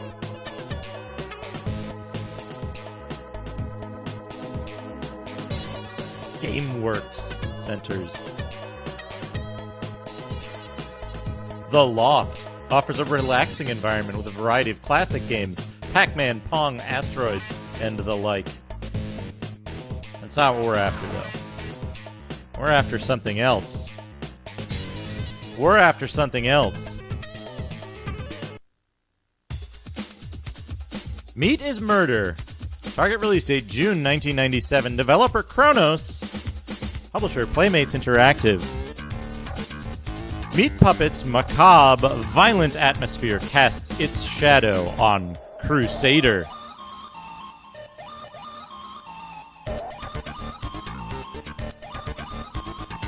Here we go. Anytime you get a blockbuster in the computer gaming industry, you're sure to see a flood of clones following in hot pursuit. We saw it when a dozen Doom clones tried to cash in on the first-person shooting craze. And we're seeing it now with a deluge of real-time strategy games trying to mimic Command & Conquer's success. We also saw a similar phenomenon with when Crusader, No Remorse, seized the market. Here was an exciting departure from first-person shooters with an isometric look and platform-style gaming. Sure enough, a raft of clones followed, including Gender Wars, Total Mayhem, and Bedlam, all of which flopped. Now, finally, we might actually see the first successful, fun Crusader clone grace the PC. Why will it be successful? Because it isn't a clone at all, but a well-designed, dark, over-the-top project that was actually started before Crusader even came out. Dark Knights. Meat Puppet is moody and filled with dark humor like a computer version of Blade Runner. In this universe, leaders of the world use assassins called Meat Puppets to murder their rivals. Once these killers complete their assignments, they are lobotomized and discarded. Our heroine, Lotos Abstraction, has been accidentally inducted as a meat puppet. Now, an evil entity called the Martinet is using her to slay 6 ambassadors of the world's leading embassies, the future's equivalent of ruling corporations. As Lotos says in the intro movie, I don't want to kill anyone, but you can't refuse the Martinet's dictums,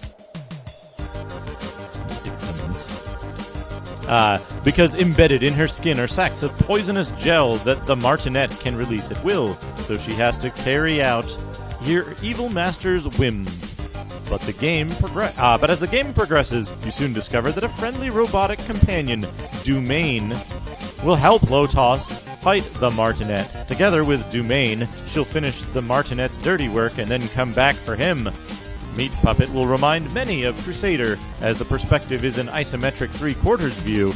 However, the size of objects in the gameplay screen is much smaller than in Crusader, which means the main character and enemies aren't as large, but that you see more of the level. One quick departure here. Lotos Abstraction. Our heroine is an ass-kicking assassin who is trying to get even with her master, the Martinet, and end his mysterious reign of terror. Visually, Meat Puppet is more impressive than Crusader. Action moves smoothly, even at resolutions of 800 by 600 and 1024 by 768. Though the palette is sometimes dark, there is incredible detail in the environment and creatures. Lotos moves beautifully, as do her enemies, as the game sports over 20,000 frames of character animation and over 35,000 frames of object animation. If you sit in a corner, you'll see monsters fighting each other, nibbling on body parts, and engaging in real-life actions. This, combined with the game's lush graphics, breathes life into a game that hasn't been seen in any Crusader clones. Cousin Cicero, he's one of the 6 ambassadors on your hit list. Actually, you'll have to extract information from him before tossing him into a meat grinder. Cerebral Challenge. Not all the levels of Meat Puppet will be shooting sprees. In this level, you push Cicero, the brain boy, into the meat grinder. Light My Fire. The abominations are wandering zombies that feed on humans. Like the other enemies of MP, they all have their own personalities. It Burns. Oh, we'll read a Cyber Ghost. Dumaine is a tech puppeteer who will help you topple the Martinet. In certain levels, he'll help you open locked rooms and locate items.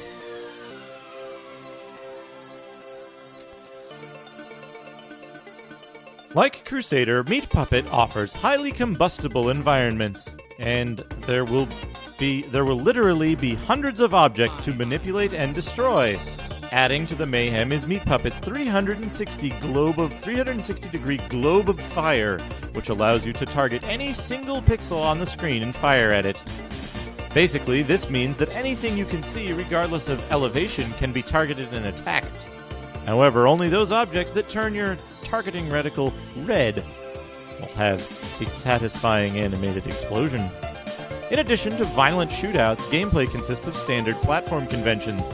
The levels are cleverly designed, with each one having a particular dark theme. In the eugenics clinic, for example, you'll see evil children playing while needle-hurling nannies round them up for use as cannon fodder when you appear. This disc is done, but we'll continue reading and finish this off.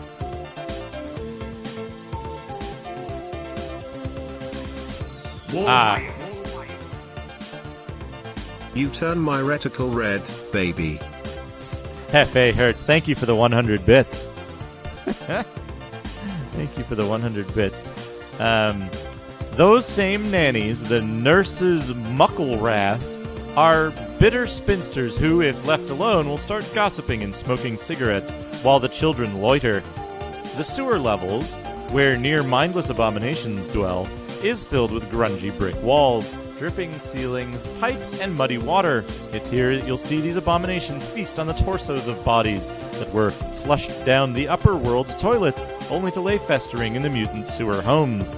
Sometimes, if you're quiet enough, you'll even see them play catch with the torsos they're munching on. There are, of course, many other levels, each with their own strange and menacing atmosphere and peculiar inhabitants. You can be sure, though, that they will all be hostile. The AI of the enemies in Meat Puppet will be varied and sophisticated, and they'll react to your actions. If you gun down one kid in the eugenics level, the others will get scared and run away. But if they encounter their nanny, she'll round them up, give them a morale boost, and send them towards you. In those cases, you'd want to kill the nanny and scatter the pesky kids. In the sewers, you might want to just blow up one abomination and then run away, and let them feast on each other's putrid flesh. Low-toss positions. Gamers will notice that Lotos has a lot of character. If you waste her gunfire and she runs out of ammo, she'll mumble, "shit," and then throw her hands up in frustration. When she enters the eugenics level and sees all the knife-wielding kids descending upon her, a loathsome, "I hate kids," will escape her breath. The enemies will likewise have personalities. In the eugenics clinic, one boss character you'll have to fight is Cousin Cicero, a huge-headed fetus whose head is so large he needs to be suspended in a tank of fluid. When you shatter his tank, he'll spill out and start flopping around like a fish, pleading with you for mercy in his wimpy little voice. Everything Kronos is doing with Meat Puppet seems to be geared towards creating a believable environment, as well as a fun, ultra-violent game. At one point, David Sears, producers for Meat Puppet, wanted to go for a dark and serious game, but when he saw just how extreme the game was in terms of bleakness and violence, he decided to take it one step further and make it outrageously silly. The look and feel of the game certainly achieves that goal, and the level designs and sophisticated AI appear extremely successful at creating a real-world environment. Judging from the beta I played, I think you'll get a good glimpse at a dark world with some hilarious and violent action. This preview for Meat Puppet.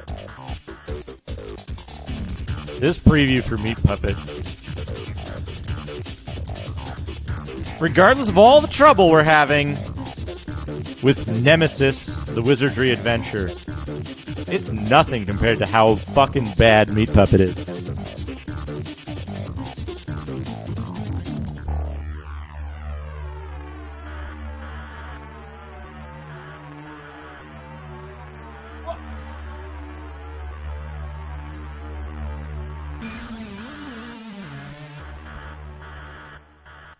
But yeah, we might have a special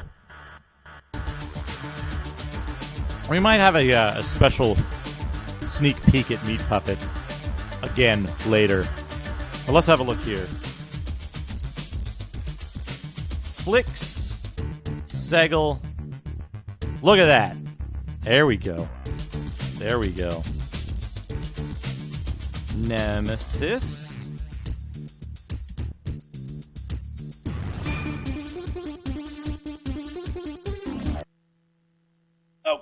Okay. Nemesis.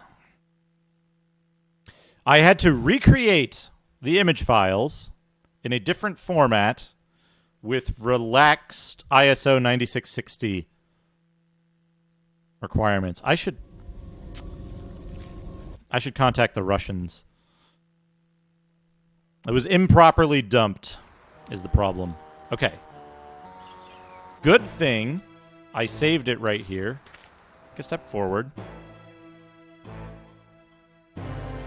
Male bug in jar.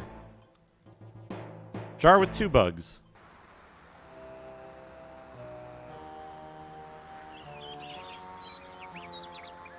Wait, what? Give? Use? Inscrutable.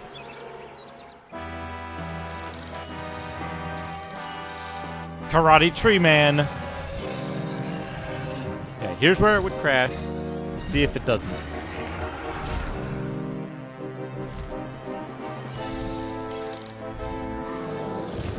Good. It is nearly too late. Already the Nithering scum grow bold to attack us on our own ground. Or have they come for you?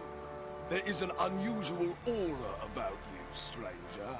The Nithering energy which taints this clearing seems to shift around you. This clearing, this forest. The Hargani have lived here for an eternity, protectors of an ancient magic. I like how his neck moves around. It is a very powerful artifact, yet more dangerous than any can know. Had we been more cautious, so many would still be alive. Our magical barriers around the talisman failed. The Nithering foulness began to seep from within the chamber, turning the cool grey stone into walls of blood. Those of us strong enough to leave fled. I linger for those who did not make it out. If only I could. I would rescue my people and rid our home of this talisman forever. But I am unable to tolerate its effects. Your aura speaks differently of you. I have heard that there is a man west of Gallagher. Kind of looks like he has a dong. I think it's a shadow. Perhaps you can bring it to him. I'll give you this lockpick.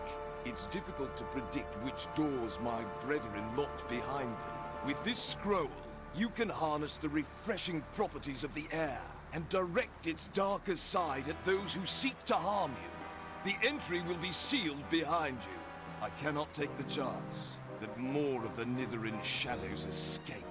There is another way out, sealed and hidden close to the talisman's chamber. May the Primus shine light upon you. May the Primus shine light upon you. Now it's going to ask for disc 2, and I'm going to be like, boned. Oh, what spell did we get? Poison Refresh. Save. Save game.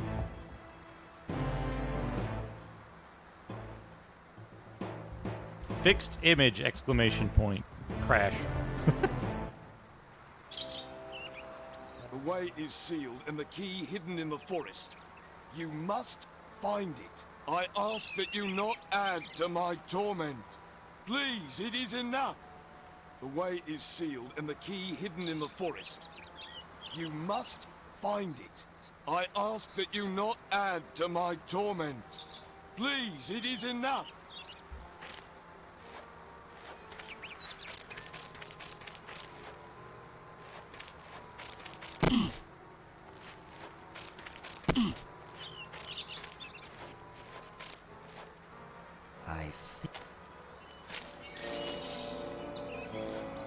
Fiddling his dinky. A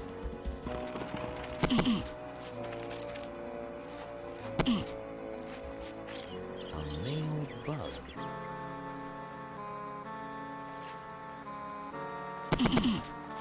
Oh wait, I got the key already. Fuck. Sake. Dude.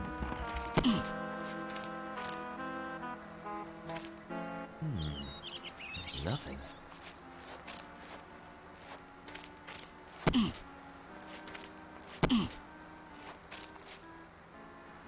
Just a weed.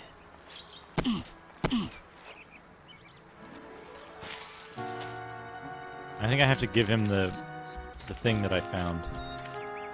Also, oh, he's gone. He fucking left while I was gone. No! No! Fuck! Alright. Who wants to read another article in a fake magazine? Actually, you know what? I've got a better idea. I've been streaming for 7 hours already. Oh, Kraid wants to look at our real software. We'll look at our real software. We'll look at our real software. 1 second. Let me see what I got here. Actually, I'll be right back.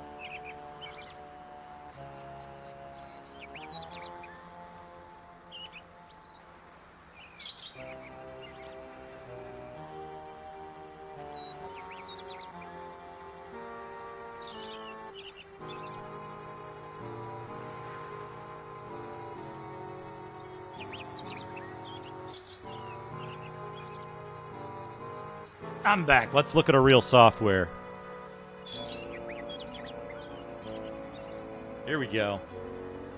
Here's a real software.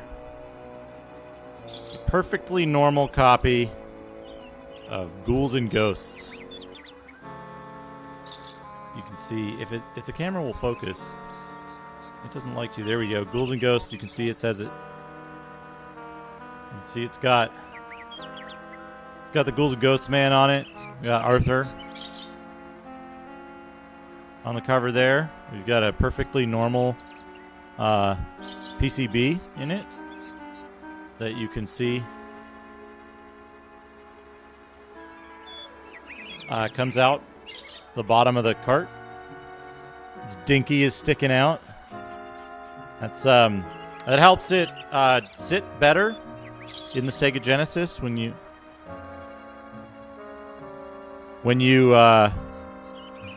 plug it in. It sits in there better by having the longer PCB there. As you can tell, the screw holes of the cart have not been tampered with at all. I've had this cartridge for what year is it? 30 years. This is a 30-year-old cartridge. It's been in this state about that long. If you put this into a Sega Genesis and you run it, it's probably going to boot up to Madden 92? No. The original Madden, I think. It'll only be 28 years old if it's Madden 92. For some reason, I've had a Madden 92 in a Ghouls and Ghosts case for 28 years.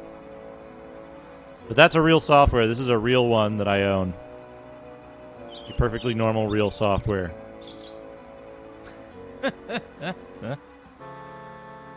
Okay, so what we're going to do, I'm controlling this by I'm looking at this in the camera. I got to look over here. Save game. Number 1. Stream. I will know exactly what to do when I resume this. But there's the real software. I think. Yeah, perfectly normal screen viewing. I think we need to listen to something. Oh, I didn't look at this before. Hold on a second. I have like an extra window capture visible. I didn't notice this stupid fucking skull on the quit prompt.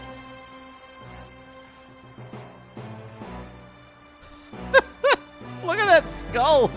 Fuck. Look at that Stupid looking skull.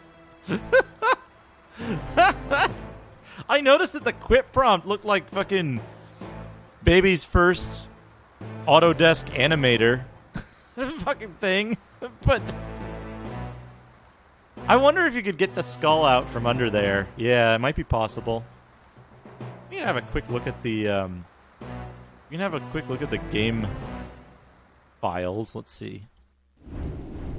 But it's probably baked in, honestly.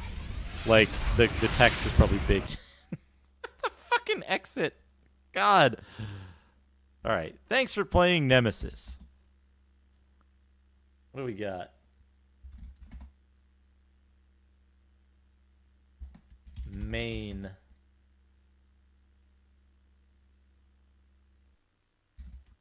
Palettes and LTAs or LTFs. CD panel. Fonts. We do have fonts.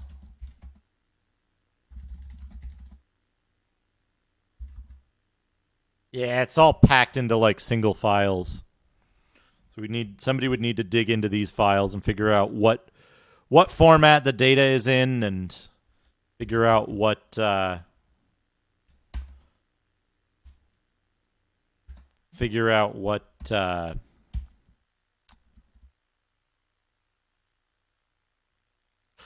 am I trying to say? Figure out what method they use to pack those files together.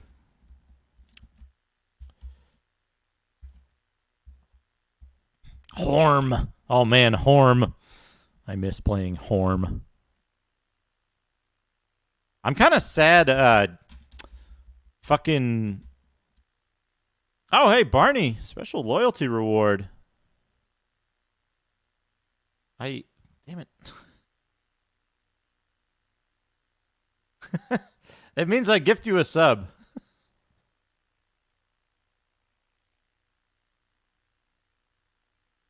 If that's what you wanted.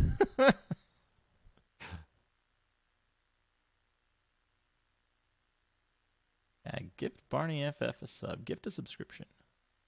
There we go.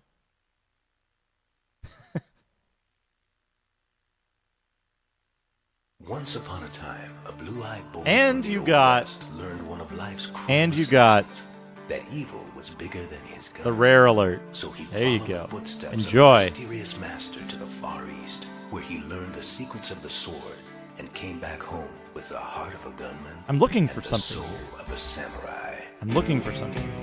Maybe it's in Explore. Explore. That's Highway Hunter. Highway Hunter has good music. You know what? Fucking let's... Oh, here it is. But you know what? I got distracted. We want to hear Highway Hunter. On D...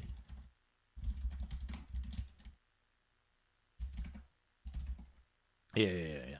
Start.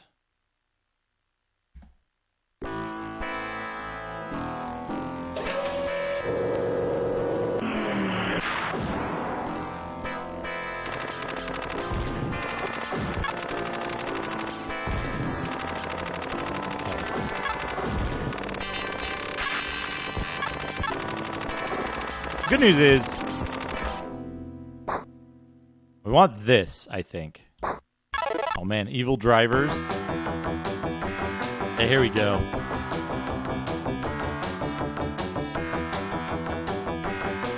I love this music.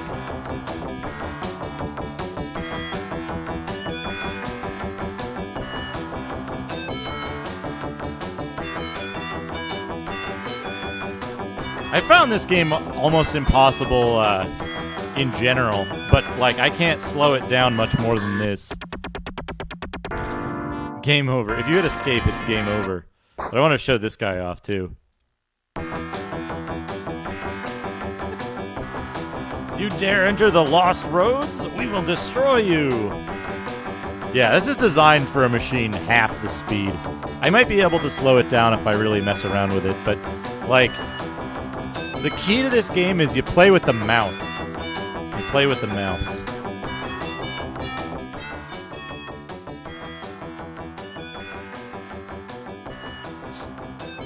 But yeah, this is a good game.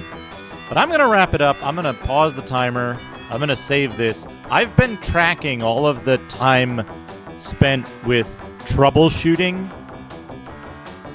Wizardry, Nemesis, the Wizardry adventure.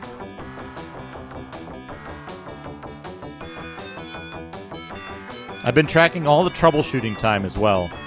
So we're up in 4 hours and 21 minutes. About a little under an hour of that is gameplay. It's just normal gameplay. But yeah, I'm gonna wrap it up. I'm gonna look for somebody to host.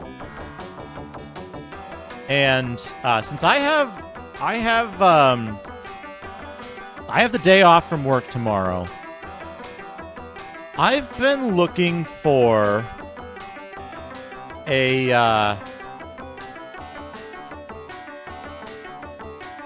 oh, nice. Gamma Chris is playing Rondo of Blood. That's a good choice. Let's raid Gamma Chris. They do frequently. No, it's not going to be PC Engine Golden Axe attempts tomorrow. Tomorrow is going to be the Nintendo Gamekeeper Mega Stream, where I'm going to go through all of the games provided in the Nintendo Gamekeeper and re-rate them. Raid. I wish there was an easier way to get a channel name to do a raid, but you have to, like, carefully copy it. I'm going to re-rate them compared to...